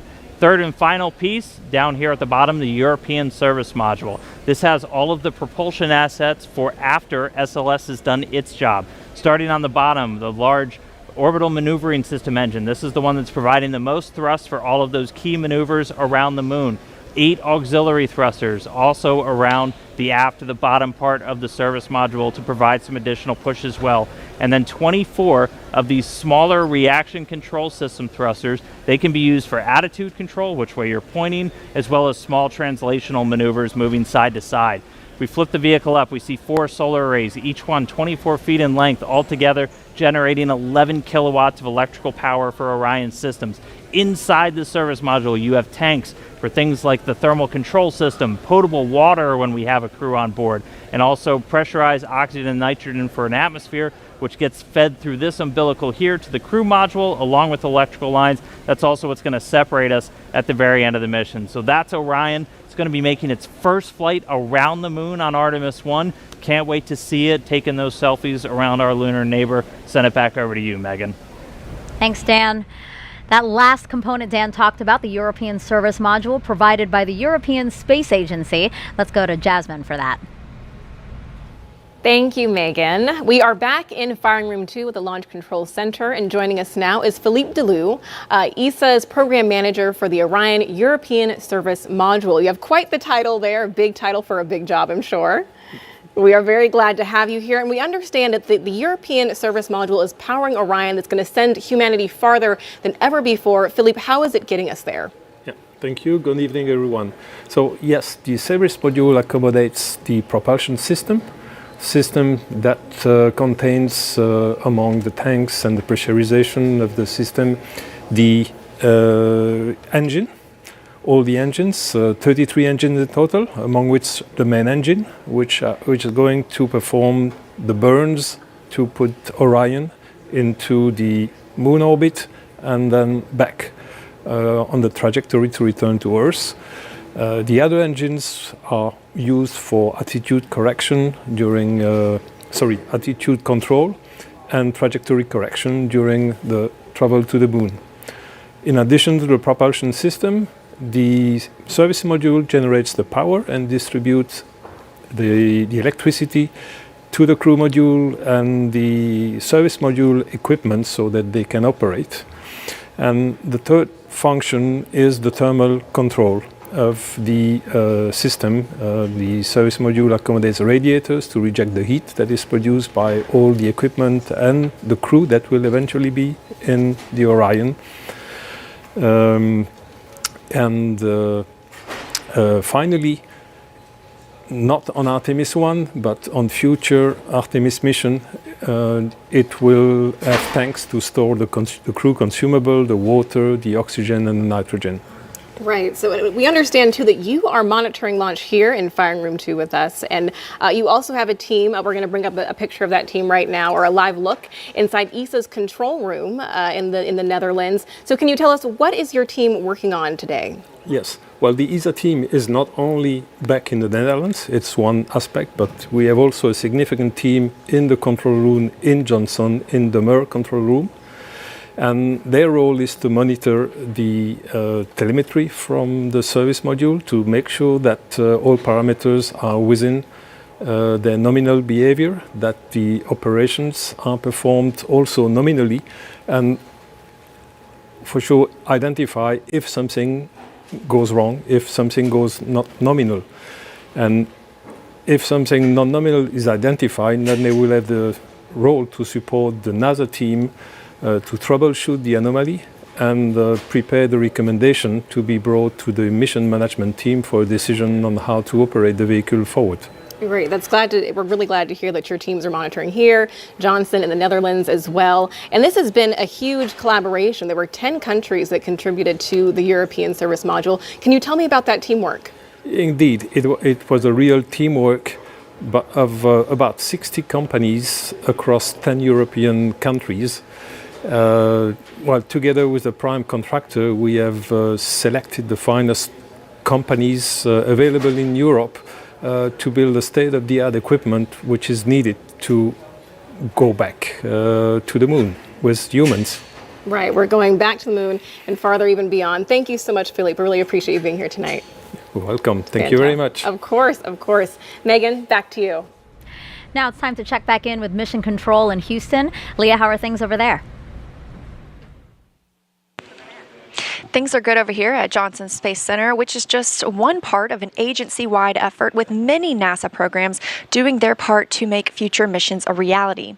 When the first woman and first person of color travel to the moon, they'll be wearing a state-of-the-art launch and entry spacesuit called the Orion Crew Survival System. When they set foot on the moon, they'll be in another all-new next-gen suit, both being developed at the Johnson Space Center and through partnerships with commercial providers. During those spacewalks, astronauts will collect samples for further study of the moon. The Astromaterials Research and Exploration Science Division at JSC is preparing to receive rocks, soil, and ice collected from the moon's South Pole, which has a unique crater impact history and ice deposits that have never been sampled. And leading the effort to advance capabilities for science, exploration, and commercial development of the moon is the Commercial Lunar Payload Services Initiative, or CLPS. More than a dozen American companies are developing science investigations and tech demos. Additionally, we need a sustainable presence, a specific station in orbit to facilitate continuous lunar access and serve as a home base or a jumping off point for new deep space exploration missions. This is where Gateway comes in. It's a multi-purpose lunar space station being developed by a worldwide effort led out of JSC. NASA is again teaming up with international and commercial partners to create this essential component.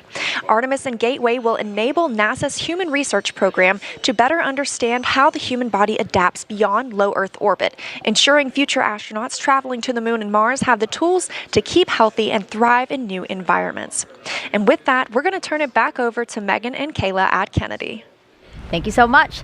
So Artemis will also facilitate new discoveries about the moon. So to tell us what we're hoping to learn, we have Sarah Noble here. She's the Artemis Lunar Science Lead. Great to have you here. Thanks. So tell us about what we know about the moon. Yeah, so we learned a ton about the moon during Apollo, right, from the samples and the data that we collected. In fact, we're still learning from those samples and data even today, 50 years later. But then since Apollo, we've actually been studying the moon mostly from above, learning about getting more of a global perspective on the moon that we really didn't have during Apollo. And so that's allowed us to ask a lot better questions and to understand where to go to find the answers to them. Now that we're headed back to the moon, sending human beings as part of the Artemis program, what are we hoping to learn that's new? Yeah, so we're going to an entirely different part of the moon for Artemis, right? During Apollo, we kind of landed almost in the same place, like 6 times, right? In the sort of central near side of the moon. But for Artemis, we're going to go explore a new part of the moon. We're going to go to the South Pole, which is some of the oldest rocks on the moon. It's the part of the original crust of the moon.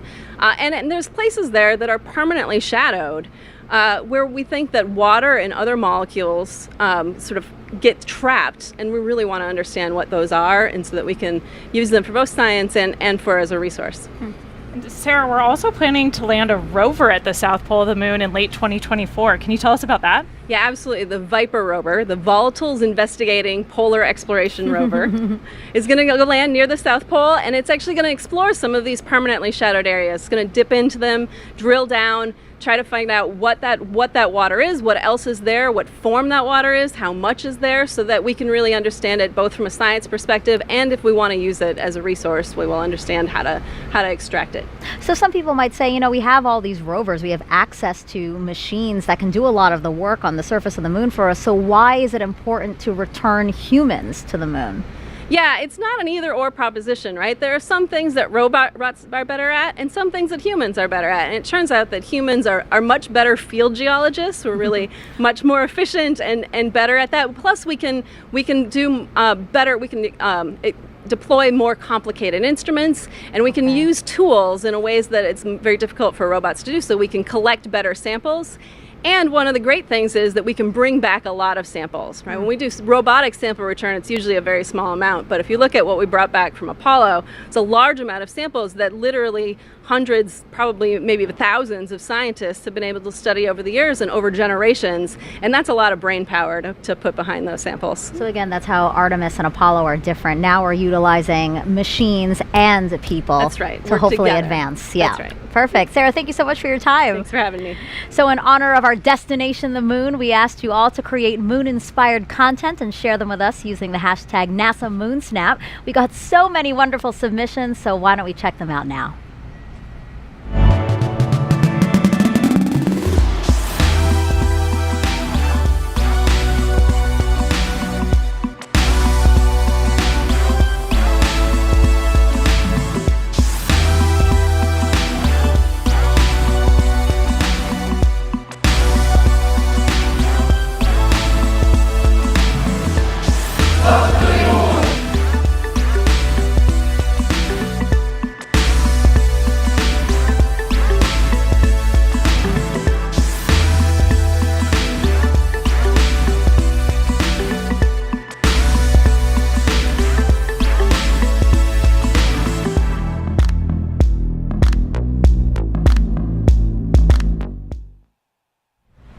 That was a really cool look at all the different kinds of creations, recipes, and also art, and it was great to see what people submitted. Yeah, it's awesome to see the creativity out there and how people are engaging with this mission in so many different ways. Yeah. So I know that you didn't submit it yet, but you did create a moon snap, so to say. So why don't we take a look at that picture? Yeah, this is one of my favorite pictures of the moon that I was able to take from orbit. I think for me, it kind of reminds me of that iconic picture of moonrise or Earthrise from the moon from Apollo. And it's kind of that in reverse. I think there's something about seeing the moon from orbit around the Earth that makes it seem a little bit easier to imagine what it'd be like to have that view from the moon looking back at our home planet. Yeah, you should definitely submit that because that's an amazing photo. Did you take that yourself? Yeah, out of the cupola window aboard the space station. Wow, the resolution's great. The cameras we have up there are incredible. Yeah. It's awesome. So I haven't taken a moon snap, so I had nothing to submit. So how do you feel about creating a moon snap with me? Let's do it. All right, well, take that, if you don't mind lifting it up, and we're just going to snap a photo here. Oh, lighting. Perfect. So I just created a moon snap. I love it. I'm going to share it. And again, this is just to encourage people to really get involved in this mission. So we will continue to collect and share those photos. So again, if you have a NASA moon snap, just use that hashtag. Okay, Artemis I comes amid a very busy year, an exciting year at NASA. Some of the highlights include 2 more commercial crew launches with SpaceX, Crew 4 in April, and then Crew 5 last month. In May, NASA and Boeing flew OFT-2, the second uncrewed flight test of the Starliner capsule. The goal is to certify the capsule for regular flights to the International Space Station after a crewed flight test next year.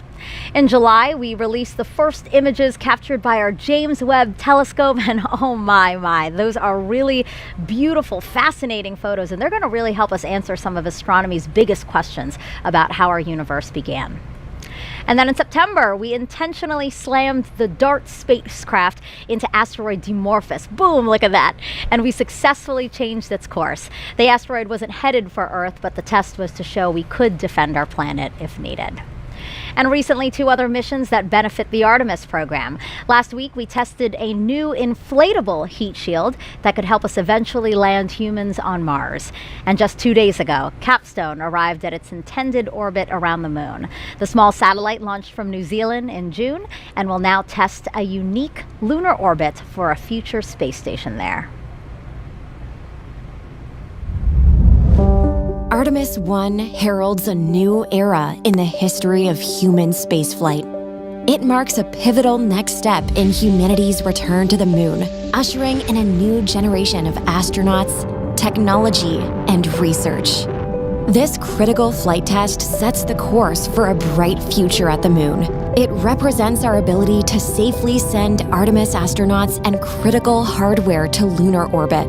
Humanity will experience Artemis in different ways than we did Apollo. We will explore new areas of the moon with 21st century materials, technologies, systems, and operations. Gateway will be humanity's first space station to orbit the moon, built with next-generation technology.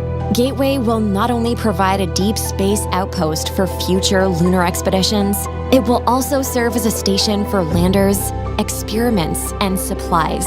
Starting with the core power and habitation elements, Gateway will grow with increasing capability as international partners contribute new habitat and refueling modules, observation windows, external robotics, and more. Gateway will enable longer stays and more science to be conducted on and around the moon than ever before. And one day, it will help set the stage for missions to Mars. A highly skilled, diverse core of astronauts will be selected for Artemis missions, including the first woman and first person of color to step foot on the moon. Aboard Gateway, the crew will conduct exciting research from their unique deep space vantage point. Gateway will also be a transfer station for astronauts to board innovative human landing systems that will ferry them to and from the lunar surface for exciting scientific expeditions near the South Pole. Once on the moon, Artemis astronauts will use expertise in fields like biology and geology to conduct groundbreaking research in modern spacesuits using advanced tools. They will drive new rovers to investigate the lunar terrain and unlock some of the greatest mysteries of our solar system. Artemis I cements our capability to send astronauts and cargo to the moon for years to come. We're going back to the moon. We are Artemis. As we approach the opening of our 2-hour launch window, we have a special musical performance for you. America the Beautiful, played in honor of the flight test by the Philadelphia Orchestra and Yo-Yo Ma.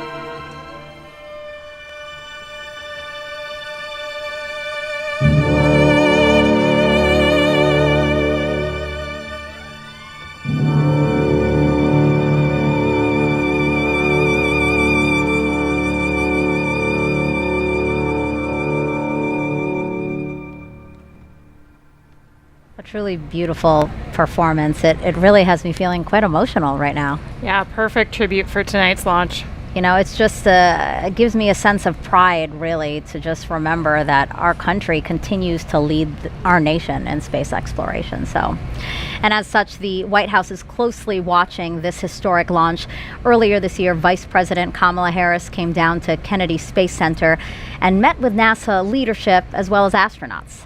She also toured our facilities where teams are working on hardware for future Artemis missions. Before leaving, she signed a piece of the Orion spacecraft that will fly on Artemis III. She's doing it right there, which will return astronauts to the lunar surface. Okay, Kayla, time for more social questions. So let's take the first one. You know now the drill. It's going to be a celebrity question, so let's take that. Hey guys, I'm Jack Black and I'm super excited for the Artemis I launch today.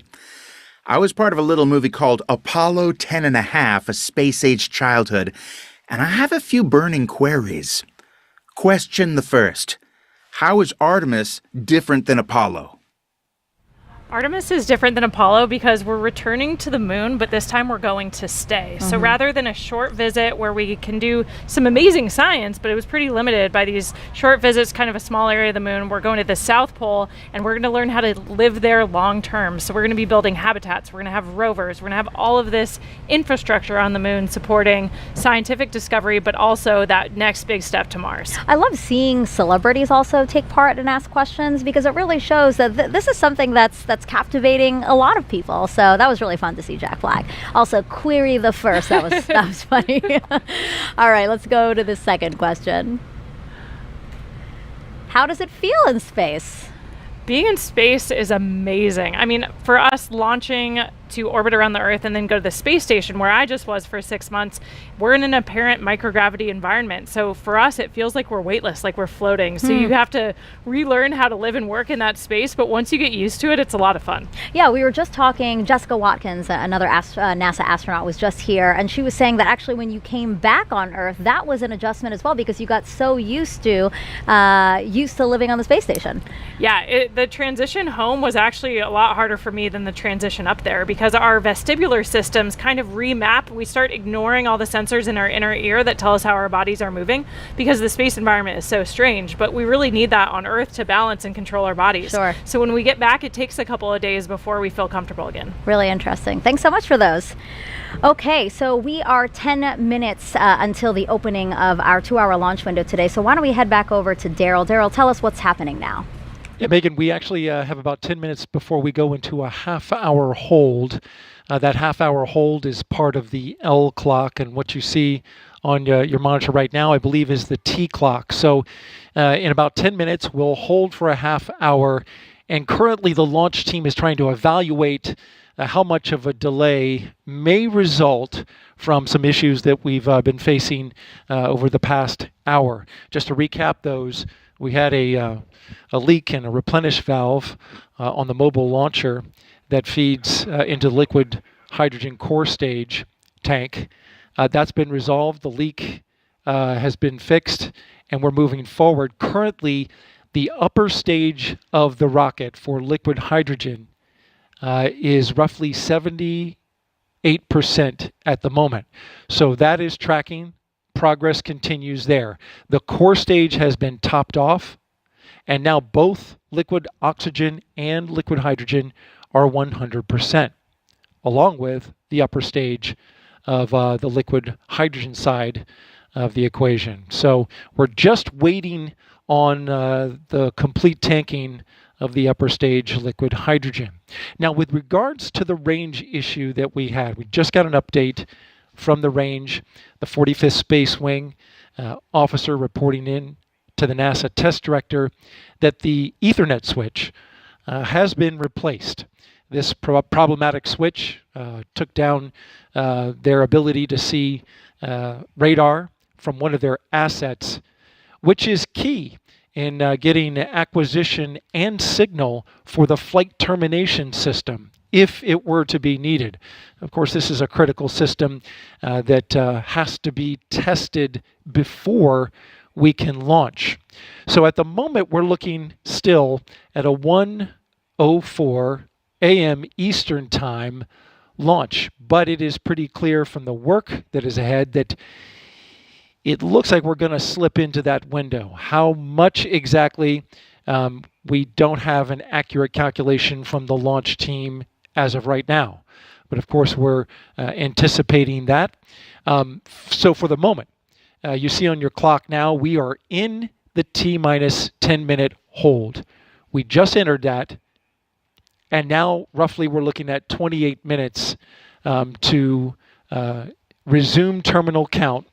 The launch team will assess what work needs to be done, how that syncs up with the range getting back online with their equipment, and then we should have a new T0 for you soon. That's the latest from Firing Room 1 here at the Kennedy Space Center. Megan, back to you. So things are obviously still very dynamic. We're going to come back to Daryl as much as possible. Now, to understand where we are going, we have to know where we have been. To do that, we spoke to some of the special few who walked on the moon and those who sent them. We choose to go to the moon in this decade and do the other things, not because they are easy, but because they are hard. Because that goal will serve to organize and measure the best of our energies and skills. It's been 50 years since we've been to the moon, and we've got a great program called Artemis. We're going back. The Apollo program was a test for the American people that you can do what you set out to do. All it took was turning to it and making it happen. We are go for a mission to the moon at this time. Engines on 5, 4, 3, 2. All engines running. Launch commit. Liftoff. We have liftoff 49 minutes past the hour. I think the characteristics that I remember most, though, that Saturn V was the noise. The noise was enormous, and it was almost impossible to communicate. We're go, think high, we're go. Tranquility Base here. The Eagle has landed. The landing to me was a great celebration. The nation was almost euphoric. That's one small step for man, one giant leap for mankind. There are so many things that we could eventually learn about our universe and the spacecraft that we use exploring.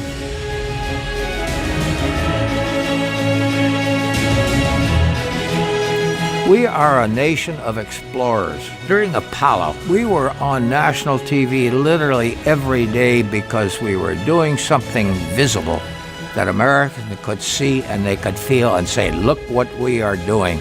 And I believe Artemis is going to come up and say, look what we are capable of and what we are doing now.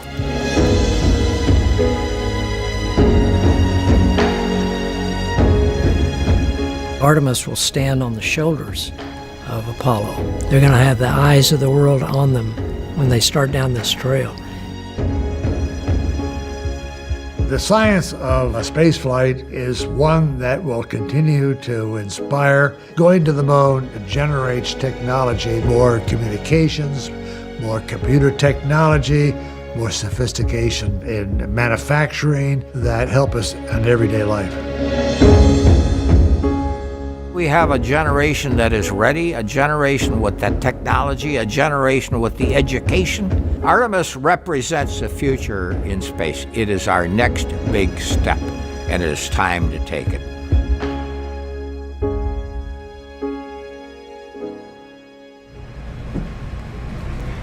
If you're just joining us, welcome to NASA's Kennedy Space Center, where we are showing you a live look of another visitor center. This is the U.S. Space and Rocket Center. Wow, take a look at all of those people who are there hoping to watch the launch today. You know, this is the visitor center for the Marshall Space Flight Center in Huntsville, Alabama. That center played a crucial role in contributing to the Artemis program, so I'm not surprised that there are a bunch of people there watching. All right, so now we're going to take go back to Leah Martin over at Banana Creek. Again, that's right outside of our visitor center, and she's with some other folks who came out to watch today's launch.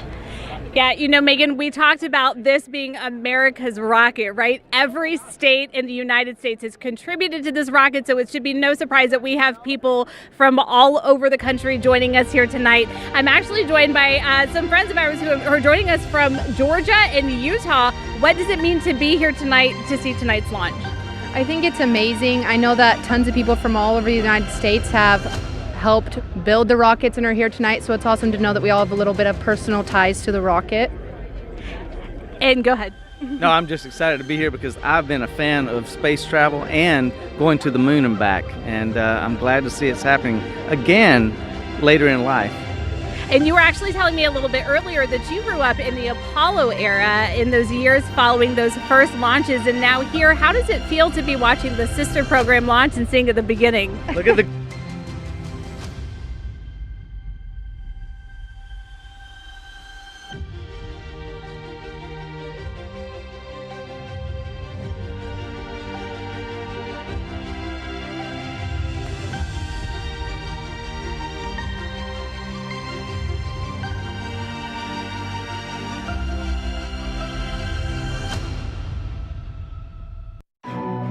50 years ago, we went to the moon. We called it Apollo. What many people don't know is that Apollo had a twin. She was a woman named Artemis, goddess of the moon. We are returning to the moon. As a new generation of explorers. This time to stay. And to prepare to achieve humanity's next giant leap of sending the first human missions to Mars. We believe our course will redefine what is possible. That we would discover life-saving, earth-changing science. And that the challenges ahead will inspire generations. This is our manifest. For all who wondered if we could return. For all who dreamed of pressing beyond. This is your calling. We go for all of America. We go. We go as the Artemis generation. We go. 4, 3,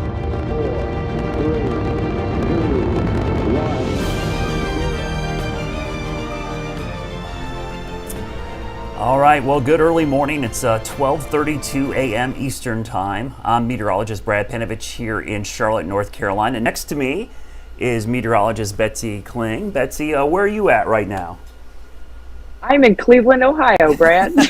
How's the weather up Your there? old stomping grounds. It's not that great, actually. No, I was going to say. It's pretty cold. It was a miserable day down here. Not quite Cleveland cold, but it was pretty brutal. Yeah. We're going to co-host this this stream, and you know this was originally supposed to happen back in August, and kept getting pushed back. Ian came in, all kinds of leaks. We had Hurricane Dorian. Nicole. I'm thinking Dorian. I'm thinking back to Dorian, but Nicole delaying the Monday launch to tonight, and now we've had some issues tonight. I know you've been listening in on the NASA feed. What did you hear right before we came on? Because it sounds like there's going to be a delay, but we don't know the exact time, right? Yeah, so we're currently in a planned 30-minute hold at T-minus 10 minutes. So everything to this point is completely on track. There have been a few little glitches along the way. There was a slight leak, a small hydrogen leak on the mobile launcher side of the hydrogen replenish lines earlier. They sent in the red crew. This is incredible. There are 3 people who went inside the quote blast zone, and they went in and they tightened down some bolts that were holding this valve together, and they believe they got that all fixed. So that was really stunning to actually see and think about these people walking, and you could literally watch them walk onto the launch pad, and like the rocket engines are right next to them 20 feet away, and this is a fully fueled rocket at this point, and they're going in and just no hard hats. They're just basically going in, tightening the bolts, and then getting out. So that was kind of problem 1. That was fixed within 20 minutes. They left the launch pad back, and apparently there was some applause as they walked into the room there in the firing room 1 at Kennedy Space Center. Now we are waiting on finding out what the possible delay could be from a problem with the range. So the range is basically the safety group that monitors anything leaving the ground from this area. And they're the ones that are in charge of the flight termination system. And so we've heard about the range quite a bit throughout this entire process. What ended up happening tonight is the range lost communication with one of their radars. So they obviously have equipment to track the rockets as they leave the ground, go out to space. They have multiple ways of doing that. One of the, from what I can garner, is one of the more important radars that they use. They call just an Ascent, but is apparently critical enough that they called over to Charlie Blackwell Thompson, the flight director at Kennedy Space Center for this mission, and told her we are right now red. So if we were in the window currently, that would be a no-go. But they were starting to work on a fix, and what they nailed it down to be was a switch, an Ethernet port switch that they needed to change out. So apparently that change has been made. The hardware change has been made. Now they have to go through configuration and checks to make sure that thing is working properly. And we'll kind of wait and see what the determination is on any delay possibilities from that. But as of right now, Brad, we are still at T-10 and holding. Yeah, I don't know if you guys could bring up my computer real quickly, because I have a launch path here, and it actually shows the range. And as you were mentioned, Betsy, one of the radars is actually in Bermuda, because it actually tracks the basically from the ground up into orbit. Space Force is actually responsible for this. So it's a pretty big range. It goes well off the east coast of Florida all the way out to Bermuda. So it's a pretty big area. And that one radar, basically they can't track the rocket once it goes downrange. So I remember when the GOES launch was down there, we had a similar issue with a recreational boater getting east of Florida there out in the range, which wasn't supposed to be there. The Coast Guard chased them off. So these small things, I mean, this is actually a minor thing compared to the leak. So it'll be interesting to see how much of a delay it is. We should mention that the window's 2 hours. So it goes from 1:04 a.m. to 3:04. So we probably know we're not going to launch at 1:04 unless there's like a minor miracle, but we don't know yet how far into that window we're going to go. Well, and I think it's important to point out why these windows are what they are, right? Yeah. So you're thinking, why is this thing launching at 1:04 a.m. and why is it a 2-hour window?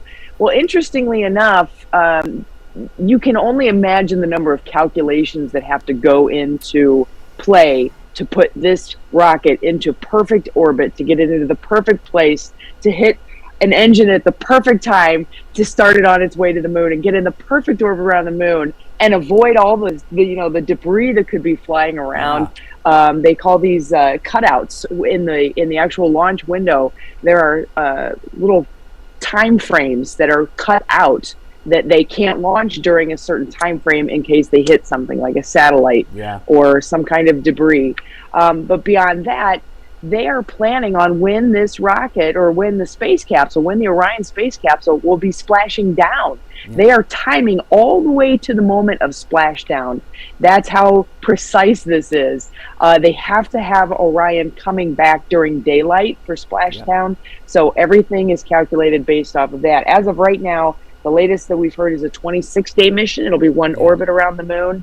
And you know, it's pretty incredible when you start to think about all of the parts that have to come together, not only before they fire those engines, but once the engines fire and after they go from there, how precision guided everything is, and the timing that is just incredible. Yeah, I know. I was thinking that back in August when we were looking at the different dates, and each date, the mission length changed because of that. And this is actually one of the shorter mission lengths with the launch tonight. It's 20 and a half days, like you said, 26 days. I think if they launch on Saturday, the mission length is like 10 days longer.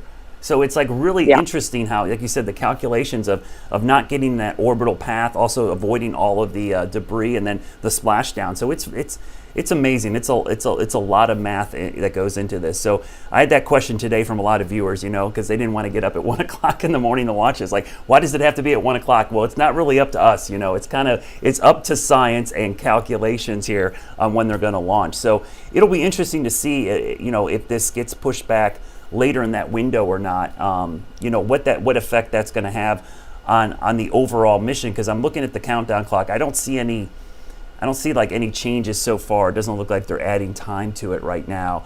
I think what's going to happen, we probably won't know till like 104, Betsy, don't you think? I would think that they're going to make a determination before the end of this hold. So this 30-minute hold at T10 would then come up at about 12:54. So I would think we would hear maybe quarter till.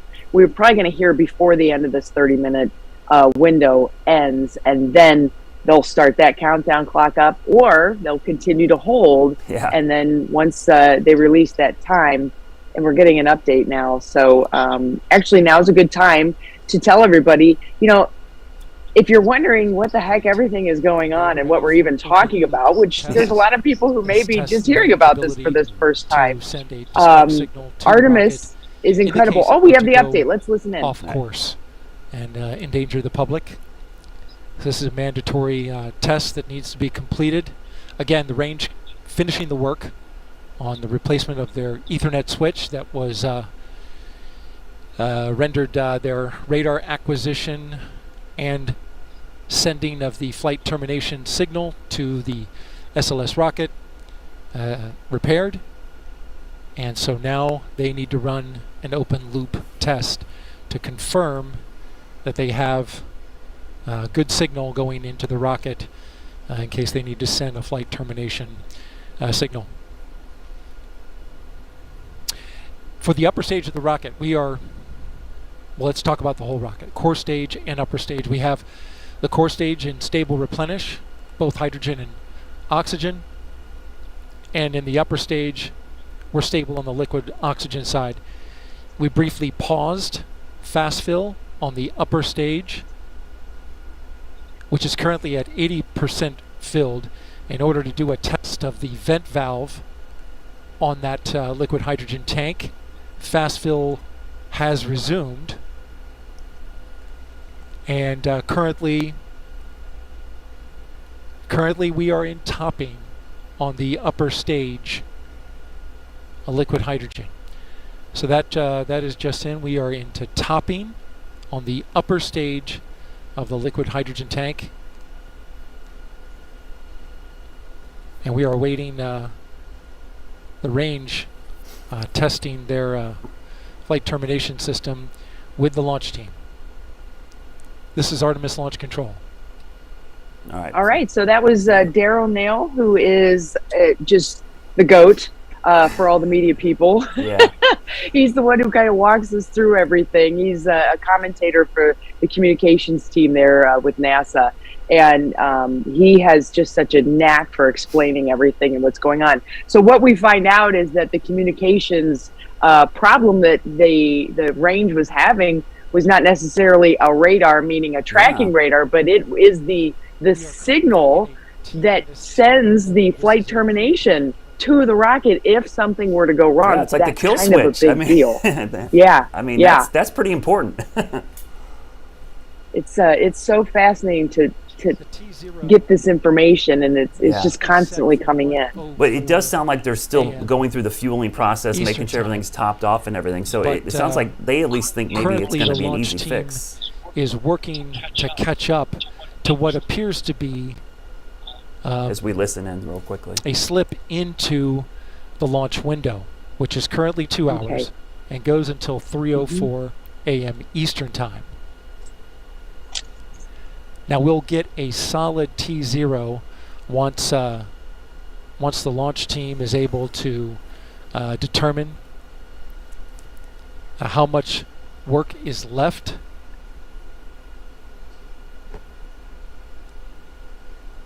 But again, it's based on the math and where we are, it looks like we are slipping into the window. But again, that's not official. We don't have a new T0 as of right now. This is Artemis Launch Control. Yeah, so basically, we're going to probably go into the window. We just don't know how far yet. That's basically what they're saying. Exactly. And then you have to get into the cutouts. Like when do these little cutouts hit? Some of them are just a few seconds along. There are a few, according to launch director Charlie Blackwell Thompson, there are a few of these cutouts that are a couple minutes long. Yeah. So we're really going to have to thread the needle, so to speak, on that one. Going back to what we were saying before, this has been a really long project in the works. I mean, 20 plus years of pieces, parts of this thing coming together. The engines that are on this rocket flew on shuttles. So that kind of gives you a little context as to the time that all of this has really taken to get to this point in this rocket. But what is this rocket? What is this rocket going to be doing? And why do we have this unmanned launch? Well, this is just the beginning of a very, very impressive and incredible amount of work that is still to come from NASA. So I thought it would be pretty cool to start off with a little bit of Artemis 101. Artemis is the Greek goddess of the moon and twin sister to Apollo. And as the namesake for NASA's new deep space exploration program, it's a nod to where we're going and where we've been. That's one small step for man. And to all of us that gaze up at the moon, dreaming of the day humankind returns to the lunar surface, folks, we're here. We are going back. And that journey, our journey, begins with Artemis I. Artemis I, the first flight bringing together the most powerful rocket in the world with a new human space capsule and all the upgraded infrastructure back here on Earth to make it a success. NASA built this mission on a solid foundation of know-how, creating more power, more technology, and more capability to propel us farther from Earth than ever before. There are 4 objectives with this uncrewed first flight. Priority 1 is making sure the Orion space capsule returns safely, and it's no small feat. Orion will be coming in faster and hotter than any human-capable spacecraft before, reaching speeds of up to 25,000 miles per hour and temperatures of up to 5,000 degrees. Engineers will closely follow how Orion's heat shield performs. Its re-entry conditions are so extreme, no facility on Earth can recreate them. This will truly be a one-of-a-kind test. Next, retrieving the Orion capsule after splashdown. Nothing will give engineers better information for how Orion performed than the capsule itself. They will also retrieve the parachutes that slowed its descent through the atmosphere. Third, testing out all that new gear. From the launch pad to the rocket system's precision time separation, the capsule's navigation, and of course the return to Earth, every facet of hardware and software debuted in this new era of space exploration will be scrutinized. And of course, there's a lot of science packed in, even if people are not. And the experiments on board, from deploying mini satellites to how intense radiation will affect electronics and future astronauts, there's more than just rocket science happening here. On its 43-day journey, Artemis I will cover 1.3 million miles, equivalent to more than 50 trips around the world. And this is just the critical first step of several, with eyes set on a lunar outpost and beyond in the next decade. But our eyes are focused, not the immediate future, but out there. It's a future where NASA will land the first woman and the first person of color on the moon. And on these increasingly complex missions, astronauts will live and work in deep space and will develop the science and technology to send the first humans to Mars. Hard to believe, isn't it? I mean, when they say, increasingly complex, they are meaning increasingly complex. These are incredible missions that they're talking about. And NASA Administrator Bill Nelson, who you saw there in the piece, is such a perfect leader for this. Yeah. He was on the shuttle that launched just before Columbia launched. He was on that crew. They scrubbed 4 times on the launch pad while they were strapped into their seats. So you can imagine all the time and the pomp and circumstance to get out to the launch pad, get in the seats, get strapped in all the suits and everything, and get tied in, and then they just sit and wait. And 4 times they didn't get to launch. And then finally they did launch, and it was, a successful mission. The one right after that, that's when the big problems really started. And actually, I believe it was Challenger. It was right before Challenger, not Columbia. He was on that mission right before Challenger, which, interestingly enough, they just found another piece of that, we find out not too long ago. So, it's all about getting it right. And that's why we've had these delays that we have been seeing already. You know, back in August, it was a major fueling snafu that they had a problem with. Then, well, first it was they thought they had an engine problem, but they didn't. Then a major fueling snafu. And so, you know, here we are today. The fueling has gone phenomenally well today, even with the little leak that was not on the rocket side. It was on the mobile launcher side of the bottom of the rocket. And as we just heard Daryl say not too long ago, we're topping off and we're full, and now we wait, right? Yeah, I mean, I think, you know, as the public at large, we've kind of been spoiled by how technology works, that they just want everything to work the first time. But I think you brought up a good point, Betsy, that these delays and these kind of, you know, safety precautions is actually the way it's supposed to work. NASA is testing these things. They don't want this to be something that is destroyed. There's a lot of science on there. There's a lot of money on this rocket. So they want this to go off, even though there's no humans on this, to go off flawlessly. So these delays and these reschedules are actually part of the safety procedures that NASA wants to go through. They want to get it right. I remember tonight I was posting about, you know, another delay, and someone joked, 50 years ago we did this with people on it. It's like, yeah, but remember Apollo 1, 3 people died. All right, Apollo 13 never made it to the moon and almost lost Apollo 13. So it wasn't like it was that easy back then, and things are much more complex now. And I think we've learned a lot of lessons over the last 50 years about how to get these rockets into space. And let's not forget, this is the most powerful rocket on the planet. If something goes wrong, it is not going to go a little wrong. It's going to be spectacularly wrong. So you want to make sure you get it right. It is. And, you know, the other thing to remember is this thing you have in your hand is more powerful than all of the computer power that they had for Apollo. Yeah. So it's one of those like wow moments when you really start to think about that. And they just have all kinds of new parts that they have put into this Artemis rocket. But interestingly enough, all they have been doing is building on where they have been in the past. This is NASA's true hallmark of science, right? Yeah. They make something and then they figure out new ways to make it better and build off of it. And that's what this entire rocket that we are watching on the launch pad is. It has been a long road to get to this point of a technological build and development that we are certainly going to be keeping an eye on. I don't know why that light just changed that way. That'll be interesting to find out. But, you know, getting to that rocket and getting that rocket to that launch pad, it has been a long road. And so let's take a little bit of a journey back and take a look at the road to this launch pad. You may notice that some of the components of this Artemis I rocket look familiar. The core stage and solid rocket boosters look like those of the space shuttles, and the Orion capsule sure does look like the Apollo capsules that took astronauts to the moon in the 60s and 70s. NASA has taken tried and true designs, upsized them, and outfitted them with the modern technology to make this Artemis mission a reality. But it's a delicate balance between progress and protection. We're building a little bit at a time.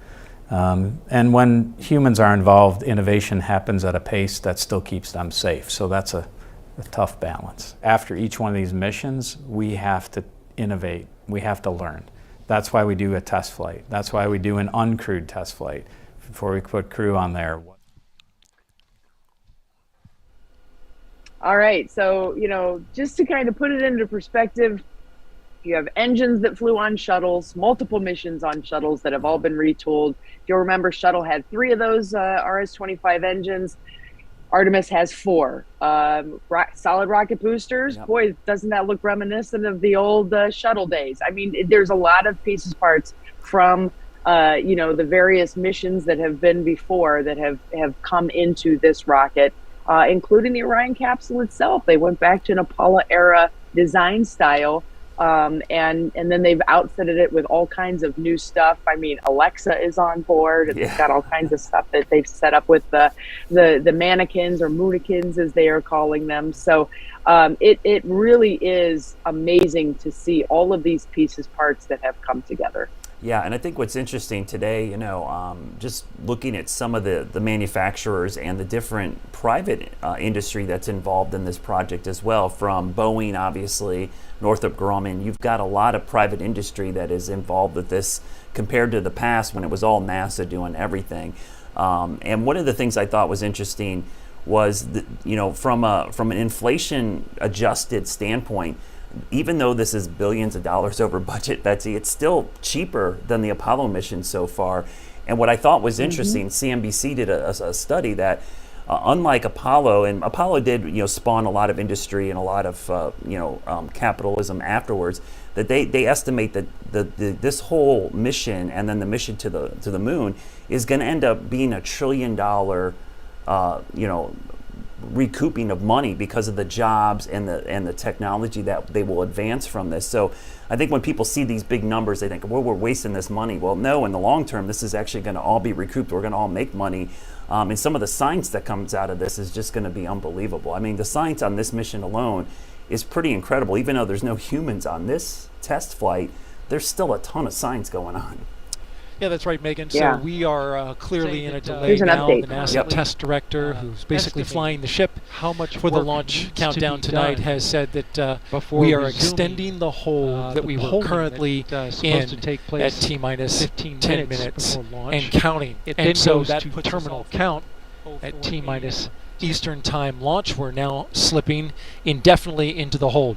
NASA test director Carlos Monge saying that we are currently estimating how much work needs to be done before resuming the polling that is supposed to take place 15 minutes before launch. It then goes to terminal count at T-minus 10 minutes. Now we've got an update on the tanking of the upper stage liquid hydrogen tank. Currently 95% filled. We're in topping on that tank. It is the last of 4 tanks in the Space Launch System that needed to be completely fueled up before we launch. Of course, cryogenic tanking, a complex operation that has seen some delays tonight. We had a roughly hour delay after a replenish valve on the core stage liquid hydrogen side required hands-on work by a red crew team that went out to the launch pad and tightened down some bolts on the valve fixed before leaving the launch, and then launching, verifying that work was complete. Now currently we're awaiting some work with the range. The 45th Space Wing, which oversees the range here, makes sure that the airspace and the ocean out over the flight path is clear, and also has the responsibility to destruct the rocket should it go off track. They have been working on some issues with their equipment and sending a flight termination signal to the rocket. There is testing that must happen with the flight termination system that was delayed by a bad Ethernet switch. Switch has been changed out, and now the range is looking to start testing their connectivity to the rocket in order to preserve that safety function that they are responsible for. So again, we are slipping now indefinitely into the launch window. We're awaiting the launch team to evaluate just how much time is required to complete the work to get this rocket ready to launch. And of course, when we have a new T0 for you, we'll report that out right away. Megan, back to you. Wow. Indefinite doesn't sound promising. Well, no, actually, it's because they don't want to put any, estimates out there. So, this is all to do with that flight termination system, which we got really lucky. This is where Ian kind of gave NASA a bit of a bailout, because NASA's flight termination system batteries were coming to their end. And it requires a rollback to the VAB to replace those, to recharge everything. And it's not exactly a very simple process. So we had the delay, and the scrubs that kind of had stacked things up, and we pressed the limit on those flight termination batteries. Then you throw a hurricane into it, and they were like, all right, well, we're just going to roll it back. And it gave them an opportunity to do a whole bunch of things. Number one, they got to replace those valves that they were having problems with and test those.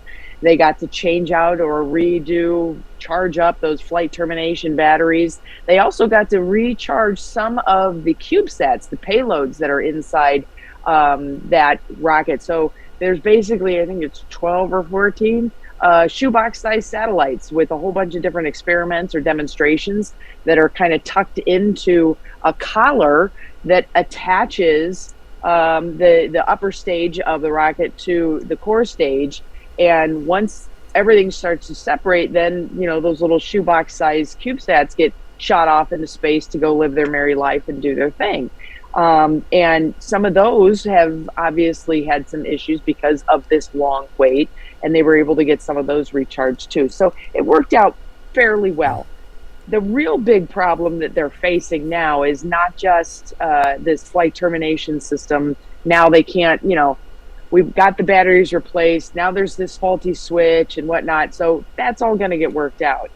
We're also up against the end of the quote, let's just say called the expiration date for the solid rocket boosters. Yeah. That's coming up in December. And it's like mid-December, I think it is, 12th or 15th, I think. And it's basically, you know, those solid rocket boosters in their configuration that they're in right now, they're stacked with that fuel.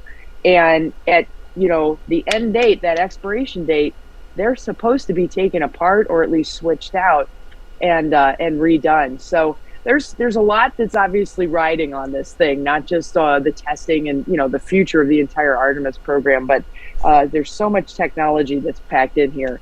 Let me go back to those CubeSats for just a moment. There's a whole bunch of different demonstrations that are taking place and scientific experiments that are going out. I had a chance to talk to the CEO of one of the groups that have a CubeSat on this amazing rocket, Team Miles, and their demonstration is definitely something that just kind of makes you go, wow.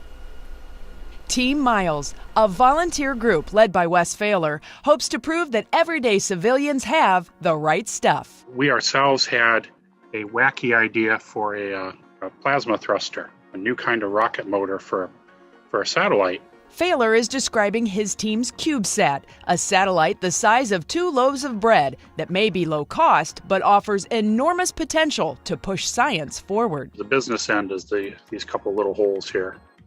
It's a little pink jet comes out of those and, you know, pushes the thing along. And we put 12 of them on the spacecraft. And when you spread them along the length of the craft and give them a little tilt, then you can light up pairs of them and you can turn the craft. A new plasma thruster isn't the only tech test Team Miles will be trying. It's going to run actually some high school and college STEM experiments in deep space weather. There is a group of students contributed a little gizmo. So we invented special software for that communication at extreme range. And we're going to be 8 to 10 million kilometers from Earth, so way past the moon. If successful, Wes and his team could be in line for prize money and hard-earned recognition. Our biggest challenge is getting the experts who think they know everything to acknowledge and accept something that's literally world-changing in terms of this small little world of electric thrust. Big dreams packed into a shoebox-sized package. I've yet to really embrace that looking up at the sky, but to think one of those stars could be ours. Isn't that incredible? A That credit is card sized electric thruster, and it's running on extremely low power. Yeah. And it's just enough to get things to move around. I mean, in space, you know, you play by different rules of physics than we do here on Earth. And so it's just really cool that they have that ability. Yeah, I'm just looking, you know, as we were running that story, I'm looking at, you know, some of the updates from NASA. It doesn't sound like, I mean, compared to the issues we had with the leaks back in August, some of these issues they're having tonight, now that we've got the other valve fixed with the red crew, it doesn't sound like these are issues that are nearly as, I think, dire as what we had back in August, because it sounds like if we can get the communication back to the termination switch, I think, I mean, I'm optimistic. I don't know, maybe I just want this thing to go off, but it does sound like at least they probably have some optimism that they're going to try to launch tonight, as long as they can get these problems fixed, because they don't seem to be as big as issues. That fuel leak that we had, man, that was just seemed to be a major issue. And at one point, like you said, Betsy, they thought it was an engine issue, which you're like, oh my gosh, they tested these engines down at the Michigan plant down in Mississippi, and you think, okay, they're tested. What happened? Well, they put them on the rocket. Now they don't work. But ended up being just another a leak issue. And then tonight's leak issue, as you said, wasn't directly with the rocket. It was with the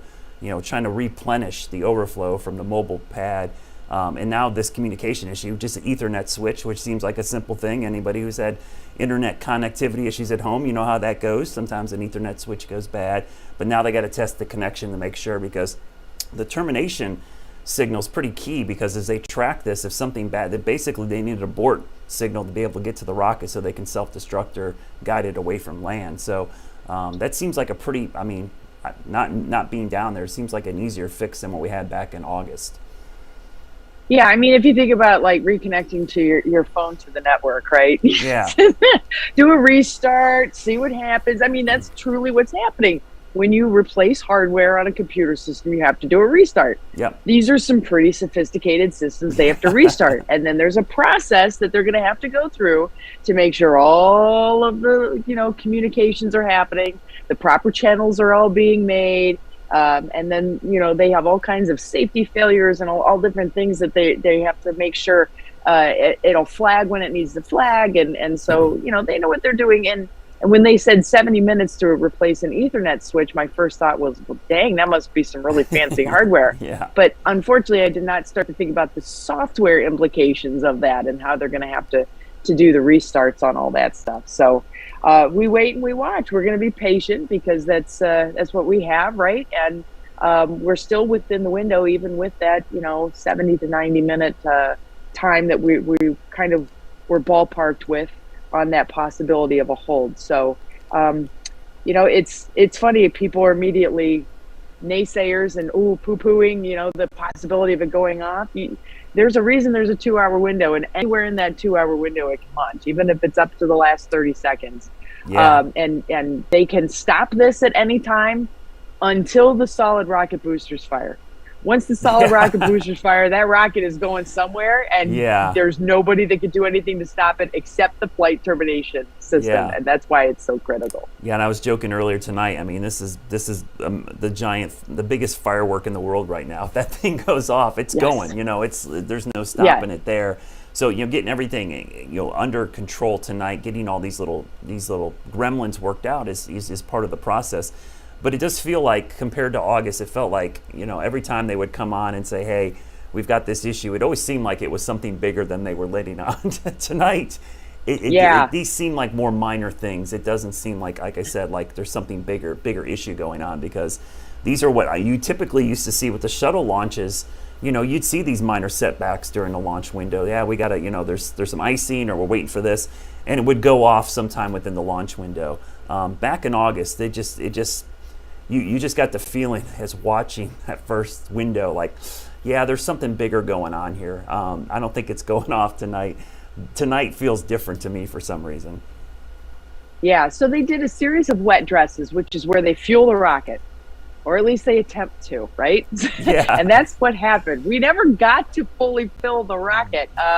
And so those wet dresses weren't exactly, they did get it, but it never was kind of in that live test. Yeah. And so when we get to launch attempt number 1, and we got to where they did the engine kick bleed, engine kick bleed starts, one of those word configurations, which is basically where they start cooling the engines so that they don't crack when they fire the engines. Yep. That was a faulty sensor. So they ended up not having a problem with the engines. Yeah. When you start talking about liquid hydrogen leaks, that's a really big deal. Yeah. Especially when you're saying, this is a pressurized line. So there's a little bit of a cool physics trick that NASA is doing every time they fill this rocket. You're using liquid oxygen and liquid hydrogen. Hydrogen is the smallest molecule. It's the lightest, and it can get through the tiniest of fissures and cracks. Yep. So they have to be very cognizant of good seals and just make sure everything is perfect on that. Well, obviously, if we have a big leak, it's not perfect. So we knew we had an issue with that. Liquid hydrogen is pumped into this rocket, and the liquid oxygen is also pumped in. Liquid oxygen is thicker, and it takes longer to load. Even though there's less of it in the rocket, it takes a longer load time. So they're trying to kind of keep that rocket in balance as they're doing this loading simultaneously. So that's why it kind of takes so long. When we had the problems with the pressurization of the liquid hydrogen fuel line on the second go, which is when, you know, they basically blew the seal, and they had to go out and replace gaskets and whatnot, which they were able to do at the pad. Then they were able to do a full tanking after that. So that was when they really got to do that big wet dress, got everything fueled up. They found out everything worked. The problem was that, you know, they initially, like I said, they blew that gasket, and the rocket was partially filled with hydrogen.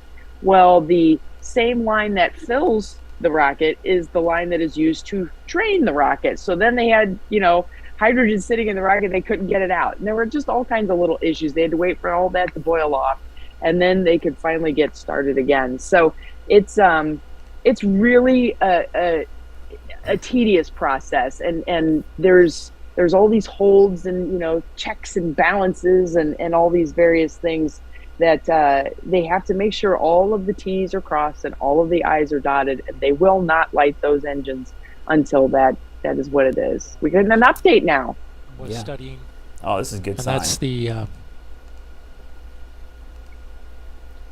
possible liberation, as they say, of some RTV, room temperature vulcanization, essentially caulk that is around the Orion, between Orion and panels that come off to reveal the solar panels for the Orion and European service module. The problem is essentially this: the caulk has a sensor in it, and it through camera inspections of the rocket, they have been able to determine that it is loose and could potentially come off. This is the same issue that was brought before a mission management team, which evaluates additional risks to the rocket, just a day ago. This happened after Hurricane Nicole passed through and delaminated some of the caulk around the bottom of Orion that connects to those panels. The team has determined that this caulk that encompasses this sensor on Orion is likely to come off after launch. And so the engineering team went and did a full analysis on what that debris trajectory could be once it comes off. And they evaluated that it falls within the same amount of risk that was evaluated by the mission management team a day ago. And so with no additional risk, that constraint has been removed.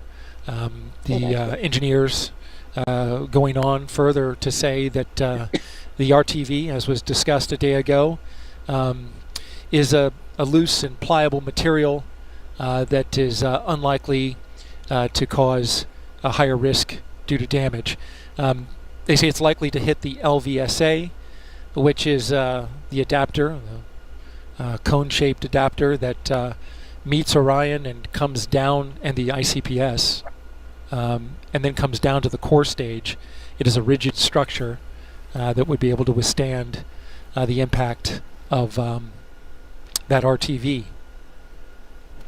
So that constraint was just removed after discussion between engineers and the NASA test director, launch director, and mission management chair Mike Sarafin.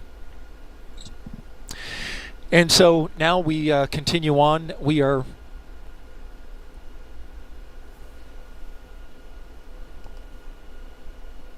slipping into the launch window. Currently 9 minutes into the launch window, which ends at 3:04 a.m. Eastern Time. The team is currently evaluating the work they have left to do and how much time it will take them to complete it before they can start polling for go. That would normally happen 15 minutes before launch, and we are not ready to resume that polling at this moment.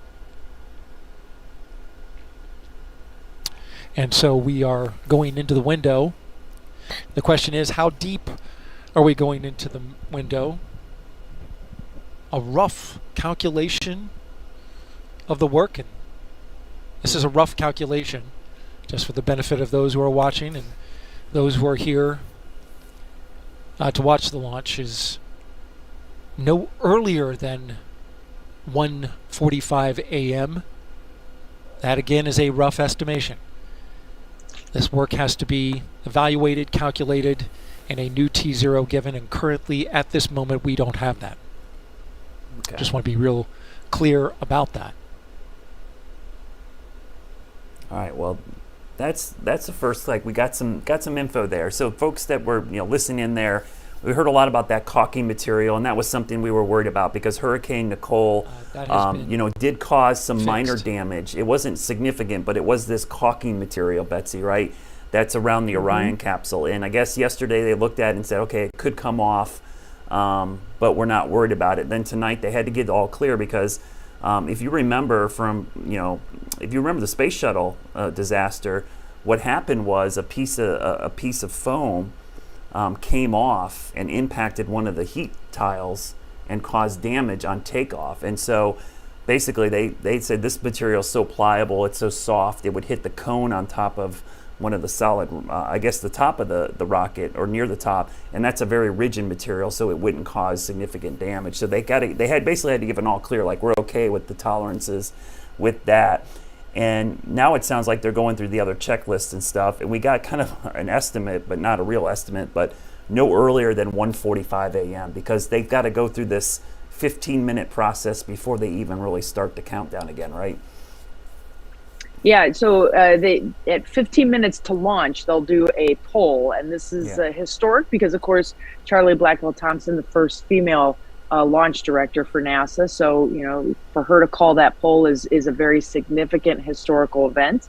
And then at 10 minutes, that's where it's like really watching everything take place, and as it starts to count down, of course, you get to T0 and she's gone. So there's not a lot of wiggle room.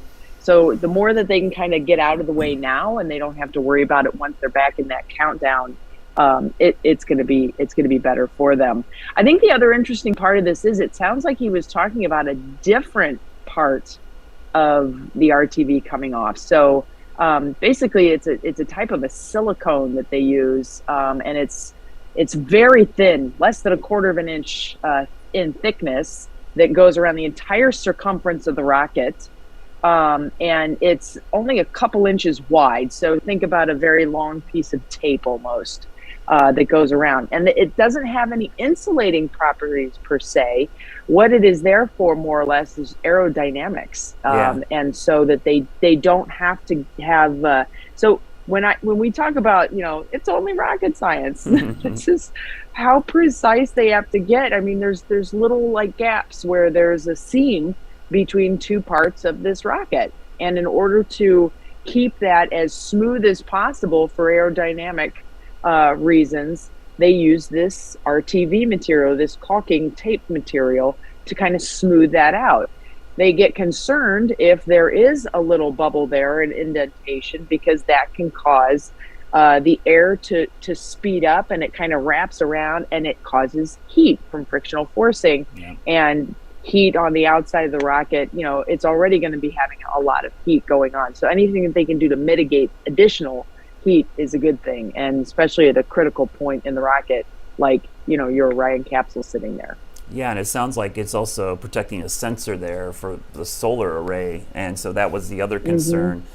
You're right, Betsy. You think about the little things that go on, because if you change any of the aerodynamics or the drag on this rocket, it can throw off the trajectory. It could cause the power to be disrupted. So, I mean, because like you said, this has been calculated. This is the amount of thrust and fuel we need. If you start slowing it down or putting forces on one side of the rocket versus the other, it can veer off course. So it might seem like a small thing, but when you're talking about how fast this thing's going, that's a big deal. Now, it sounds like they're okay, with that right now, and they're just running through these other checklists behind the scenes. And so it does sound like they're running through this testing to make sure everything's good to go.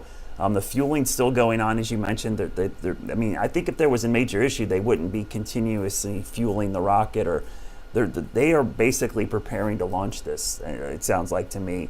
And 1:45 is actually not that bad. That's only 40 minutes into the window, so it's not horrible. It'll probably go past that, but that still gives us plenty of time, because remember, the window's open to 3:04 in the morning. And as you mentioned earlier, I mean, they will launch at the very last minute if they have to. They'll get to the point where they can't launch, but they'll use every available minute of this launch window if they have to. Yep, and it's just a matter of waiting it out, and they're going to be very patient in doing so. So we're the ones that are impatient. Yeah. I know they're excited to make this happen, but we're just, it's hard to be patient when you just don't know everything. And the people in the room, they're in the room where it happened. Yeah. A little Hamilton side job there, but they're the ones who are ultimately going to be making this decision and bearing the responsibility of that decision should something happen. So I too would probably sit back a little bit and be like, oh, I'm okay if we just kind of wait and see how this one's going to go, and make sure it's all good. It's amazing. One of the coolest things about pre-launch is I love when they go through the go checklist and everybody has to say, ready to go, go. And you realize any one of those people could basically shut the thing down if they wanted to, because if there's one. So it's, think about having you joke you have a lot of middle management or bosses. Think about having hundreds of bosses, and they all have to get okay for this thing to happen. And so one of them can basically shut the thing down. And so there's just a lot of people, and like you said, nobody wants to be the one that's responsible for something going wrong. So if I'm in charge of this one thing, I'm making sure it's 100% right before we launch this thing.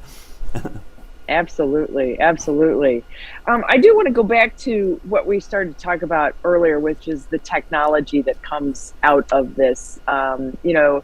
It's fascinating to me that people think that the only thing NASA does is make rockets and launch those rockets.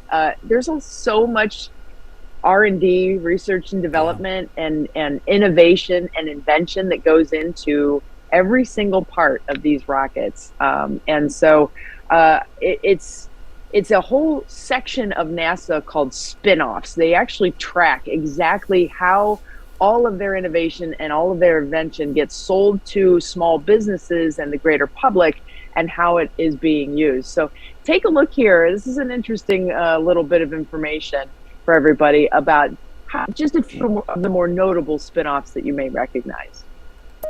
With a vision to explore the secrets of the universe for the benefit of all, NASA's #1 mission isn't to get men and women back to the moon and on to Mars.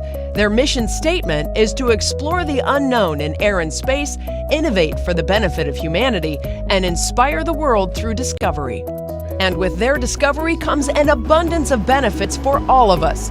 Aside from fun, freeze-dried foods, satellite TV, and the GPS that keeps you going in the right direction, and COVID-battling air purifiers, LED lighting, exercise equipment, and insulation for every kind of application and environment, you can definitely say NASA technology is a part of your everyday life.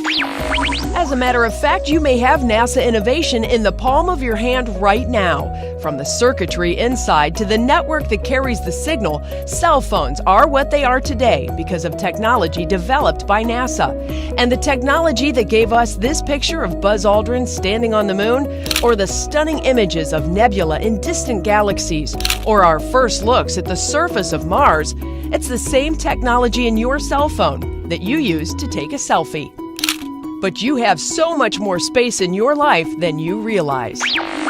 If there's one thing we all appreciate, it's being comfortable. And many are, thanks to NASA's development of temper foam to improve comfort and crash survivability for passenger jets and space shuttles.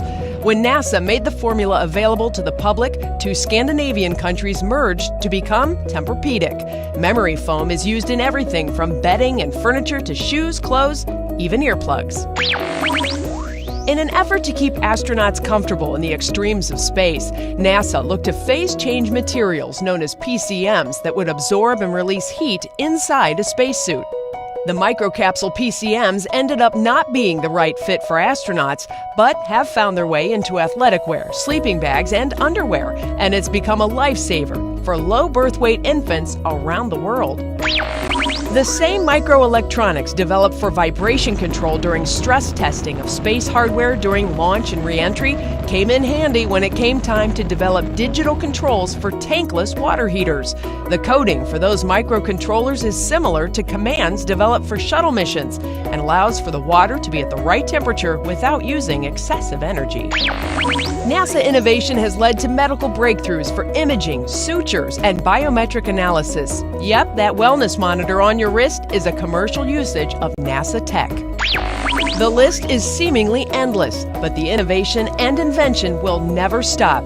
So who knows where NASA will take us or how they will help us in the future. I just thought that was so cool. The circuitry on the space shuttle is running your water heater. No, I'm like, the Tempur-Pedic bed, that's a lifesaver. So that's worth the mission alone right there.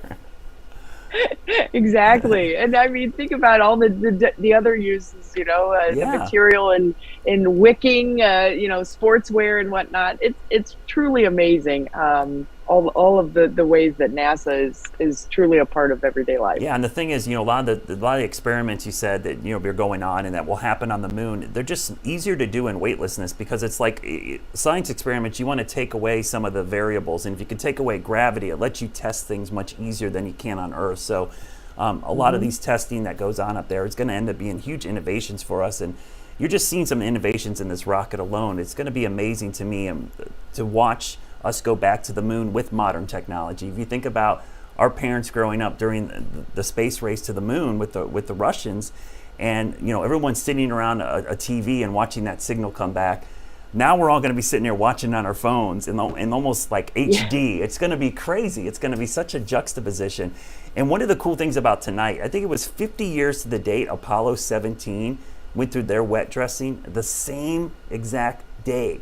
50 years ago to the date. It's pretty stunning that it's been 50 years and we're going back. I just, it's for me and you, and I know a lot of people out there watching that are up late, it's really exciting because this is a cool thing. I mean, this is something that I think everyone can get excited for. And I told my kids all the time, you guys are going to be growing up when we're going to Mars, and you guys, this is going to be your space race. And so for us getting back to the moon is that first step. And I think that's the next thing that we got to look forward to, that we could go to another planet because of this mission. It's going to be incredible. Well, and here's the thing, you just don't know how this rocket leaving Earth will impact kids and what they're going to be doing in the future. And it's so easy to focus on the rocket and lose focus on the people who are such a part of this. They're really the heart and soul that's building this mission and making it all happen. And one of the people that is really critical to this whole thing is actually from here in Cleveland. His name is Jim Free. We saw him in one of the stories just a few minutes ago. He's the Associate Administrator for Exploration Systems Development. Let me say it again. Associate Administrator for Exploration Systems Development. Basically, he is the one that is overseeing all of the development of all of the pieces parts for this entire mission and for all space exploration. So it's truly like he's like a number 2 in NASA. Wow. And so it's so amazing to get to know these people because they truly are human beings and they all have a story as to why they're doing what they're doing. I had a chance to sit down with Jim Free for an exclusive one-on-one interview. I'm going to share that with you now. I'm Jim Free. I'm the Exploration Systems Development Mission Director at Associate Administrator. This is a long title. Long but fitting, considering Jim Free oversees systems development for every facet of the Artemis program. It's a big job and one he has worked toward for a very long time. We lived on the flight path to Cleveland Hopkins, and I could watch planes land every day and read about the shuttle. Born and raised in Cam's Corners on Cleveland's west side, Free's passion for space and flight stayed with him through 4 years at St. Ignatius High School and on to Ohio's Miami University. But his pursuit of an aeronautical degree wasn't always easy. Is this where we can talk about you getting a D in your first physics class in college? No, I prefer not to talk about that.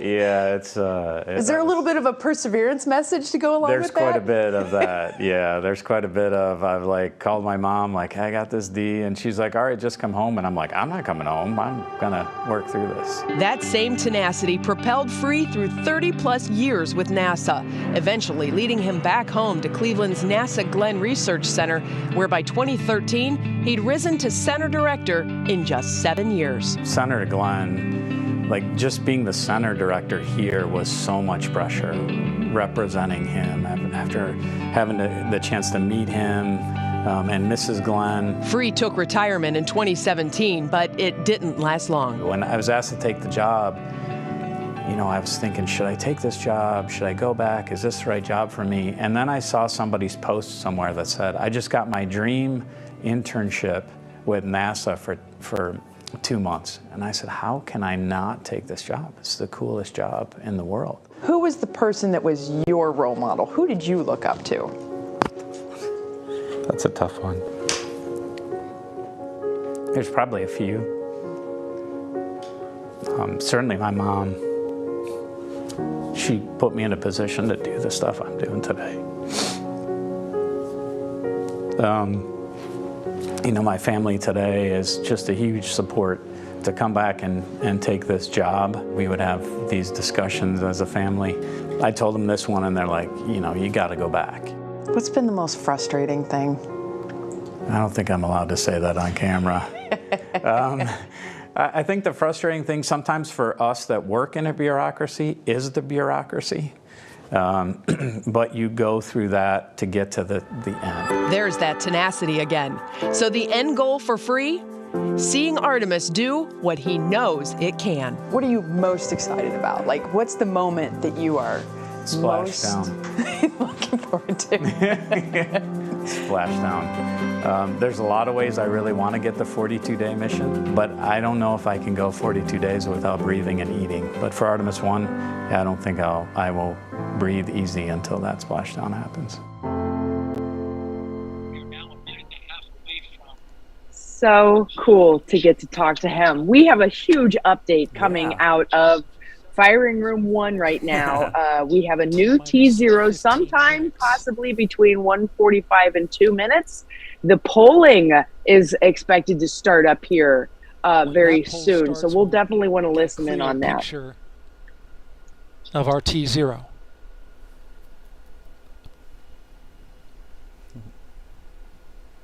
So Daryl Nail was saying that there are 40 cutouts that are in this launch window that they have to accommodate in order to set this new T0. So NASA's test everything is director has constantly moving. informed the launch team to all switch to a common communication channel. It's called 230. This is huge. That's a good sign. 232. Yep. And what this means is that the entire launch team is now on one channel,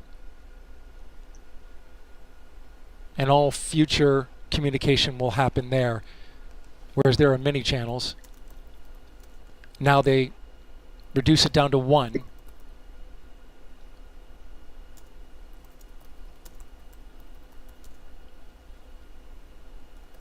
Just heard from NASA Test Director Carlos Monge. I'm sorry, Jeff Spaulding. Jeff Spaulding's on. They swapped out. There are currently no constraints to launch. Wow. Great news. Yes. There it is. Again, all right. No constraints to launch. And they're getting ready to pick up with a poll to determine readiness for launch. That's awesome. So this is where Charlie Blackwell Thompson will go one by one through each of the consoles there in Firing Room 1 to ask if their system is go or no go for launch. And this is the first time this will be done by a woman. So it's very exciting.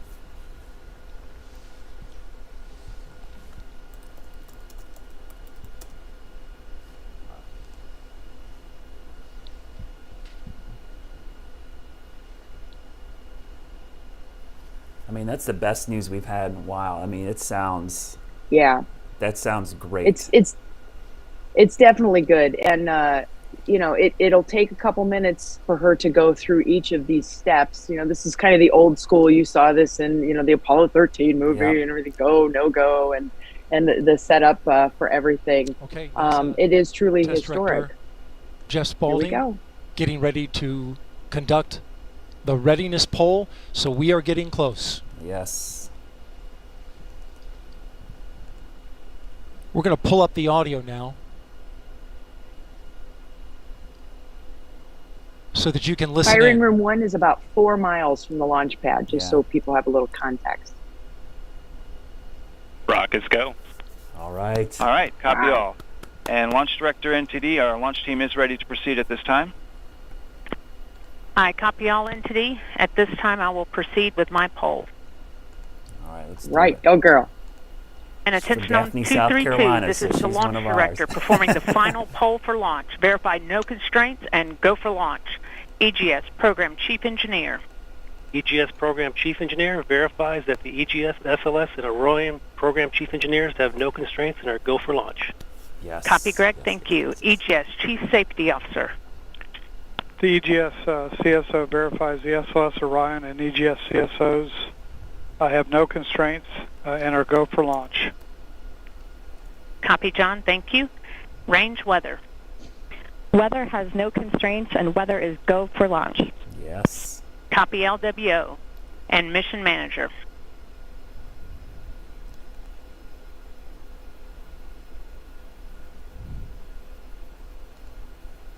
Come on.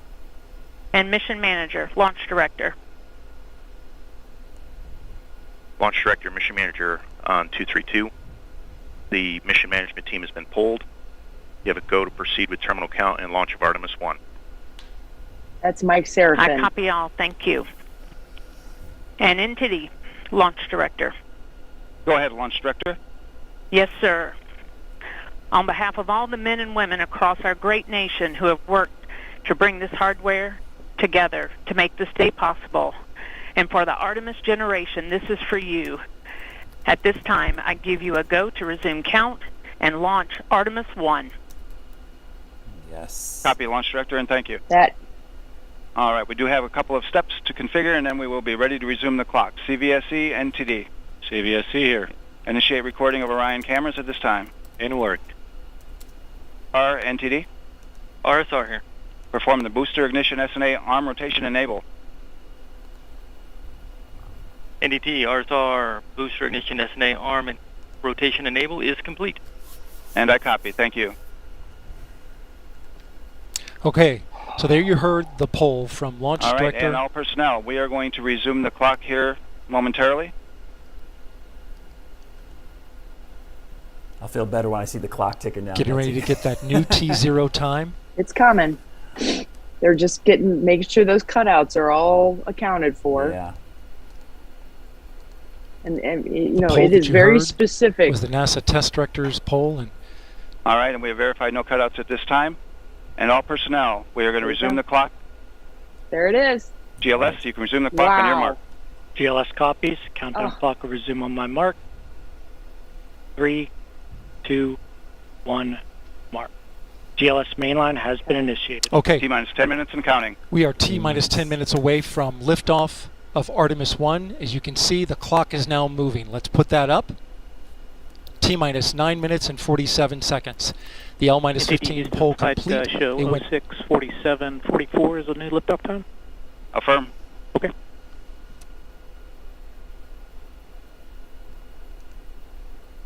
You can see So all what Oh, you're looking at there 1:47:44, is 1:47 media. a.m. Eastern Yeah. time, and 44 seconds. You see all the people 1:47. scrambling out there to get to their spaces now for to see this. So yeah, so I was down there We in went August straight into for the terminal first count. 2 launch attempts, and it's pandemonium. It's like Hunger Games out there for your spot. So once you get your spot, you put stuff there, whether it's a tripod or a chair or whatever.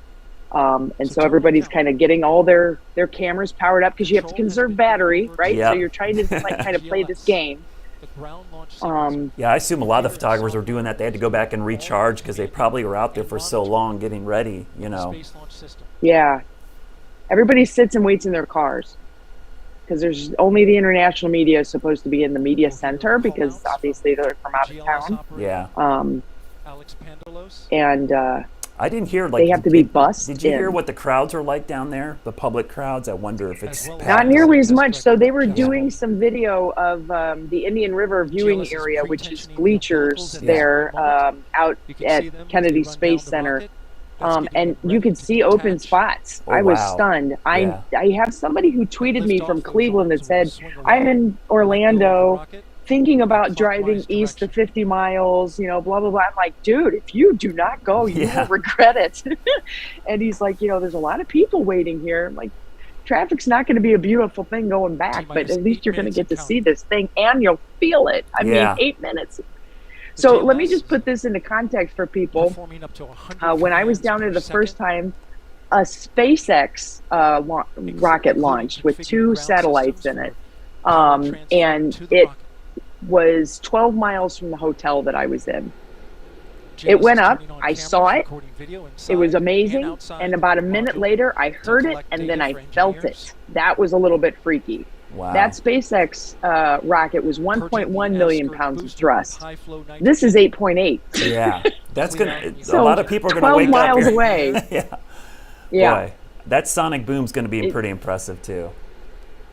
Yeah, and they had a sonic boom earlier over the weekend with the nobody knows exactly where it came from. May have been a Space Force test plane coming back. That was the little craft that was up there for 938 days, and it's a secret mission. Yes. Nobody really knows. Yes, nobody knows, but it magically came back down and fired off a huge sonic boom that shook Orlando. Yeah. So that was very interesting. Okay, let's see what Daryl's saying here. Ignition and thunderous sound, it could damage the rocket. So the ignition overpressure and sound suppression system will flood the mobile launcher with water. You'll see that sequence start at 400,000 gallons 17 in 20 seconds. It's incredible. Now coming up in so you less can than hear 30 Daryl's seconds, voice the getting a ground little more launch excited. sequencer will start bringing the high energy systems online, starting with picking up core his stage pace. pressurization. You see a lot of venting going on here because they're going to keep pumping in fuel, so it's going to be spraying. All the excess is going to be venting off here. Yeah, it's boiling because it's so Fire cold that liquid is oxygen and liquid hydrogen sits in there and silent. just boils. And listen they're for the next call. constantly in that replenish mode, so they have to keep that perfect balance right at 100%.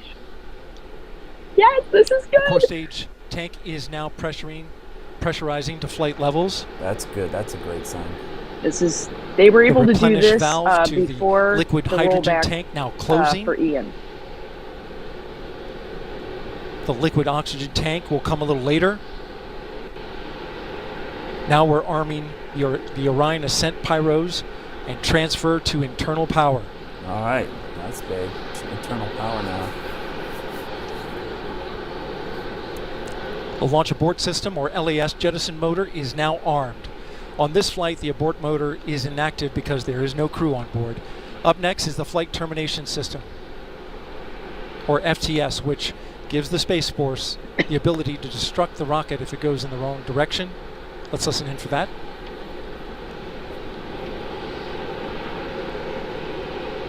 GLS is go for FTS arm. The flight termination system is now armed. Coming up at 4 minutes and 40 seconds, a big moment. This is where the RS-25 engines and their bleed go to high flow. It's been a little tricky to dial in. GLS is go for LH2 high flow bleed check.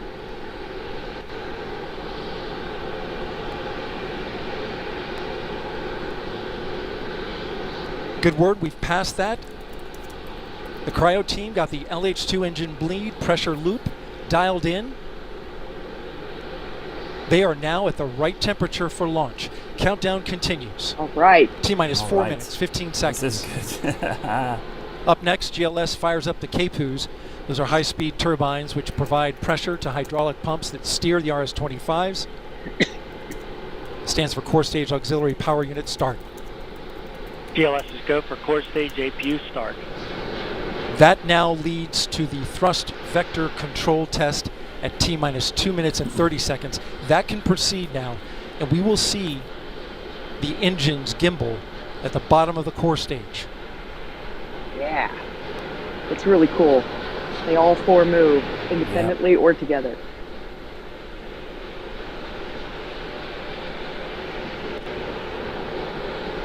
At T-minus 3 minutes and 10 seconds, you will hear the go for purge sequence 4. That's a helium purge of the 4 core stage engines downstream of the propellant valve, getting the air and moisture out. All in all, this is not going to be that big of a delay if they go off here before 10 till. GLS I mean, go for purge sequence 4. It's 1:47 and 44 seconds. The core stage locks they're vent, going. Liquid oxygen. Unless something last second here. Yeah, this Again, as soon as those solid rocket boosters fire, that's it. Yep. He's gone. See it coming out there now. we're getting to that point of no return where they're going to be launching regardless, like you said. And there it goes. It's So closed. here's that helium Locks vent coming closed. out. Yep. Pressure rising in the core stage locks tank. See the gimbling of the level. engines? Oh yeah, look at that. Coming up in 15 Wow. seconds. Look for that thrust vector control actuator test. Engines will gimbal. I cannot fathom the energy in the firing room right now. And there they go. The 4 core stage RS-25 engines gimbaling around, testing the Oh, that's ability so cool. to steer the rocket into space. Yeah, people think those are just static They will engines. operate They at move. They can 190 actually steer this thing. performance. So it's amazing. Each RS-25 throwing down 500,000 pounds of thrust. All 4, 2 million pounds. All together with the boosters, 8.8 million pounds of thrust. GLS go for upper stage to internal power. Now the upper stage has 2 gone to minutes. internal power. So power is removed from the rocket's upper stage, the ICPS, and it's been switched to battery power. The same milestone is coming up for the core stage at T-minus 1 minute and 30 seconds. So all of the arms that are holding the rocket right now will retract once Yep. those solid rocket boosters fire. That everything will be off of it, and it's moving. So it's a real tedious to internal power. time. The rocket's core stage, which houses the 3 flight computers, is now on battery power. So there is no more hold Wow. time available because there's no more margin on the batteries. So if we have a hold, we'd have to recycle back to We're done. T-minus 10 minutes and recharge those batteries. Oh. The count continues. A note now, shortly after liftoff. 1 minute. 1 minute. Shortly after liftoff, Oh my Mission God. Control Houston will take control of the rocket, and my colleague, Leah Cheshire, will take over commentary. T-minus 50 seconds and counting.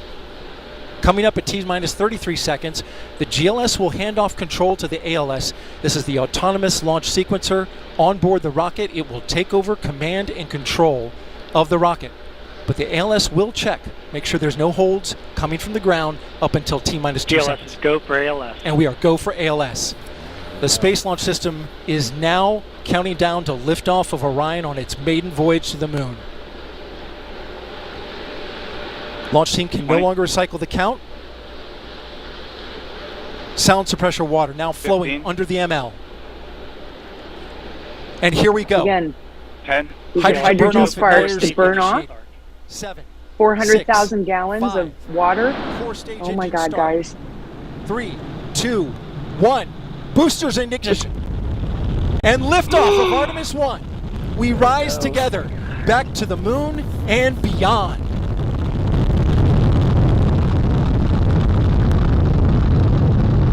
Oh, guys, it's going. Oh, look at all that. 5 engines on the core stage and 2 solid Wow. rocket boosters now propelling the vehicle at 128 miles per hour. That's amazing. Carrying good control. Looks on the so roll. much like a Mission shuttle Control launch Houston, because all of those good calls solid so rocket far. We're boosters. 30 seconds into the flight of Artemis I. First milestone will be for the vehicle Same to pass engines, the max too. Q I'm about just 1 minute and so 9 seconds reminiscent into of launch. it. This is the greatest period of Now, those active solid force on rocket the rocket. boosters are burning 6 tons of propellant per second. SLS now traveling 607 miles per hour.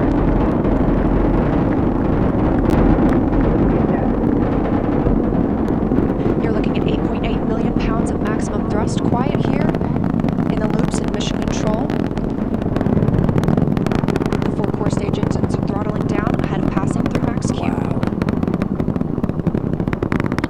Max Q is the highest forcing on the vehicle itself. Now 1 minute, 21 seconds into the flight, traveling at 1,420 miles per hour. The 4 core stage engines are back at maximum thrust. Just spectacular. The next major milestone will be for the solid rocket boosters to cut off and jettison at about 2 minutes and 11 seconds into the flight, so about 30 seconds from now. Again, quiet here in Mission Control Houston as teams continue monitoring the flight of Artemis I. We're now 16 miles downrange from the launch pad at Kennedy Space Center, traveling over 2,800 miles per hour. That's incredible. Standing by for solid rocket booster jettison and shortly thereafter.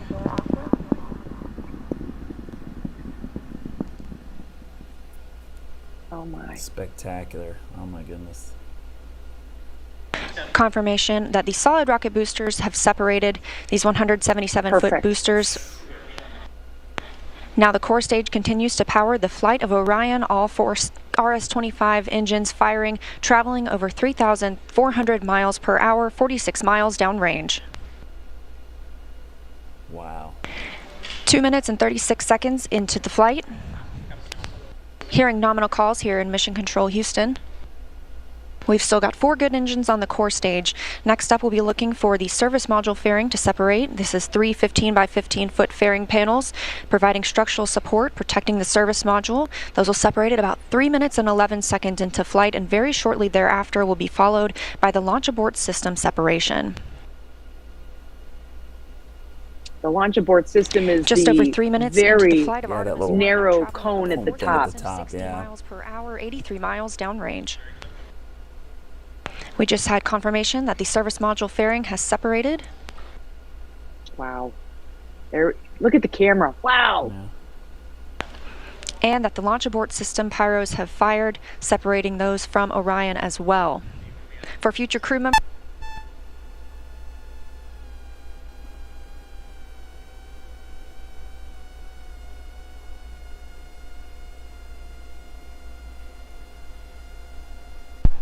we just heard the call for 3 engine press, meaning if SLS were to lose an engine at this point in the mission, we could still achieve a nominal mission. We would just have an extended main engine cutoff time. However, we still have 4 good engines, all at maximum thrust right now, powering the first flight of Artemis at 5,200 miles per hour, 148 miles downrange.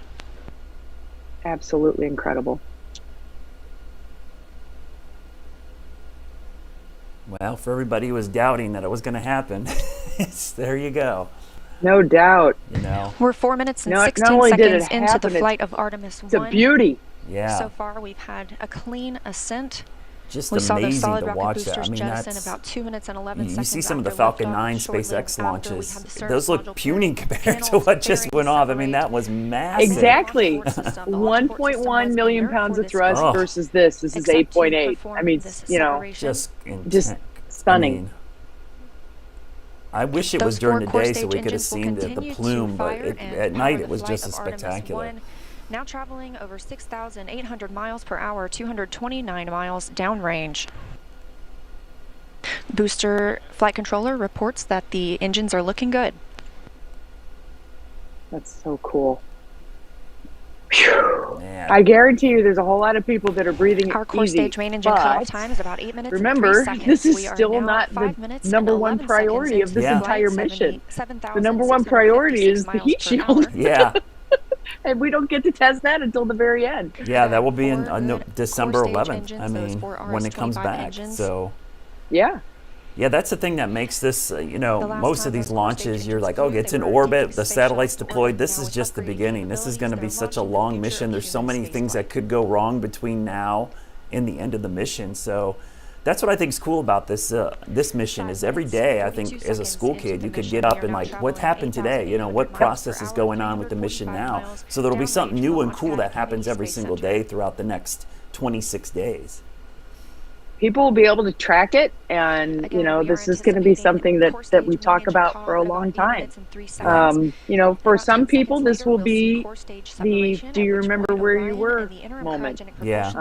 For other people it's just kind of a, you know, another oh gosh, wonder what's going to happen after this, and then it's just going to do nothing but start to get more incredible afterwards. Of course, the next mission expected to be manned, and it's Artemis III that we're expecting humans back on the moon, including the first person of color and the first woman. Artemis IV, we build out Gateway, and Artemis V, we keep on rolling. So it's all in the plans, it's all in the work. It's just taking some time.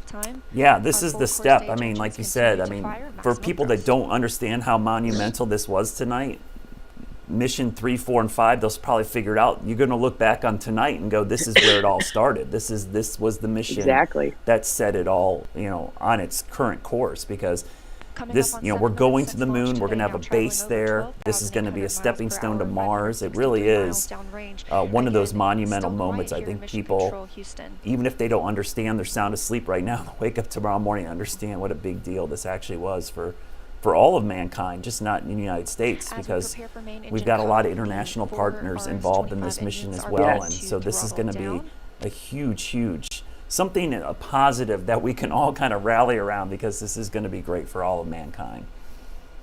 Yeah. So these main engines are going to burn for 8 minutes total, and then they cut off. And engine cut off. All 4 engines there you go. Throttle down. Then we'll have SLS separation from the upper stage. And then that's where it's kind of like a little Russian doll. It starts to uncork a little bit. Yeah. So we get to see the ICPS, which is like another rocket that is the bottom of the white part that you see there at the top. That's the rocket that will take it out of Earth orbit and send it on its way to the moon. Yeah, it's interesting to see such a large section of the rocket still intact here, because there's still so much thrust going on.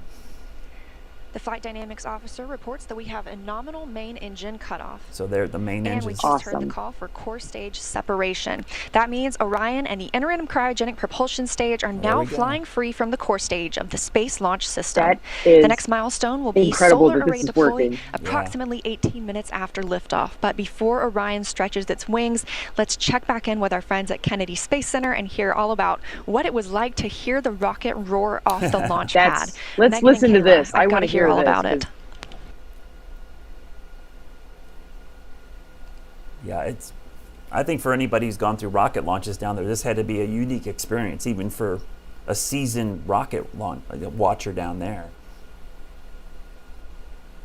There were a few journalists down there that I got to talk to who were there during shuttle and saw numerous shuttle launches, and they said it's just the ground shakes, and the shuttle was not nearly this incredible, and I just can't imagine. There's the turning basin there right in front of the media area, is the turning basin where they bring all the big pieces in of the rocket before they stack it in the VAB and whatnot, and they bring SpaceX through there and all kinds of stuff. I kept thinking to myself as I was down there looking at that, when the rocket goes up, all that water is going to be jumping because of the shaking. And I was like, my gosh, if there's if we get a gator coming up out of there, I'm going to be not paying attention. I'm going to be going down quickly. Yeah. For sure. Yeah, I can't imagine the feel of that, because that's so much thrust. I mean, that you've basically experienced the most powerful rocket launch in the world. It's just... That's probably and I remember being down there for Ghost 16 and the feeling of the thrust from a smaller rocket. I can't imagine the size of this one, what it felt like. I mean, that's all you remember from a launch when you're down there is, it's beautiful, but the sound and that delayed sound, it's just like, it's crazy. Yeah, so I can't wait to see the video from, and they'll be posting it pretty soon. Bandwidth out at the media site is like non-existent, so it's really hard to get video out. And so it'll take a little while for us to get to see what it was like there, to stand there and feel it. I'm sure there'll be video coming out of the firing room too, where Charlie Blackwell Thompson and the team were, because they'll obviously have felt it too. For those of you who kind of have a little bit of situational awareness with Kennedy Space Center, the firing room 1 is kind of an extension of the vehicle assembly building.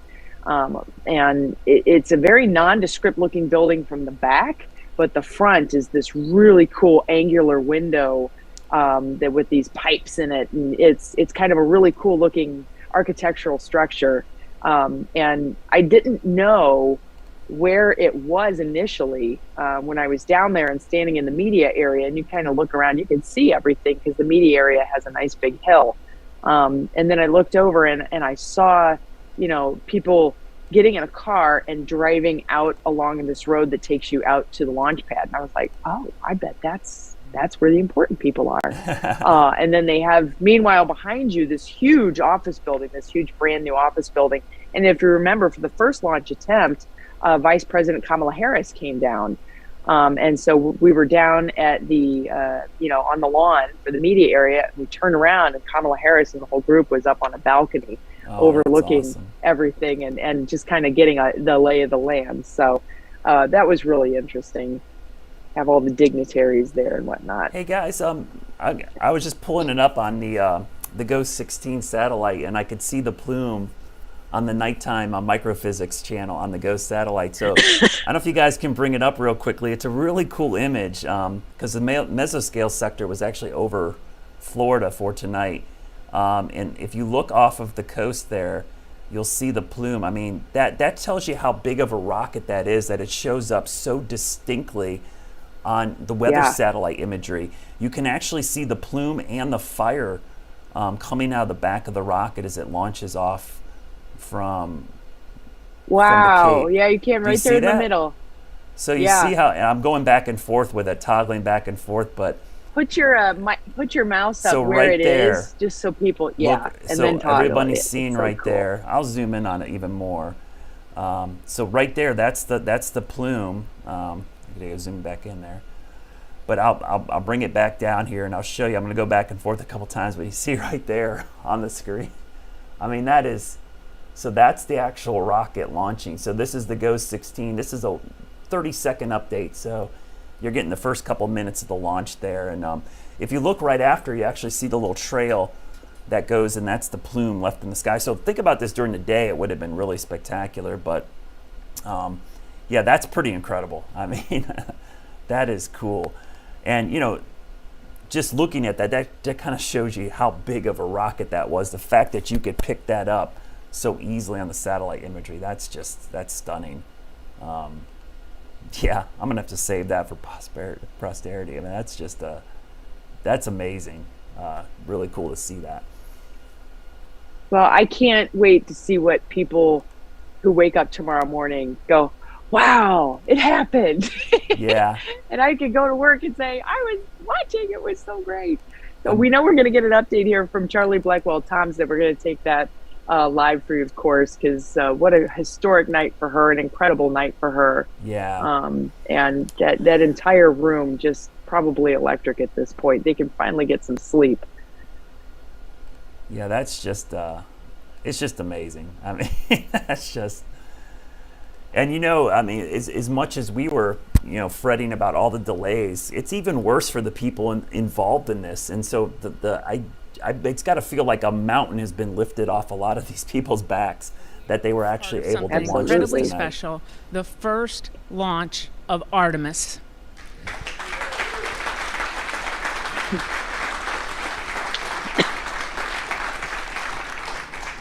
The first step in returning our country to the moon and on to Mars. A little emotional there, to be expected. What you have done today will inspire generations to come. So thank you. Thank you for your resilience. I said at the pre-test briefing, the harder the climb, the better the view. We showed the Space Coast tonight. What a beautiful view it is. So congratulations.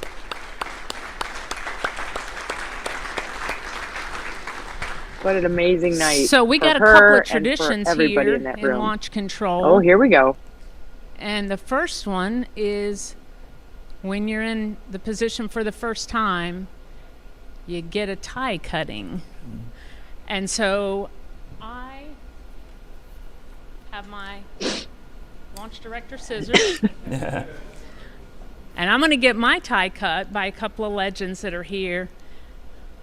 And then anyone who wants their tie cut will be making the rounds in the firing room. You got your console chiefs, if they want to do it, that's fine. If you want me to do it, you might have to wait a little while, but I'll stay all night if I have to. It'll be my pleasure to cut ties. So I'm going to take care of mine, and then I have one other presentation that I want to make this evening.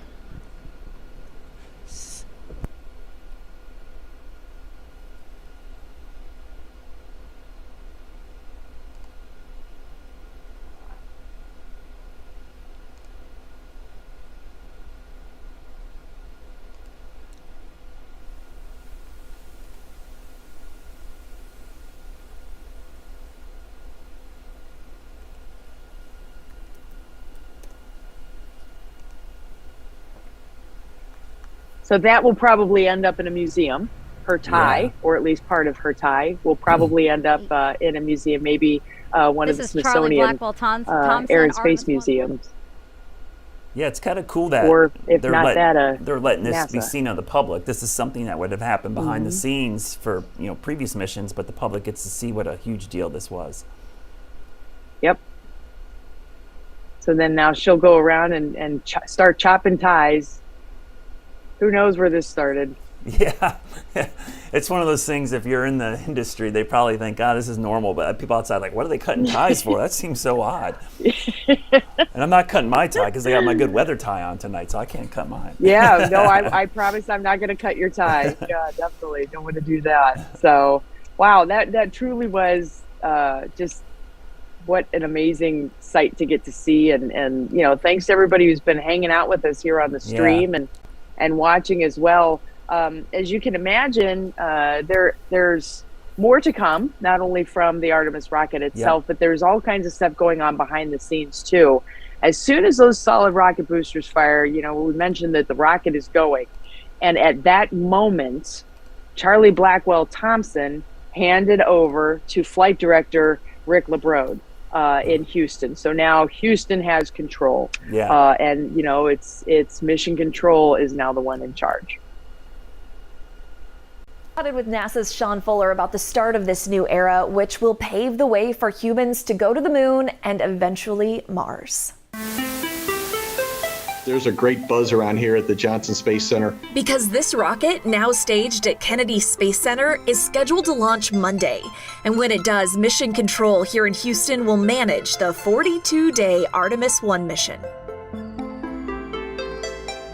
We've done a lot of testing on the ground ahead of time. You test all the systems, but as an integrated vehicle, this is the first time to fly it. Fly it roughly 40,000 miles to the far side of the moon and back, farther than any space vehicle has ever carried humans. Still just a stepping stone toward the final destination. The moon is about 240,000 miles away, but it's significantly closer to Mars. So the moon can be kind of a base camp. We're really expanding the frontier of human exploration out to the moon, and then doing that scouting mission out to Mars too in the future, where we look to then eventually expand beyond that as well. Like so many at NASA, Fuller hopes Artemis, like Apollo did, will ignite a curiosity about space. We as a human species, we've always been exploring what's over the next hill, what's over the next mountain, what's west of the Mississippi River. All that exploration, we're just doing that now off of the Earth.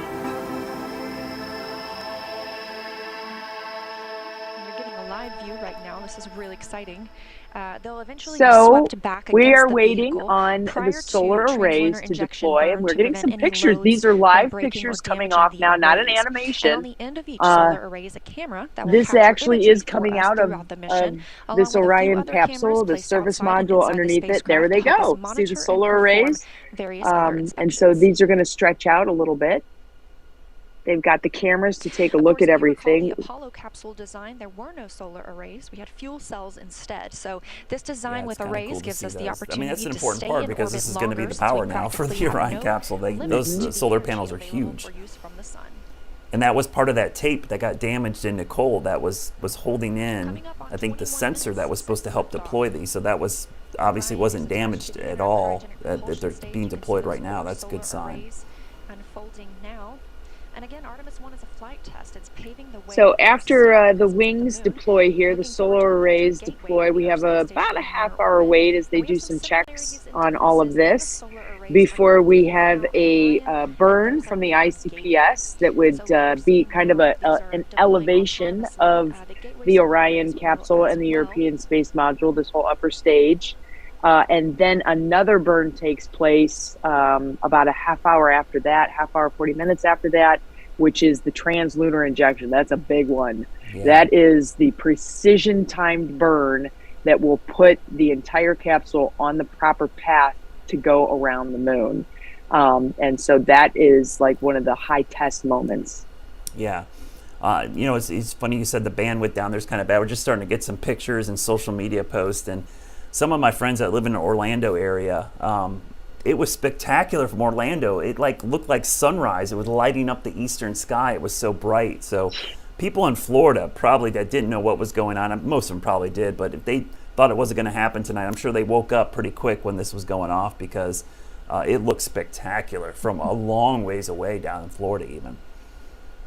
Yeah, I mean, they were supposed to be able to see it clear up to South Carolina, even. Yeah, almost the Savannah, 7 minutes Charleston after launch. area. Yeah, so it's. Yeah. We had some clouds down there, which wasn't probably the greatest, but man, the views from like Miami and Orlando and Tampa seem to be amazing.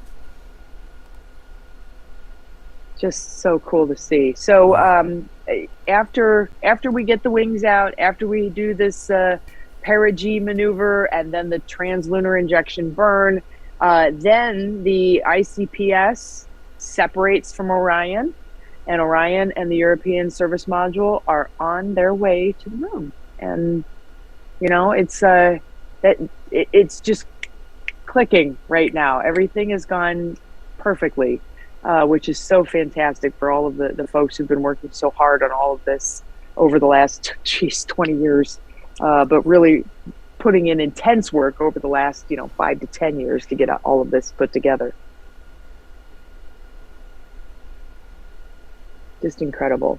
Yeah, so this little slingshot by the way, maneuver, is going to be huge to get it all the way to the moon. I mean, because it's got to get in that orbital shot. It's got to get that little boost to get all the way to the moon right now, and then it's going to do that orbit around the moon and then come back.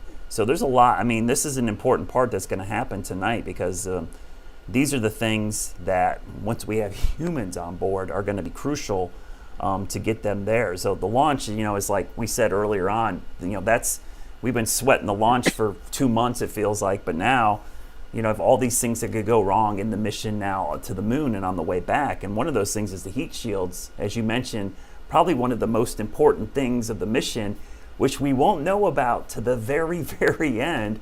And so when you think about all the things we've been sweating with the launch and the orbit around the moon, and now, the thing that we're going to worry about for the next 26 days is that heat shield going to hold up when they come back?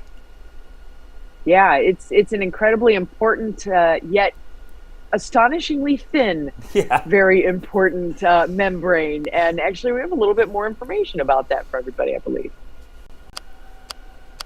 February 1st, 2003. Space Shuttle Columbia disintegrated on re-entry, killing 7 astronauts.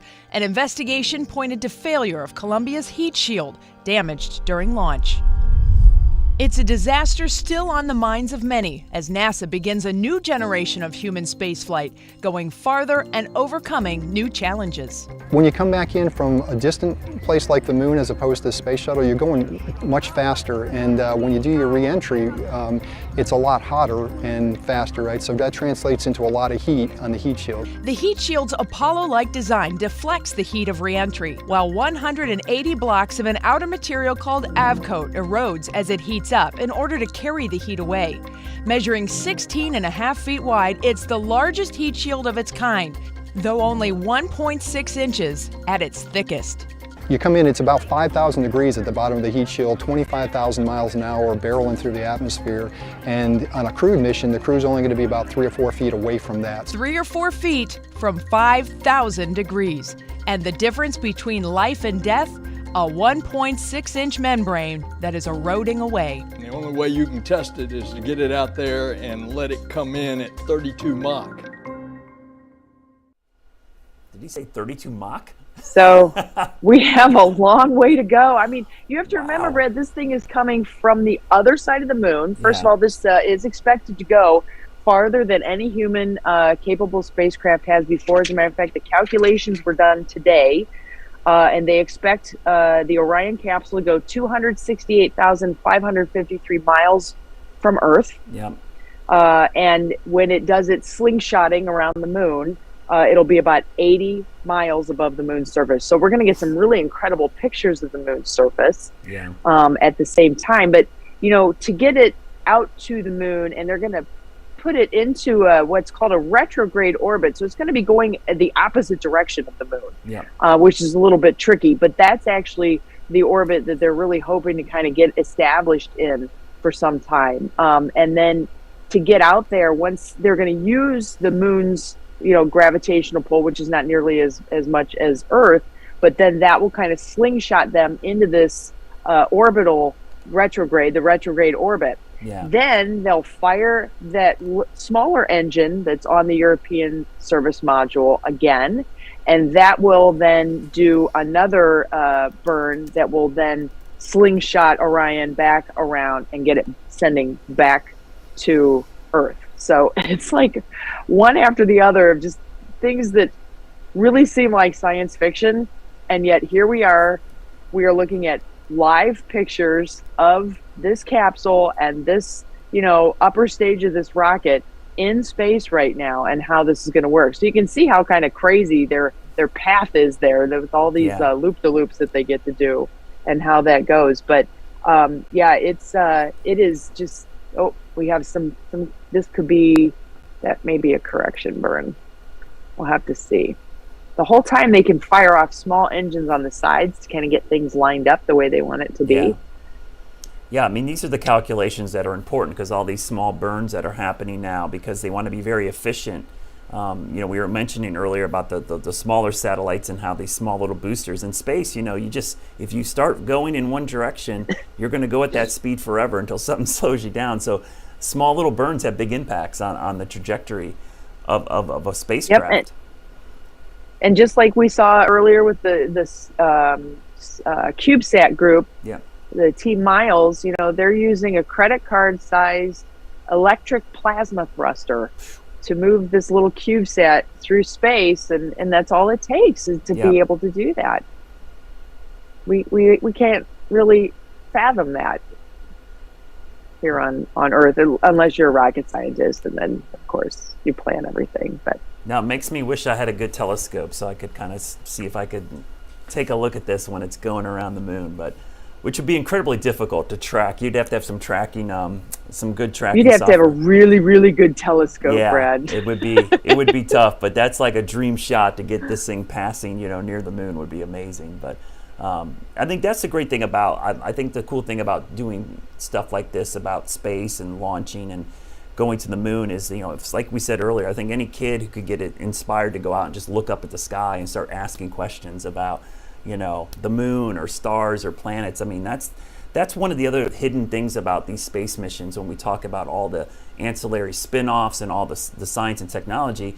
It's the inspiration to young kids to get interested in science. Like, say, you know, ask your parents, like, ask them questions.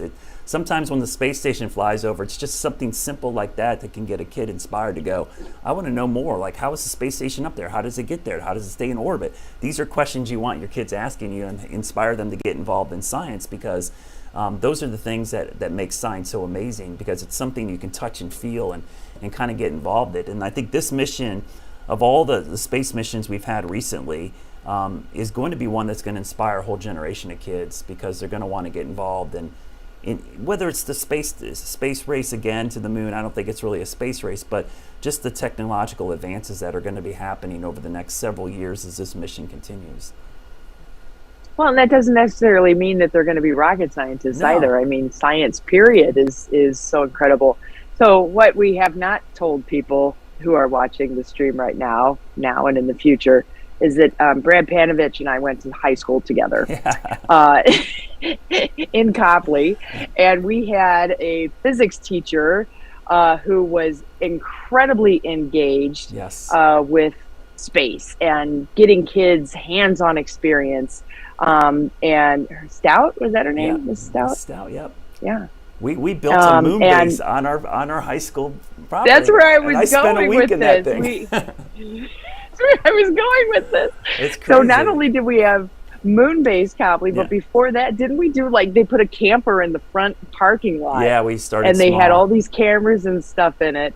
And some kids got in there, and it was like a kind of a demo shuttle launch, and then that went so well. We had national TV coverage from it. I remember NBC coming and some of the other networks, and then a couple years later, we had Moonbase all of a sudden built in like the backyard of the school. Literally, it was a movie with a fish tank and tilapia fish that these kids were supposed to be responsible for.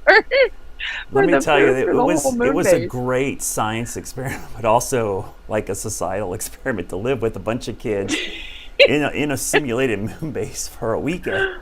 And Lord of the Flies all over again. It was crazy. We had geodesic domes, but you're right. I remember the tilapia. We grew lettuce on the top, and we did hydroponic growing of them. And the tilapia, the waste from the fish fed the lettuce, and then we used the fish and the lettuce to make some of the food. We actually had pizza, I think, with tilapia on it. So, and everyone had different roles. You know, there were communication officers, there was government officers.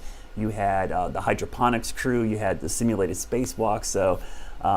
And it just goes to show you something as simple as that. And that was one of the coolest things I ever did in high school, was to be a part of that. And it really did inspire me. I loved that. I remember we had ham radio. I got my ham radio license through that and was able to talk to people on one of the shuttle missions. I remember via ham radio, which is one of the things I got to do in that. So it was a really cool That's right. You guys actually got to talk to people who were in space. Yeah. So that was a really cool thing. And it's like, I think I found a link to a YouTube channel somewhere where they did a story on it, and I went back and looked at it, and I'm like, I cannot believe we did that. It was such a cool thing. You know, somebody has VHS tape of that somewhere in their basement. Yeah, there's it's just a matter of time until it comes out. It needs to be digitized. What was your role in it? I was a government officer, believe it or not. So my job was I of course believe that. Was to come up with the governance and like how we would run everything in there. So it was.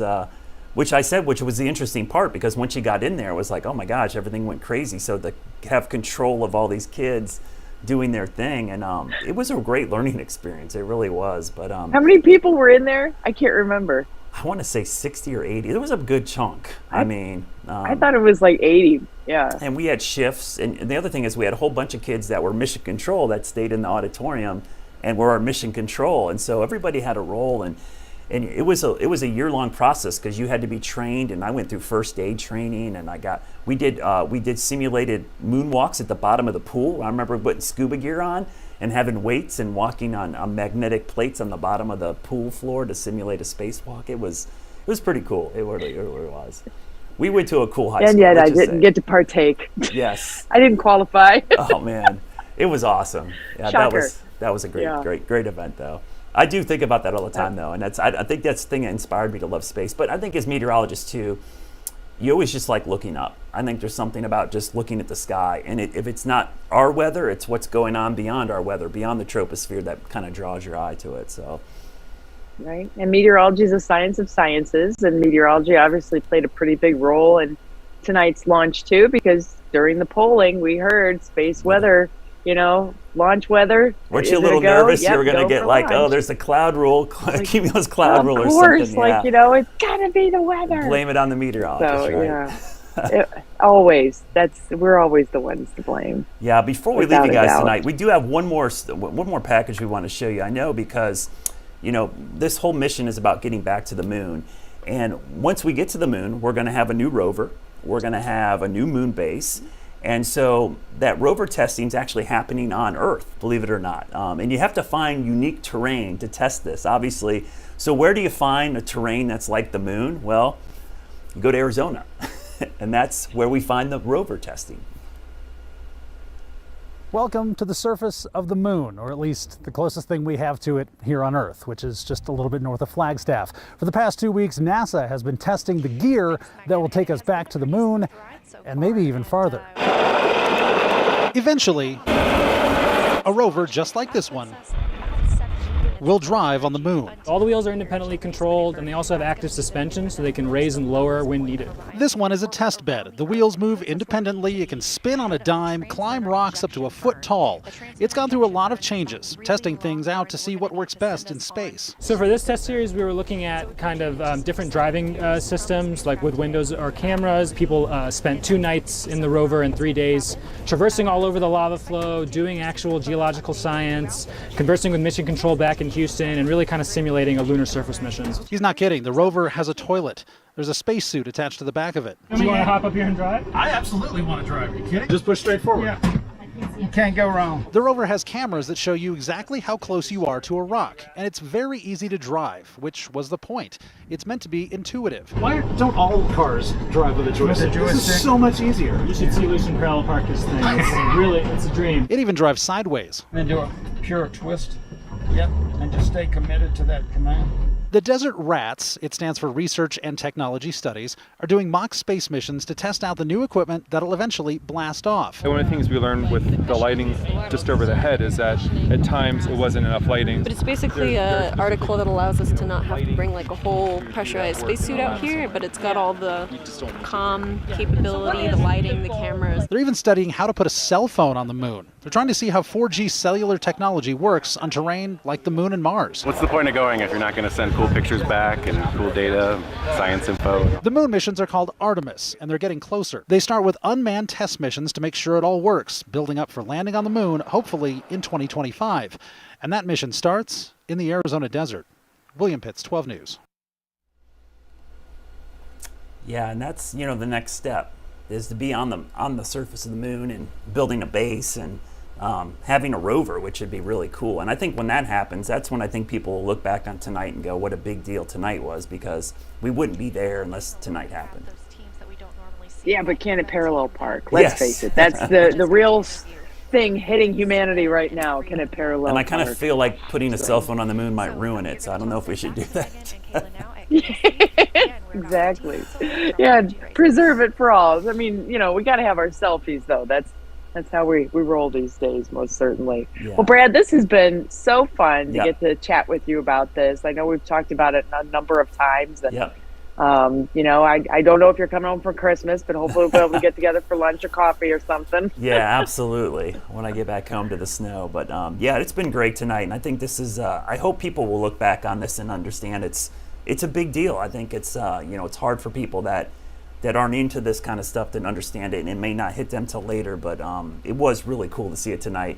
And I could tell it was fun listening to the NASA feed, because you listen to that so often over the last 2 months, and it's like, we're gonna the tone of their voices when you knew this was going to happen, the way it changed, you knew how excited they were and what a big deal it was. And I think that said everything I had to hear when I heard the tone of voice change completely. You're like, oh, it got me excited, because I'm like, that's not the way they normally talk. They're getting excited. Mm-hmm. Yep, it was definitely something to behold, and I'll remember where I was at this moment, and getting to spend it with everybody who watched the stream tonight. We appreciate it so much. Yeah, so thanks to everybody out there who tuned in, whether you're on YouTube, WCNC Plus, Tegna channels all across the country. We were streaming on Roku and Amazon. We appreciate you tuning in tonight, and remember, this is just the beginning of this mission. There's a whole nother 25 days and a half or so to go of this mission, and it's the beginning of a long process to get to the moon and Mars. So hopefully tonight is just something that'll spark your interest and maybe look more into it and get excited for the next mission, because there will be more to come in the future. So thanks for tuning in tonight, and I hope you have a great night. Sleep in this morning, drink some coffee. I got to get up and do a presentation, save my voice, because I'll run on adrenaline tomorrow, Betsy. Getting excited for this, so it'll be fun to talk about. That's pretty much what everybody's going to be doing, most certainly. Well, thanks so much, Brad. Have a great night. Good night, everybody. I've always been excited about manned spaceflight. I worked on the space shuttle before I came to the Orion program, and it's that pushing the boundaries. It's going further than we've gone before. As a little kid, I grew up watching space stuff, and I couldn't get enough of NASA, right? And then the